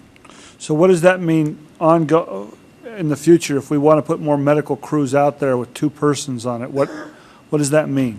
What that means is that the city needs to sit down and talk with the union about any safety concerns that they might have. Does that mean we can't do it without their approval? No, it does not. Okay. And on this other one where, sorry, I must have missed this one, we settled for $1,500, the one where the union, the telestaff, like one time didn't call this person back and he wanted $20 a month for the rest of his life, and we settled for $1,500? That's correct. Did we just settle that recently, or am I? We settled it about 3 weeks ago. Okay. So because of one time, we didn't call some person back allegedly, we gave him $1,500. The cost of moving to arbitration would have been. I understand that, You know. but because this wasn't some ongoing problem, it was one time they alleged that the telestaff did not call them at the right time. The allegation was that we owed him $20 a month for the rest of his life. That's correct. And we ended up In the settling PERS for benefit. $1,500 because it was just cheaper for us to do it that way. It was less expensive, Okay, yes. I understand. Thank you. pettiness. Anyway, I'll move to accept the report, Mr. Mayor. okay. All in favor, say aye. Aye. Thank All you. opposed, no. Motion carries unanimously. L18, update on consolidation. Mr. Mayor, members of the council, you should have a memorandum from Rick Vandenberg and myself that goes through and gives you an update on the staff level technical advisory committee. Just to summarize, we are working on 3 issues again: taxes, debt, and labor agreements. Where we are is we've, as a staff, identified some concepts for various types of taxing districts. The county is now engaging John Swinside to look at those, to see how debt would be handled. And then the county also is using a consultant, Mark Gregerson, to review both the city and county labor contracts. That's where we are. We committed at the shared services meeting the other day that we would bring back something on debt, because Commissioner Young from the county requested that. And so that's scheduled for May 16th. I'd be happy to answer any questions. Chair will entertain a motion to accept the report. So moved. Have a motion second. All in favor say aye. Aye. Those that oppose, no. Motion carries unanimously. L19.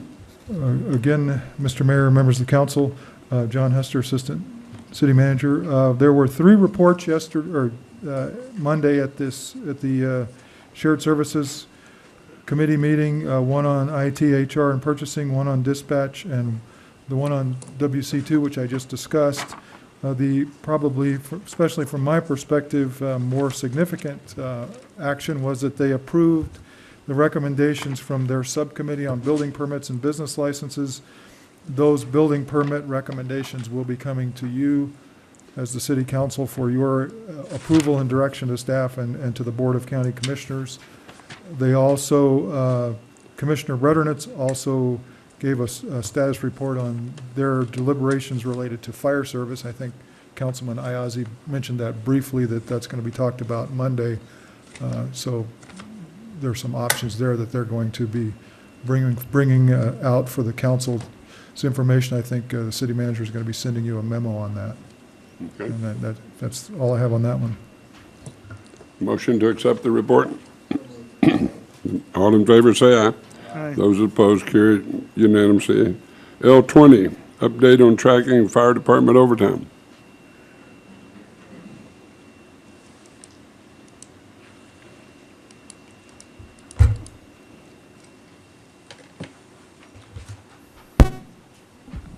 Good afternoon, Mr. Mayor. Mike Hernandez, Reno Fire Chief. Before I begin, I just wanted to bring to council's attention, the Reno Fire Department did respond to a significant structure fire a few minutes ago on Arlington Street in the 1900 block of Arlington, near Arlington and Plum. They did bring the fire under control. There were no injuries at this point. I know of no injuries either to the responders or to the occupants. Good. You have before you the weekly report that encompasses updated information regarding the first pay period of April. The information overtime is at $22,173, and the callback pay is, which is the PERS compensable part, is actually up just a teensy bit from the previous pay period at $6,500. And you have the notes that break out the information. Councilmember Safraza, what we have done is we have incorporated the breakout of the PERS compensable part by number of employees and the amounts. And on the second page under item 5, you've got that breakout there so that you can see for those individuals that called in within or after 8 p.m. And it has the times. We did have one individual that was detailed out to a national fire response. I believe it was up in Oregon. That generated approximately $3,000 in overtime. However, that will be reimbursed back to the department for not only his pay as well as the backfill pay. And with that, I'll take any questions. Any questions? Mr. Isaac? No questions, Mr. Mayor, just a comment at the end. Okay, Mr. Safraza. Yeah, so Chief, how much are we expended based on our tracking so far to go over for this fiscal year? If you look at the third sheet. Is that Michelle, the 253? Yes, ma'am. 253, correct. Okay. And again, I just want to point out that because we have no control over the amount of time that can be cashed out and those kind of things, that number could be lower. Or it could be much higher. Or it could be much higher, yes. Thank you. But this also includes the assumption that the county gives us all that money back, correct? There will be a true-up, and I don't think that Michelle, she's not here today, she's upstairs setting her office up, but I do not think that Michelle factored in the true-up numbers into this as of Last time I thought she said she had. So if that's the case, then we'll be way under budget. Yeah, We'll I'll double have to check verify, that. yes, sir. Mr. Mayor, as I've been digging around a lot with the fire department, talking to the chief, I really think maybe next week, since it's the legislative week, it'd be great to have an update from the chief about how some of this works, how the staffing works. It's really hard to understand even in a half-an-hour presentation, but if we all took a little time and saw how we have this many people on duty, but they can call in for 2 hours at a time, and someone else can come in. So he was trying to explain to me that in any one day, there might be 100 people on duty with only 66 being called in the morning or something like that. I think it'd be just illuminating to see how it works. So that I'm clear, yes, you're requesting basically a staffing explanation on how the department is staffed and how telestaff comes into play and that sort of thing. The only thing, if I may be bold to ask council members if I could have maybe a little more than a week's notice, because next week is extremely busy. We've got the joint session and maybe in 3 weeks then, because I don't think I want like a day today where there's a council meeting, but when there's a legislative meeting. Absolutely. So how about 3 weeks from now? We'll be more than happy to prepare something PowerPoint based, and hopefully it'll clear up how we staff and maybe clear up some of the misconceptions that are out there and give council a clear understanding of how we generate some of this overtime. Chief, we have 2 rescue wagons, right? That's correct, sir. Where are they stationed? Currently, we have them parked at Station 1 and Station 3. And depending on our staffing levels, we put those units into operation. They're part of our brownout matrix. So, Station 1 is where now? Station 1 is right here on 4th. Okay, so the wagon is over there, so they don't need to run the ladder truck every time? Yes, sir. However, due to the call volume, if the rescue rig goes out, the hook and ladder, as you call it, will sometimes go. And so. Okay, I just noticed when I was here a week or so ago, the rescue wagon stayed and the hook and ladder went out. Yeah, well, it could be that the engine company was operational that day, and they may have been on a call, but, again, it's a dynamic system. We stand up apparatus. Because I see the wagon sitting there, and the rescue wagon, I don't understand why it's not being used. But and the other one's out at Moana? Moana. Okay. Did we ever get any prices back on converting some of those SUVs? Yes, sir. Actually, we're looking at some of the equipment, specifically the AEDs that we would use, and we'll get that to you, sir. Okay, thank you. All right, ladies and gentlemen, that wraps up. Whoops, wait a minute. Legislative. Oh, is she here? Oh, I didn't see her over there. I'm so sorry. She blends in with that wall over there, so she needs to get out in the sun. Why don't you have you go on the picnic bench outside and have a little lunch one day? I'm going to get hurt someday. Good afternoon, Mr. Mayor, members of the council. For the record, Cadence Matievich. For the record, I'd be happy to take a trip to Hawaii next week. You've got somebody who can cover for me. Yeah, we're just short a person right yeah, now, but that's I have okay. a feeling that might have been the case. I'm sorry, Kate, did you say you wanted to make a trip to Oahu? We can handle that. That'd be Hawaii. Oh. I thought I understood it the way you did. Here with your update for the 12th week of the legislative session. We just passed the second critical bill deadline passage yesterday at about 8:45 last evening. They passed the final bills out of the House of Origin, and at this point, we are currently tracking 241 bills. Only one of the bills that we were tracking didn't make it out of its House of Origin, so still have a number of items that we're watching. Do just have a couple quick updates on the bills that we have brought to you before I get into the items that I'm bringing to you for consideration and or reconsideration today. I wanted to note that Assembly Bill 68, which was one of the League of Cities bills that we had particular interest in on the property sales and leasing, did pass out of the Assembly unanimously last evening.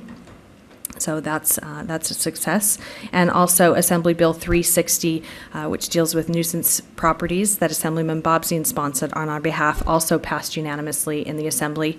I know Councilwoman Zadra, you had an opportunity to thank Assemblyman Bobzien for his help with that, and would encourage the others of you, if you have a chance and bump into him, please thank him. He's been working very hard on our behalf on that bill, and we'll work very hard to make sure that it also passes in the Senate. So a bit of good news. Also, Assembly Bill 144, which is one of the bills that was heard very early in the session, part of the Nevada First package, gives preference to local employees and local suppliers, did also pass. passed out of the Assembly, went to the Senate, had an amendment, went back to the Assembly. They concurred with that amendment, and it is on the way to the governor's office for signature. It will be effective upon his signature, and so staff is working to adjust our bid documents accordingly so that as soon as that is in fact signed by the governor, we will be in compliance. And with that, if there aren't any other questions on the other bills that I brought forward previously, I have a couple of items to bring for your initial consideration. Yes, Councilwoman Sferrazza, sorry. Mr. Mayor, there was one cadence. I wanted to know what your feeling was with the likelihood of passage where it is going to cost the, it's scheduled in hearing, I'm sorry, SB 192. Yes. What's your feeling on that? Because that would have a direct fiscal impact to us for this upcoming budget session. Councilwoman, as it's written currently, that bill would not have a direct fiscal impact to the city of Reno. As it was originally drafted, it would have. It has been amended, and the direct fiscal impact to us is no longer there. After it was amended, you may recall, I brought that item back to the council for additional consideration based on the impact to Washoe County. It would be redirecting some of the ad valorem tax that they use for their county operating costs. It would require that those be diverted to the Regional Transportation Commission. At the time that the council reconsidered the item, it was your direction that we continue our position of opposition on the basis of the impact to the county and those vital services that they provide, given that the RTC perhaps is not in as dire need for those funds as the county would be. There are two other bills that are still in play. They've both been declared exempt. One comes from the governor's office, and one, I don't know the sponsor off the top of my head, but that are also seeking to divert that same. It's a combination of the 9 cents that we've been talking about for many sessions now.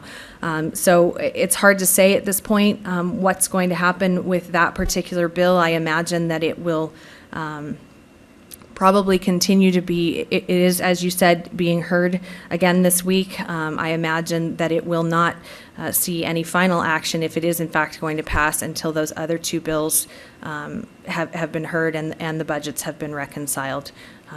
Because try as they might, I don't know that they can spend that 9 cents 3 different ways.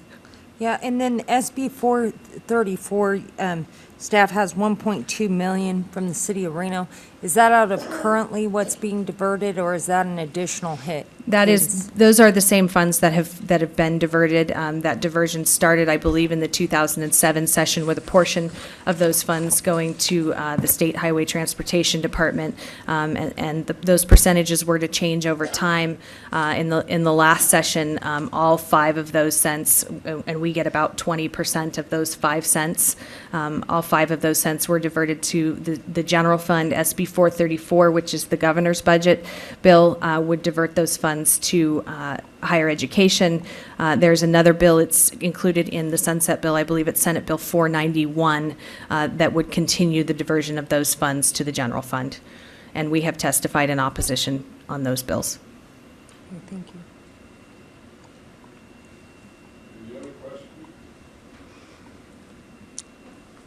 Okay, with that, Assembly Bill 81, Councilwoman Sferrazza, I believe this is the bill that you were inquiring about last week. It comes from the Secretary of State's office. This is an omnibus bill that's part of the Secretary of State's elections package. It's a partner bill with AB 82. This bill did have 2 substantial amendments adopted to it last evening. Staff has not had a chance to completely go through the bill because it pertains to a wide range of things dealing with elections, counting ballots, results and recounts, residency of spouses for military personnel. I know that you were particularly interested in the portions that had to do with campaign contributions. We just unfortunately haven't had a chance to go through all of the provisions yet to be able to make a recommendation to the council. Certainly, if it's your desire to give us a direction to support it, if after review we don't find anything that would be problematic, that's certainly your discretion, but at this point, staff did not feel comfortable making a recommendation, having not had time to adequately review all of those amendments. Yeah, Cadence, would this one clarify the PACs as well? Yes, Councilwoman. Is this the same bill? Yes, there are provisions in this bill. I believe that there may also be provisions in Assembly Bill 82 that deal with the PACs. I have that bill here.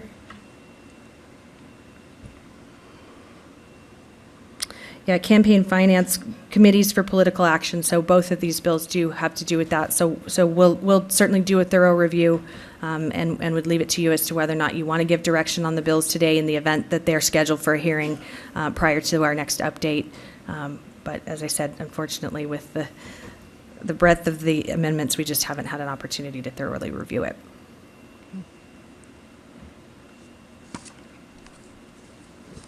Any questions, anybody? I think the two amendments is on the leadership PACs for the Assembly and the Senate. So I think there were some discussions and amendments made to those. But I think overall, Mr. Mayor, this clarifies what it is and provides for electronic filing and disclosure of campaign contributions, which I think is a good thing. And what it also requires is that those be disclosed before early voting starts, is the way I read the bill. So I'm in favor of that unless there's something that's detrimental, Cadence, to the city. But I think they're good bills overall. Okay. All right. Thank you very much. Oh, A you're few not more, through. sorry. Okay. I'll hustle up here. One more new bill for your consideration, Senate Bill 135, which revises the provisions governing the presumption of eligibility for coverage of certain occupational diseases, more commonly known as heart-lung. This bill did pass out of the Senate last evening unanimously. It has been amended, and it is staff's position that this is while perhaps it doesn't go as far as some of us may have liked, that this is that there is substantial benefit to this bill for the city. As amended, the bill would limit the benefits available for certain occupational diseases, for certain occupations. I think the council's fully aware of what heart-lung does. It says that the benefits are only available until the employee is eligible for Medicare. So at the point that the person is eligible for Medicare, heart-lung would no longer apply. That the person would have to have been employed in those positions for at least 5 years to be eligible, 5 or more years. So someone who came and worked for the city for 2 years and then left would not be eligible for those.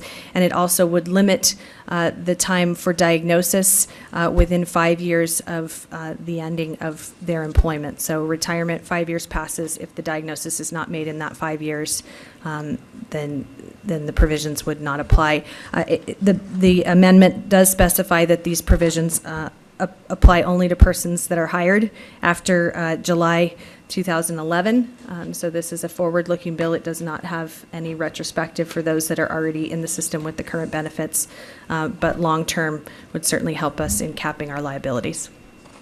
So it is staff's recommendation that And you council. voted it out? Yes, sir. Super. Just a question. If a person is employed in two different jurisdictions, for more than 5 years, then develops this, is there a sharing of that, or does it just go to the last jurisdiction that employed that person? Councilmember, I don't have the answer to that question. I don't know if our legal staff or Tracy Chase, Reno City Attorney's Office. I think it's going to depend on the circumstances of the disease. If you were employed by one jurisdiction and the disease was diagnosed and arose during that employment, there may be reopeners under that claim.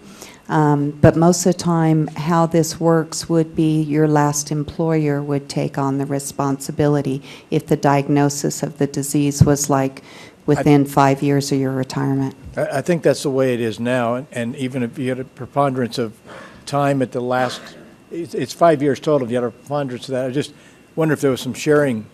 Okay, that's my question about. Yeah. Okay, moving on to bills that the council has previously considered but have been amended, and so wanted to bring them back to you for possible reconsideration of your position. Assembly Bill 471, which has to do revises provisions relating to enterprise funds. This bill did pass out of the Assembly last evening with amendments that the council may recall that it would have the bill would have completely prohibited any kinds of loans or transfers from enterprise funds. The amendment would allow a governing body of a local government to loan or transfer money from an enterprise fund with a couple of different provisions, only if the loan or transfer is made as a medium-term obligation in compliance with certain requirements, to pay the expenses of the pertinent enterprise, for a cost allocation for employees, equipment, or other resources, or upon dissolution of the fund. In addition, Section 1 of the bill allows such a governing body to increase the amount of fees imposed for the purpose for an enterprise fund only when those fees are being used for the specific stated purposes of those enterprise funds. So if you are, in fact, transferring them to your general fund at times when you are doing that, you would not be able to implement a rate increase. The bill would allow also if the provisions of the 5-year medium-term obligation could not be met, the governing body would have the opportunity to advise the Committee on Local Government Finance of that, and that committee would be reporting that back to the legislature. The provisions in the bill that anyone who violates the regulations is guilty of a misdemeanor and upon conviction would cease to hold his or her office of employment does still remain in the bill. All right, any questions, anything? Yes, Mr. No, I Adams. just think we should still oppose it based on that last sentence. I mean, that's a big problem. For instance, our issues with Department of Taxation now. If it happened before any of us were in office and it's just continuing, who's responsible? Who would be charged with the misdemeanor? Councilman, I think we'd have to probably look at that a little bit further. I think the intent is for the persons who authorized the transfers, that is who they're intending to. I agree with you, because we've turned this in for 8 years and they've never said we were violating anything. Another example is if I follow the city attorney's recommendation and it's wrong, am I guilty? Or staff, that's why it's, I think we'll know a little bit more. Councilman Kerrigan was at the Supreme Court doing something very similar to that today. So I think that's got very problematic, that portion of it. Okay, so Councilman, do I understand you correctly that is the provision of the bill that you are most troubled by, and perhaps if that was amended, that the council would be open to the other provisions of this bill, or is it still the position of the council to oppose the bill? Well, it looks like the on a changes whole? they made here sort of lets us do what we're doing anyway. So if they took that part out, I wouldn't oppose it anymore. So perhaps the council would be willing to consider a position to support it if it's amended to remove the misdemeanor and provisions and the removal of the person from their employment. Well, yeah, and again, I say we turned it in for 8 years that I've been here and they never said we did anything wrong. So we turned ourselves in and they want to fine us for it. Been saying knowingly on here. No. I mean, I don't see how a policymaker, quite frankly, could be included in this legislation, because that would only come forward if finance staff or the city attorney's office brought that forward. So following up on what Dave said, technically, we do that. We just did that earlier today through a budget augmentation. Right. So I have problems with that part too. Okay. So let's do it the way she's talking about it. We'll Yeah. oppose unless we can get that amended. Seek to get that amended. I think I'll make that motion. Second. I have a motion second. All in favor say aye. Aye. Those that oppose, no. the other bill that I wanted to provide an update on is Senate Bill 304, which I know this council is very familiar with. That is Senator Leslie's bill having to do with elections of the city council. I did have an opportunity to meet with Senator Leslie earlier this week and discuss with her perhaps amending the language that's in the bill that would require us to have the ballot question language as it is in the bill. She is not willing at this time to consider an amendment to that ballot question language. She does feel strongly about that question language, and And so we discussed some of the other more mechanical, if you will, provisions of the bill, some things that in further legal review we have found to be problematic. It's you know, as this council knows, the at-large position that would potentially be eliminated by this bill, it would be up for election in November of 2012. The bill says that we will elect a member to represent that 6th ward at the 2014 election, so there would be concerns about, is that limiting that term to a 2-year term? The senator indicated to me that that was not her intent, that she was not trying to limit a term, but it is still her intention that the council be expanded to 6th ward to eliminate the at-large position. And she is, in fact, open to working with us on, as I said, the more mechanical issues of the bill, but would not consider an amendment to the ballot question language friendly. Did she say why? She believes that it's clear and that we would have the opportunity in the arguments to provide additional information if we feel that it's necessary. But she wouldn't even entertain a suggested change?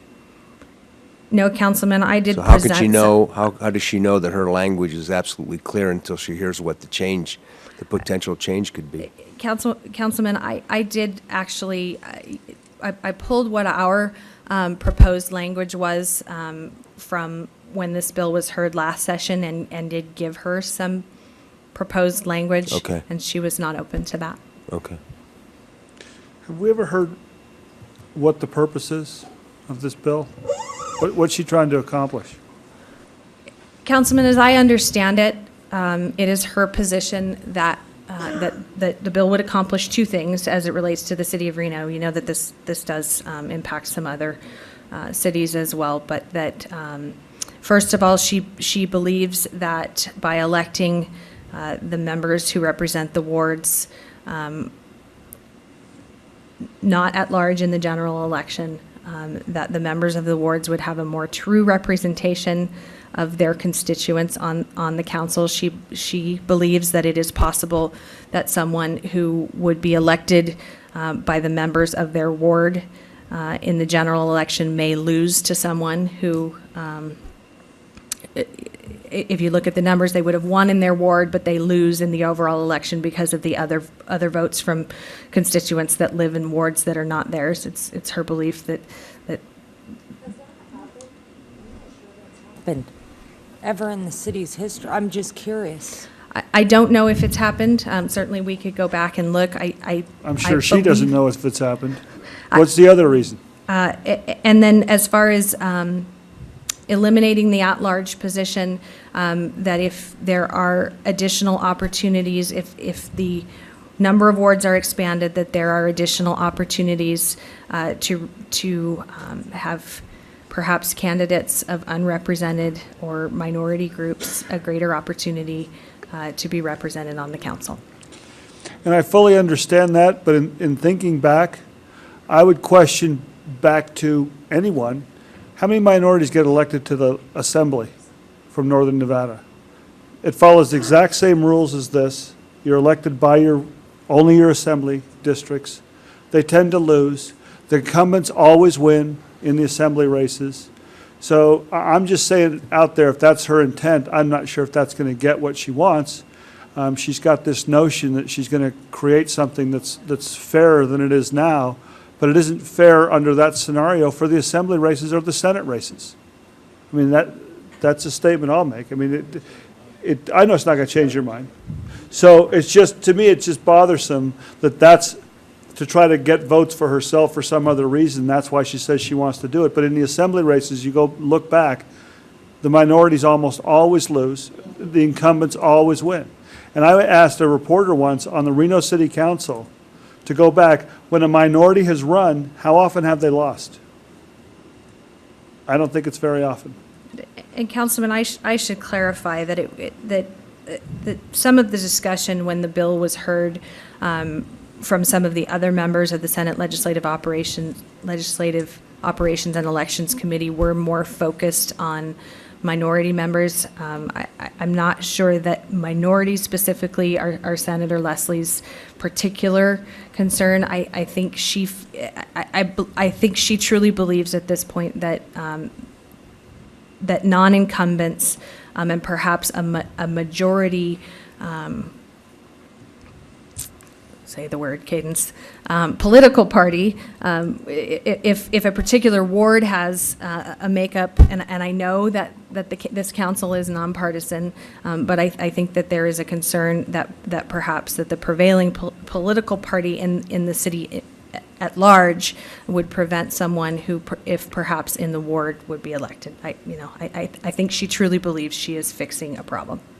And her issue, the problem then, I don't want you to speak for her, so don't answer this, but under that scenario, the problem is not enough Democrats are getting elected to this position, so she's trying to gerrymander things. That's, that's what I will say. Because I think that there's fewer Republicans in Reno than there are independents and Democrats. I think we're pretty split. So I don't think that that's true. I think that Senator Leslie wants to push something through she tried to push through before. It'll probably get done, and that's okay. But the issue of not wanting to talk about the wording, no public comment about this at all. It's just going to do what I want it to happen. It's good to be a benevolent dictator, I guess. Hold on, I do have I did have the opportunity to speak with the senator at the Obama event. She seemed open to doing something with, when I spoke with her about keeping the at-large position, but she was pretty adamant on the districts being ward only. Is that different than what you heard, Cadence? Actually, yes, Councilwoman. What she shared with me is that that the two of you had a very brief discussion at that event, and that perhaps it had been suggested that the at-large position become a vice mayor position, a permanent vice mayor position. It was her understanding, though, that representative from the 6th Ward would become the vice mayor and would serve as vice mayor for that entire term. No. I don't know where she's getting that from. There's an agenda that she's got in her mind, as Dave said earlier, and that's ridiculous. Again, that's what she shared with me, that your conversation, and she did say it was, obviously there was a lot going on at that event that day. You didn't have a lot of time to talk about it in detail, but that your proposal to her was that the representative from the 6th Ward be elected as the vice mayor. No, what I said is that the open position acts as essentially, when there's a person missing from the ward, essentially that person, that's why I believe in the at-large position, because if there's a conflict, that person from that at-large position fills in for that person who has a conflict or in that ward. So it seems beneficial to keep that at-large position. Okay. Sounds to me like she misunderstood you then, Councilwoman. I agree. I'm in support of opposing it because I think the language, the way it's written, I just don't think it's fair that I would be in favor of going to the voters 100%, but I just think the way the language is written, it doesn't explain how we do it now. And that's my biggest issue. Okay. Understanding that direction, Councilwoman, I just want to be clear that it is. We have a motion in a second. I'm sorry. That it is still the council's intention for staff to work on amendments to fix some of the mechanical issues within the bill. Thank you.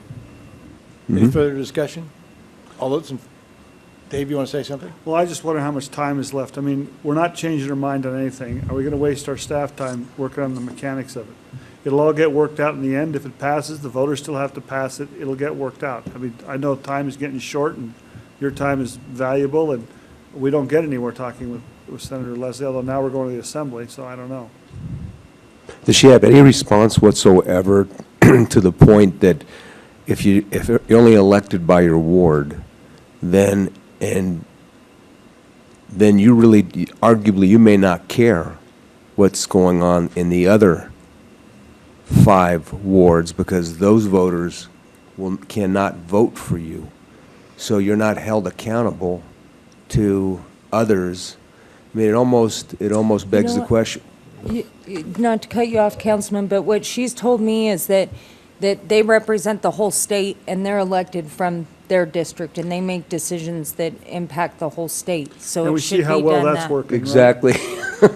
Yeah, Councilman, I have not had a one-on-one exchange with her on that particular question, but Councilwoman Sferraza is correct. In the testimony, when this bill was originally heard, a number of the legislators sitting on the committee said, you know, we're elected by the people in our districts, and we represent the whole state. You know, I'm elected from Clark County, and I'm worried about what's happening up here in Washoe County. So I don't know. I think the difference to that argument, though, is they're not making land use decisions on properties That's true. directly adjacent That's to people, so to other true. people's properties. Exactly. I mean, I think, and I understand that if they're making decisions that globally affect the state, I mean, they're more party lines drawn than anything else.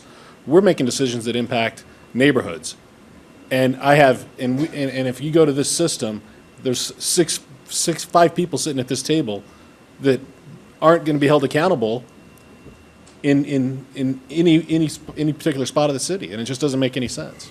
I will guarantee you what will happen is probably what happened in the past would be that certain things that no one wants will all get stuck in one ward. That's what'll happen.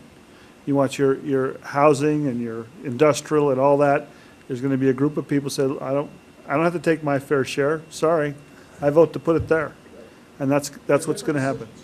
Absolutely. Absolutely. And again, I go back to what's been wrong with the way it's been happening. And I don't mind taking it to the voters, but she's telling you how to take it to the voters. And we could have done this in the off years, come to us, talk about it, we could have put a petition together, we could have done all that stuff. We still can. But she chooses to do it this way, which we know what's happening. If it is the desire of the council, I can present an amendment when this bill is heard in the assembly as an unfriendly amendment. You know, she will state on the record that she is not in favor of this amendment, but certainly we could put forth what we would request to be the ballot language if it's I take it the other jurisdictions are opposed? No, sir. The other jurisdictions are neutral. Neutral, okay. What I've heard is this bill is really directed at Reno. No question. And I know Sparks thinks that they might have a way out at the end to get amended out of it, and I think this is the focus. Well, in Las Vegas, I believe Las Vegas already does ward-only elections. In North Las Vegas, Henderson is at-large in the primary and in the general, but you don't have to live within that ward, so that's problematic.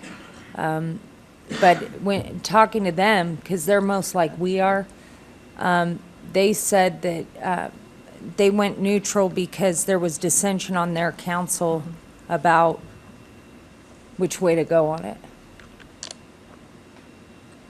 We'll see at the end of the day who gets amended out.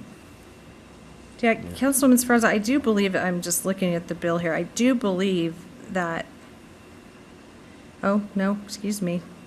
They only have to live in the ward for 30 days preceding the filing for the election. They can move. Yep. Yeah, it's too bad In because I think future councils won't have the advantage that I believe we have. I've been here 6 years, that people do support other wards because they know it's for the betterment of the city, and people might be more myopic about what happens in my ward is all I care about. I think that's not good in the long run. Of course, Any other we're presupposing the voters are going to agree to this. Yeah, I mean, if it passes, exactly. But I do agree that the way it's written is the reason it could pass. Exactly. I mean, I think I honestly believe if people understand what they're voting for, they will not vote for this. But the way it's written, it's not. It just doesn't explain it. I mean, you go out and talk to anybody out there and say, hey, do you want 5 members of the council being able to make decisions in your neighborhood and not be held accountable by your neighborhood? They're not going to want that. There's the language. There's the amendment. I mean, that's really it. There's the amendment. Okay.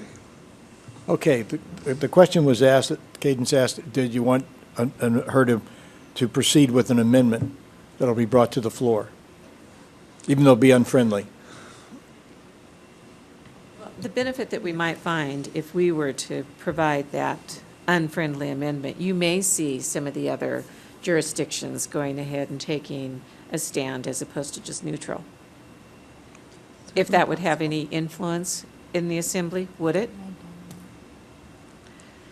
It may or may not, but I think, Sharon, that at least somebody's putting the option out there, which I think is your point. Yeah. Let somebody else really understand Right. what's at risk, instead of sitting there and not doing anything, because then it's likely to pass as is. So I think that's the amendment, in part.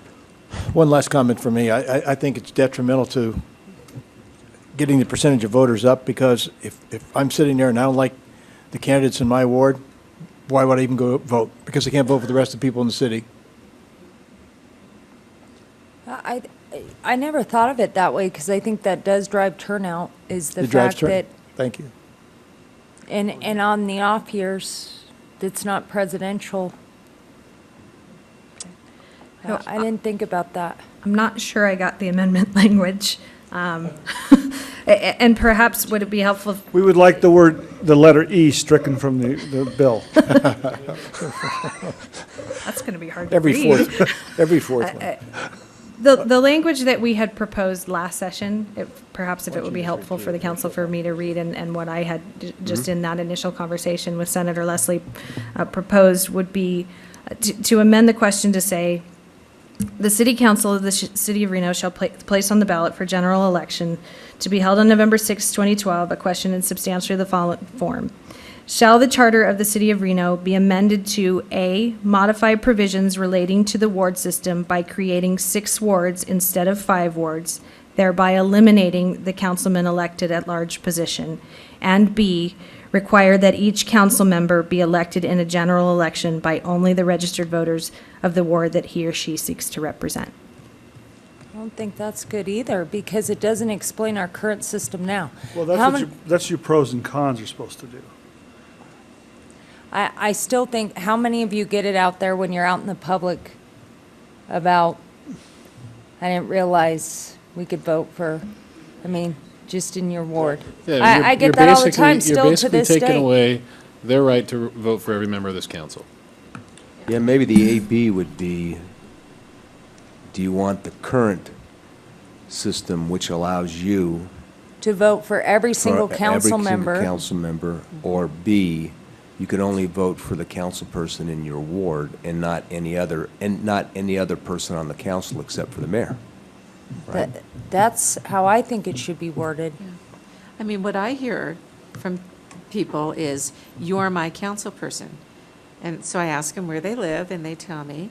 And I then have to explain to them that they said, I voted for you, so you must be my council person. They don't understand the distinction of the wards. They pay no attention to that. They just know that they were able to vote for you, and you are there to vote for them on the issues that are important to them. And I don't think that either of the languages we've heard really support or give them that clarity. In June of 1993, at our municipal election, there was a question on the ballot that read, shall the 5 city council members representing wards continue to be voted upon by the registered voters of the city at large in the general election? And it passed, correct? Yes, it did, 68%. 68%. 2-1. So there's your amendment. Okay.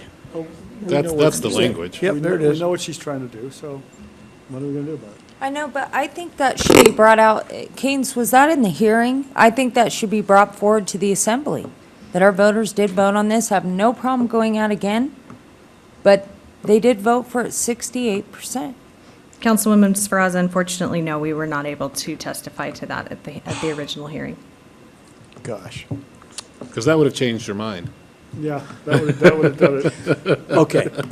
So you're going to bring an amendment forward. That's a good amendment. Let's just go with that amendment. She wants us to give her an amendment. That's it? Okay. Understood. All right. So we have a motion and a second? Second. She said it first. Your second to her second. Okay. All those in favor say aye. Aye. Those opposed? Motion carries unanimously. We are adjourned until 6 o'clock, recess till 6 o'clock.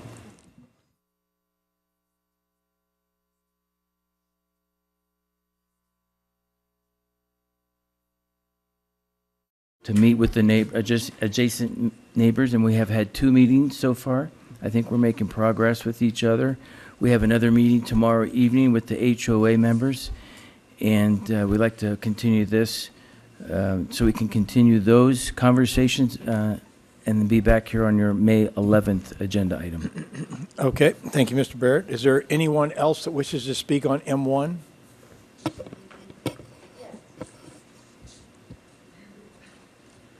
Jill, do you want to speak on M1? If I could. Please, and then afterwards, please fill out a, A comment card? please. Sorry, I was running over here. Ran out of time. Take- Jill ta- Berryman. I live at 8102 Leroy Street. We support, Emil is not here, and I know that he sent you an email from the Homeowners Association. They have a meeting tomorrow night. And I support in the fact that we want to continue this. We just don't have enough information of the proposed compromise that TCA has come up with. But we did want to continue it until May 25th, I believe, as opposed to May 11th if possible. Okay, excuse me, I'm sorry. Let me clear my throat. So we had a request for May 11th, and you have a request for May 25th. Yeah, both Emil and I feel that we would have more information if we came back on May 25th, because the Homeowners Association meeting is just tomorrow. And then I think that, we'll probably want to have some other conversations beyond that, and we're not sure if the staff will have time to do a staff report, if that will be needed for you. Okay, let me put one piece of information out. I may not be here the 25th. I may have to be traveling that weekend, so I may not be here, well, that start of that week may not be here the 25th, whether that matters or not. There's enough qualified council people, obviously, but I'll just put that on the record that I most likely will not be here on the 25th of May. Okay. So, thank you. Thank you. Mr. Mayor, may I speak on that point? Yes. John Cadlick, the city attorney. The one problem with doing it on the 11th, and Mr. Barrett and I have discussed that, is that Ms. Craig will not be here on the 11th. And so but Mr. Barrett and I agreed that if they can't resolve this on the 11th and it becomes contentious, for lack of a better terminology, we would then continue it to another date. But I mean, he's hopeful, and I'm certainly going to be hopeful that everybody can resolve this. Okay, Mr. Cadlick, thank you. Laura, did you want to speak also? Lori Ray for Scenic Nevada. We were hoping that the continuance would be on May 25th as well. So that would give staff, like Jill said, time to generate a report, and we'd all have time to look at it. Thank you. Okay, would you also fill out a card, please? Yes. Go ahead. I'm sorry. Can we do it in June that way? I mean, it's your ward, so I'd hate for you not to be here, Councilman. I understand. Thank you. I appreciate that. Let me just ask, is there anybody else? I don't see anybody. Is there anybody else in the audience who wants to speak on M1? No? Okay. Let me close the public hearing and bring it back here. Councilman Hassiaf, did you have something? That's exactly what I was going to say. I'd get both parties up here and let's pick a date, either the 11th, and if that's problematic for the appellant, then let's move to the first council meeting in June, so you can be here. June 8th. That would be, yeah, thank you. That'd be June 8th.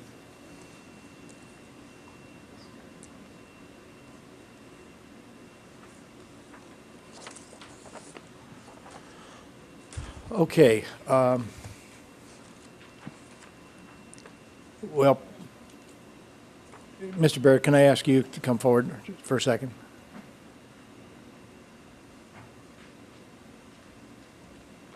I can surmise your client probably wants a decision sooner than later, but also Ms. Craig won't be here either. Thank you. Yes, we would not, we'd rather not put this off till June, but I also agree with your city attorney that if it is contentious and we're not done, we'd be more than happy to come back on the 11th and request a continuance at a later time, either the 25th or June 8th. Okay. We certainly recognize the process, but at the same time, if we can get it resolved by the 11th and working with the staff, I think we're almost there. And we can certainly get all the information that the staff is requesting sooner after we have those conversations rather than postpone it. Okay. That would be great. Thank you. Thank you. And just speaking, I would say that we continue to the 11th with the caveat that it may end up being the 25th or June 8th. We can decide then, because I understand one side says they might not have all the information, the other side thinks they're close. So I would, if you would. I'll make the motion to, you'll be here on the 11th anyway. Yes. So we can have the discussion then. I'll make the motion to continue this matter to the 11th with the understanding that if the parties haven't resolved their differences, then you'll be here, Dan, and you can make the decision to continue. Thank you. Is there a second? Second. Motion second. Any further discussion? All those in favor say aye. Aye. Those opposed? Motion carries unanimously. Thank you. Let's move to M2, hearing regarding the filing of assessment roll and opportunity to file written objections concerning that area to be assessed. Yes, Steve? Absolutely. Oh. Thank you. Okay, the hour of 6 o'clock is having arrived. This is the time and place fixed for the hearing of suggestions and objections to the proposed improvements, the estimated cost thereof, the proposed special benefits to the individual properties, and the regularity of the proceedings with respect to the 2009 Special Assessment District Number 1. I now declare the public hearing open. Does the clerk have affidavit showing that the hearing was properly noticed? Yes, Your Honor. Okay, I'll call on the city engineer for a description of proposed works and improvements, the extent of the assessment district, estimated costs and expenses of the projected, and the manner of spreading assessments. Steve? Mr. Hardesty? Mr. Mayor, Council, my name is Steve Hardesty with Public Works. Before you is the 2009 Special Assessment District Number 1. We accomplished this project 2 years ago. The reason it was delayed for a year was that RTC still had to finish up part of Holcomb, so that we could include all the properties in the closing of the assessment district. There was, the assessment district was posted on the 6th and 7th of April. Certified letters were mailed on the 6th of April. Total numbers of certified letters sent were 937. There is 6 adjustments that I would like to request that the council make when they do, if and when you do the ordinance. 3 of those are the Washoe County School District. They had requested not to be included in the district. We always keep them in so we can get the design, inspection, and processing fees spread properly so that the property owners aren't picking up the other properties' costs. There were 3 corrections to the roll. 121 Gardner Street, the property owner had already done the work when we went in, but it wasn't put on the as-bills. So that was a $1,067 deduction. Work that was identified as a sidewalk was actually a driveway approach. There was a $4 difference per square foot, so we deducted the difference. And one was double counted. It was a complete where the median strip was concrete. Property owner requested to have that taken out and replaced with granite, or decomposed granite.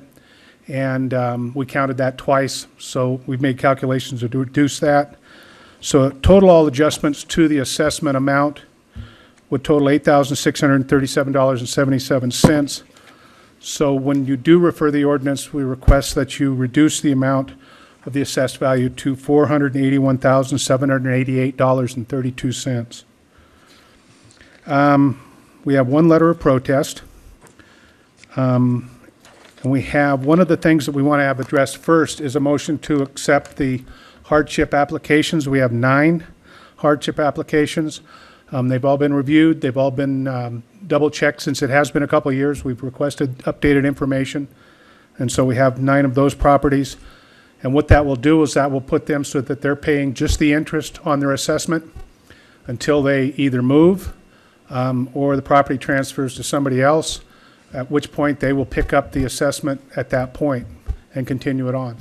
But until something happens in that category, they'll only be paying the interest. And the total of all 9 of those, the assessments are $8,484 or $85.29. So I need to have a motion to accept the hardship applications. That would be the first motion. And Okay, let's take this That'll be it. in order then. Do we have a motion on the hardship assessments? Now, the staff report said 7. Right, sir. We had follow-up on a couple of others that came in later with this newer batch. So they'd all fall under the same rules? Yes, yes, sir. All right. So I don't have to identify, because I'll just accept the 7 in the staff report based on the APNs in the staff report? Yes, sir. And what are the additional 2? The additional 2, I can amend that and put that into the, Okay. into the. All right, into so the, I didn't know if we needed to. Staff actu- report, but that's APN 101-046-26 and APN 010-04627. All right, so I'll take those 2 and the 7 in the staff report, Mr. Mayor, and make the motion to accept the hardship letters. We have a motion and a second. Any further discussion? All those in favor say aye. Aye. Those opposed? Motion carries unanimously. And, Mr. Mayor, there was one letter of protest from Mr. David Rakovitz at 100 Winter Street. It was based on methodology. His concerns in the matter were based on the way that we determined the design, inspection, and processing fees, and then how we spread it amongst the property owners. So, Okay, and if you answered, Mr. Rekovitz are you Mr. Rekovitz? He would wish to speak, but if you talk to him about the yes, sir. resolution of I that think yet? he still would like to express Okay, his sure. concerns about that. Absolutely. Mr. So Rekovitz. I'm sorry, is there what's the difference compared to what we think is owed and what Mr. Rakovich thinks is owed? I believe that his differences are that we're charging not only an exorbitant amount, but since everybody in the neighborhood is enjoying the new streets and curbs and gutters and all that stuff, that the assessments should be spread amongst the whole. And you actually wrote us a neighborhood. letter, did you not, Mr. Rakovich? Okay. Oh, he can't. He's Okay. asking if you wrote the letter. Okay, okay. Sorry, Mr. Mayor, I just want to make sure. Okay, that's fine. Mr. Rekovitz, would you like to come forward? Identify yourself, please, and you'll be given 3 minutes. Okay, I thank you for letting me have a say in maybe our city government. When I received the assessment, I had no problem saying I'm going to pay for the sidewalk that's in the city right away, but I started looking at the cost charged to process that, and there's something wrong. I'm with in the Pawning subdivision. I'm an original member of the Keystone Neighborhood Association, so I had people come and ask me, why is this so high? So I spent, 20, 40 minutes on the phone with Stephen. I sat with Stephen, I don't know, maybe half hour, just trying to figure out why there would be such an excessive cost. So what happened is I have $4,342.50 worth of concrete, but cost $1,787.33 to administrate it. And so you say, okay, I'm only putting in a length of there. Why was that so high? So when I talked to Stephen, he said that the average city employee makes $60,000 a year. That's $30 an hour. The city overhead is 30%, which is above the ordinary contractors. It's above. Well, that's fine. Cities maybe not as efficient. Maybe they don't have as good a man working for them. I don't know. I'm just saying. So anyhow, I do it. So it says to put in that there little bit of concrete took a man 40, I wrote down here, 45 hours or 46 hours to manage that. If this is true, the city shouldn't be in the business of doing it there because private industry wouldn't charge that much. So I says, well, what's wrong? So what I did, I says, okay, well, part of the expense is getting a bond. The bond was not for the city sidewalk. This was a means of getting money to do curbs, to do sidewalk approaches, to do electrical. That doesn't have, all the numbers turned into Stephen, they turned it in a sidewalk, but who said that when they made a drawing, they drew the sidewalk, and they said, well, over here I drew the curb. They didn't separate that, so it all became sidewalk. And I know because I have other property that didn't get any assessment. I enjoy the streets. I enjoy all the other amenities that go with it. So that was never divided because I assumed they had a number, and if they worked on the project, they put that number in. It wasn't necessarily sidewalk, because sidewalk is a very minor portion. Okay, so then we had design. What design is there in the sidewalk? You can go down here to the building department and you pull out a Xerox sheet and they hand it to you, and there's your design for a sidewalk. Why would you have to charge time for design of sidewalk when you can go down here to the building department and get it? Okay, the first, am I done? Your 3 minutes are up, but go ahead. I'd like to ask you a question. Would you go ahead and explain the numbers you're talking about and what's your difference between what the city's charging and what your estimate should be? Well, yeah, I started out with about 2 hours, and I said, well, 3 hours, then I said 4 hours worth of work. Some of the estimates that they were doing, if you're talking about design, the initial ones came out with electrical. The electrical definitely needed design. That's all thrown into sidewalks. And what I'm saying is everything got thrown into sidewalks, so then everybody in our district is enjoying the same thing, and the only people who are getting charged are those that had any sidewalk work done. And that's not right. And if you think that putting a few feet of concrete, of 289.5 feet of concrete took somebody 45 hours, or 46 hours to do it, there's something wrong. And the comment I get to people, everyone, I talk to a lot of architects, I talk to other engineers, I've talked to others, they said, this is ridiculous. They said, get up there and you have to say something. If this is the way the city is running, no wonder we're going broke, you know? We're only going broke if you don't pay it. I know, I plan to pay. Well, one of the comments So let me ask you the question, then. What's the difference in price? We're charging you how much? $1,787.33 for 400, what I got in here? Yeah, like 289.5 lineal feet of sidewalk. And I tell you, I was there, because it's right next to my other property. I don't even think the city ever ran a compaction test. And there's 3 properties, they should have ran 3 compaction tests. They didn't run no compaction tests because I'm sure the contractor was good. And I watched them, I seen them. I mean, I have no problem. And what the comment I got is, I don't mind paying my fair share, but I don't want to pay everybody else's. Hey, Steve, I'm asking staff, is that the number? Because I heard a couple different numbers. Yes, Is sir. it 17? The design, inspection, and processing fees for the district were 29.15% of the project, of the entire project. So is his total assessment 1787? That's right in that 29.15. So Mark, he's yes, not sir. talking about the total assessment, he's just talking about the portion that's the design The percentage? design, inspection, and processing fees, it's all the fees.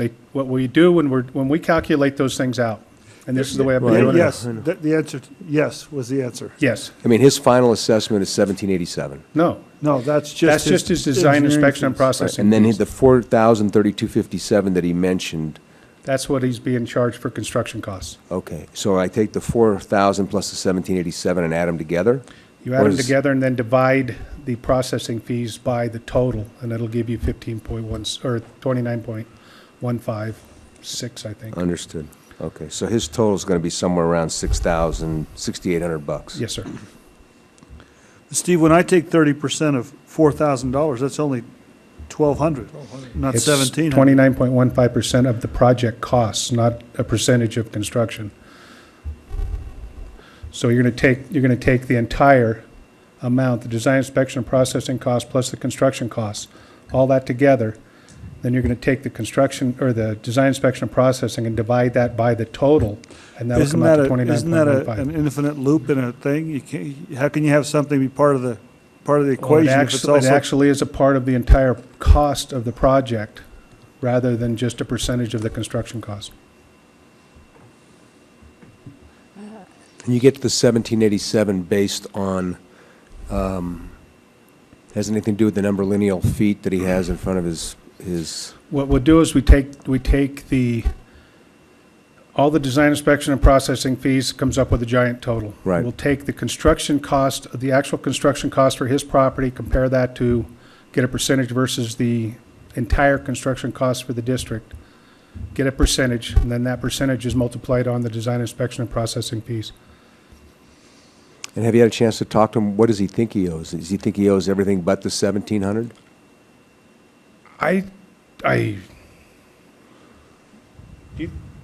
Maybe. Don't have. He didn't hear, I don't think. We've had the discussion. I think it's a lot of how it's calculated and then how it's spread. The design, inspection, and processing fees must be spread to the participants that have work done, because that's part of the incidental costs that are associated with the work being done at that property. One of the things that we've done in the past to get to this point, to keep it below 30%, is to bundle up the RTC and the city projects together and all of the other units so that there's one big giant assessment unit. And so that way the bond fees that he mentioned, which are part of the fixed costs, are only calculated one time rather than once for each unit. There was 7 separate units in this project. What about his point about, was there 46 hours dedicated to his particular sidewalk? I doubt it very much. Okay. No, I'm sorry. I was going to say, let's just take $1,000 off of this thing and call it a day. Instead of 1,787, it'd be 787. But what's your formula for doing that? Because then we'll have the issues with the other They assessments. can come down and, I think we've got to talk about that assessment otherwise. Because it sounds to me like a circular reference in the formula that he's telling us he uses. He puts all the costs in, and then you divide it by the cost. So if it's 29%, I don't know how you get 29% of $4,000 being $1,800. So let's take 29, I understand what he's trying to say, so 29.15% of $4,000. So that knocks it down to 1,192, something like that. From 1787. Yes. Yeah, okay. Does seem high to me. Is there a problem with that, legal? Well, for the record, Susan Ballroth, Deputy City Attorney. Chapter 271 does allow the incidental cost to be part of the assessment district, and that has been determined and already set by council at a certain amount. It is spread across the entire participants in the assessment district. So revising one changes the methodology for everybody. So yes, legally I do have a problem. And what's the point of having people come and tell us there's a problem? I mean, we've done this before. We've let people off all the way. We've made these adjustments the whole time. I mean, if people want to come down here, because I just don't understand how we were told here in the public statement that it's 29%. And 29% of the entire cost means also the fees. But then you add that onto your total and then take 29% of that to create the fees. I think if you take the construction cost, divide that by 70%, you're going to get your total, right? The 4,300? That'd be like 2,800. No. Divided by 0.7? Yeah. And that'll give you your total. Does he qualify for hardship or any of No, the sir. abatements? Were there people in his block or street You see what I'm saying, Dave? that didn't get work done? Absolutely. That happens in all the districts, yes, sir.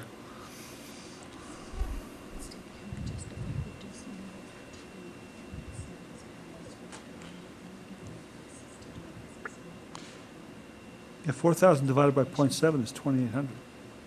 About 1,700. It's about 1,700. And the total was 43. It was like 43. 4,032, I thought. Yeah, 4,032.57. 43.24.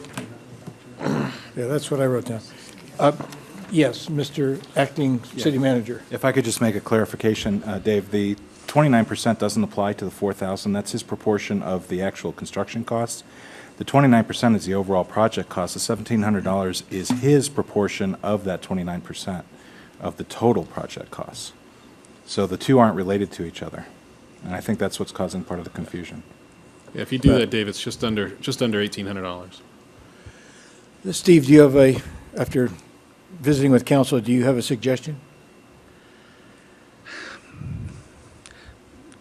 The only thing I could say, Mr. Mayor, is that this is the process that we go through in the closing of all these things. To change the methodology now would require the changing for everybody within the district. And I can guarantee you that my calculations are correct. I can guarantee you that every hour that was supposed to be towards this project was put towards it. Every cost that was supposed to be put towards this project was put towards it, and that the calculations are correct. That's all I can say. And there's no, I can't think of any way. He was charged for the proper square feet. He was charged for, I don't know, sir. I don't see of any way of making that modifications from this end of the. Tell me if I'm at all correct. For approximately, the job is approximately $6,000, and again, I'm approximating, for 289.5 linear feet. So that comes to $200 a square foot? Or foot, linear foot? No, well, maybe a linear foot, but that's times 5. So you're talking over almost 1,000 square feet of sidewalk. So it'd be $6. Which so is, it comes out to $6 a square foot. Yes, sir. I just would say I think what happened is there's more in those those numbers that were turned in, more in there than just sidewalks. It included other things. That's what we object to, is that it's including other things. If it's including other things, it should be shared by all property owners, not just those who unfortunately had a bad sidewalk. In other words, from what I hear you say is you should take the sidewalk section as a percentage of the job, and then what your percentage of the sidewalk portion was. Yeah. But see, the numbers that were turned in, I'm sure, I mean, I've worked in there, and you have a number. So if I work 10 hours, well, what do I charge? I charge it to this number. I didn't say, hey, 1 hour of that is sidewalk, and it's not divided. It was under one number. And of course, Stephen's right. He did an honest job. I know. He showed me the figures. I went through it. But the figures he have does not represent only sidewalks. That's what I'm maintaining. But I think the challenge to that, though, is if we did that, if we charged every property owner for the costs, then your costs are going to go up, because right now you're not being charged for certain portions of the project either, other than your sidewalk. So if you take those administration costs and spread them out, all the administration costs, and spread them out amongst, then your costs are going to go up too. Because right now, the city covers a lot of those costs, correct, Steve? Yes. So a lot of those administration costs we're covering as part of our project.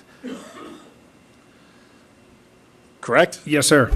That's exactly correct. So if you take those administration costs and say, well, we should charge those to all the property owners, and take them out of what we're paying, which is what we're paying it now, then your costs are going to go up.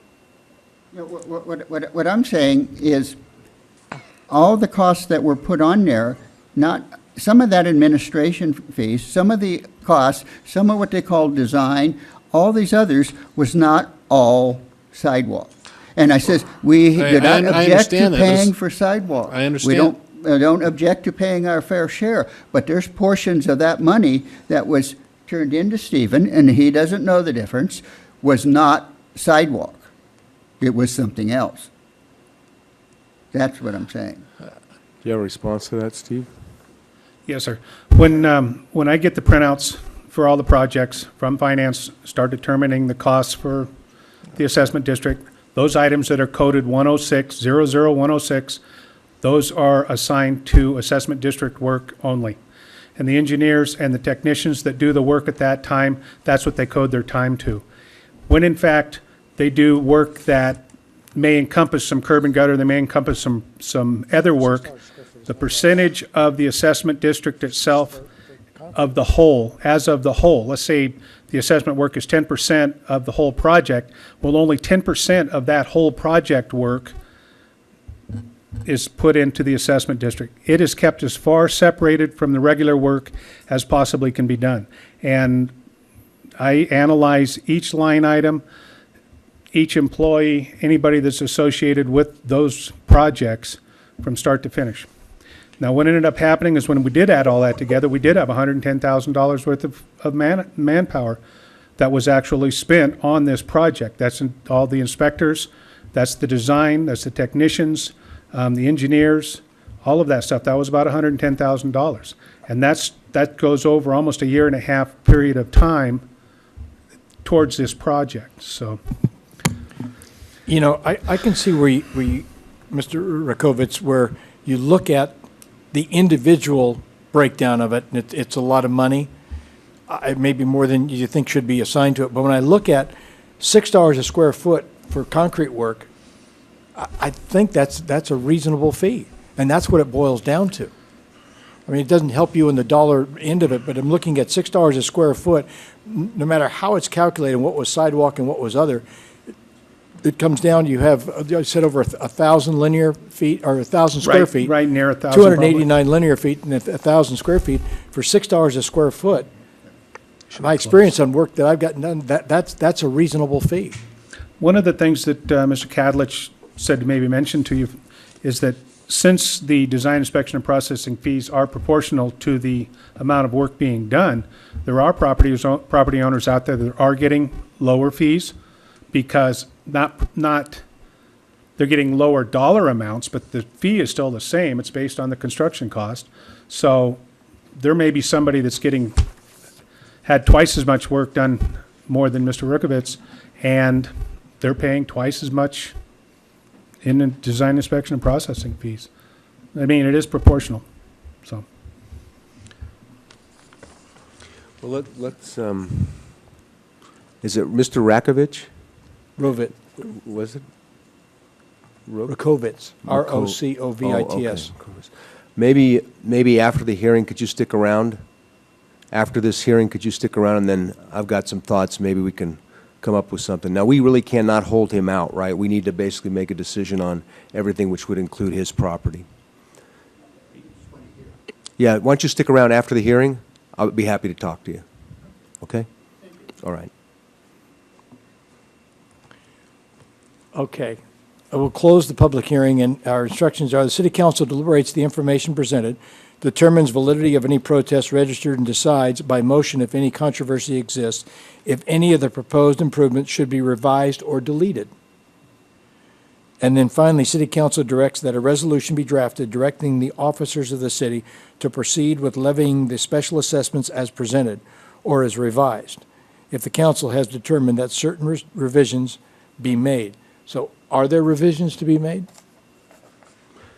Doesn't sound like it. Councilor Safraza? You know, I guess I think the fee is too high. I really do. You're talking the gross number, the 6,000, the macro number. I'm saying the percentage because his work is 4,000. And then his fee is, I'm sorry, Steve, break that down again for me. 4,000 for the concrete work? Yes, ma'am.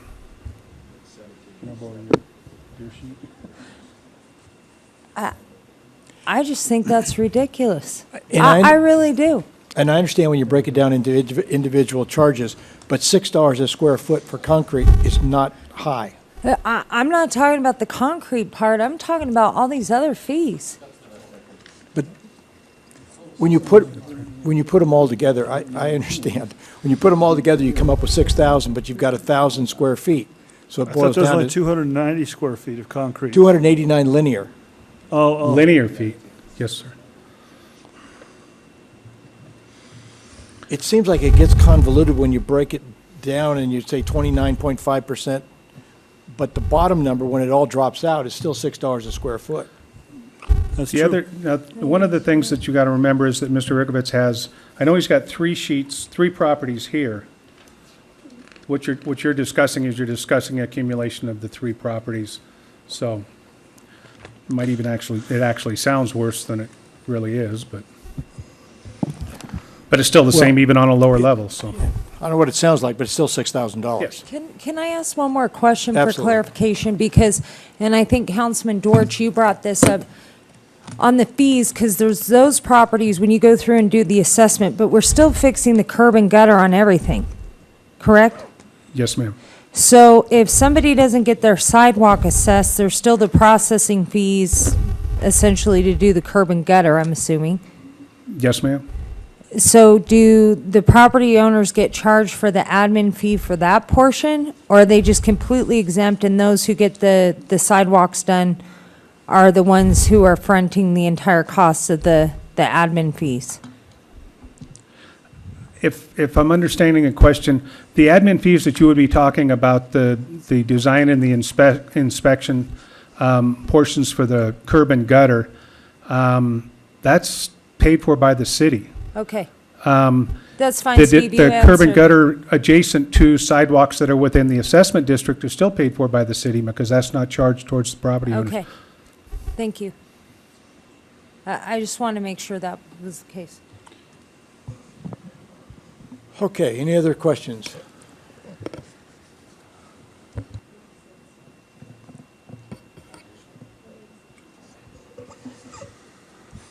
I will read the resolution if you're ready. Okay. Resolution number 7575, a resolution dispensing with certain protests and objections to the assessment roll for the City of Reno, Nevada, 2009 Special Assessment District Number 1, and confirming set assessment rolls and the assessments therein, ratifying action previously taken in connection with said district, and providing for related matters thereto. Move to adopt. We have a motion and a second. Any further discussion? Councilman Ayazi. Thanks for discussion. That's why we have this. You sold me on the $6 a square foot thing. That makes sense. It does make sense. That was the same concern I had, and I didn't realize it was 3 different assessments that were talked about in the total calculation. So, Okay. All those in favor say aye. Aye. Those opposed? Motion carries unanimously. We have one more item? No, we have M22 and then M23. I'm sorry, excuse me, yes. So M22 is Bill number 6746. It is an ordinance confirming the proceedings taken in providing for certain sidewalks, driveway, approach, and street improvements in the City of Reno, Nevada, 2009 Special Assessment District Number 1, providing for the payment of the costs and expenses of said improvements, providing for assessing the cost of said improvements against the parcels of land benefited by said improvements, describing the manner for the collection and payment of said assessments, and providing penalties for delinquent payments, together with other matters properly relating thereto, and it'll include in the body of that an adjustment from the amount, if you move to refer from the original amount of $490,426.09, would be reduced to $481,788.32 to reflect the actions taken earlier by this council. Okay, move to refer. We have a motion and a second. Any further comment? All those in favor say aye. Aye. Aye. Those opposed? Motion carries unanimously. Resolution number 7576, resolution to authorize the recordation of ordinance number 6084 and a schedule of estimated maximum special benefits to the tracts and parcels in the City of Reno, Nevada, 2009 Special Assessment District Number 1. Move to refer. Oh, no, move to adopt, excuse me. We have a motion and a second. Further discussion. All those in favor say aye. Aye. Those opposed? Motion carries unanimously. Second. We are adjourned. Hey, Steve, would you mind asking him to stick around? I need to talk to him after.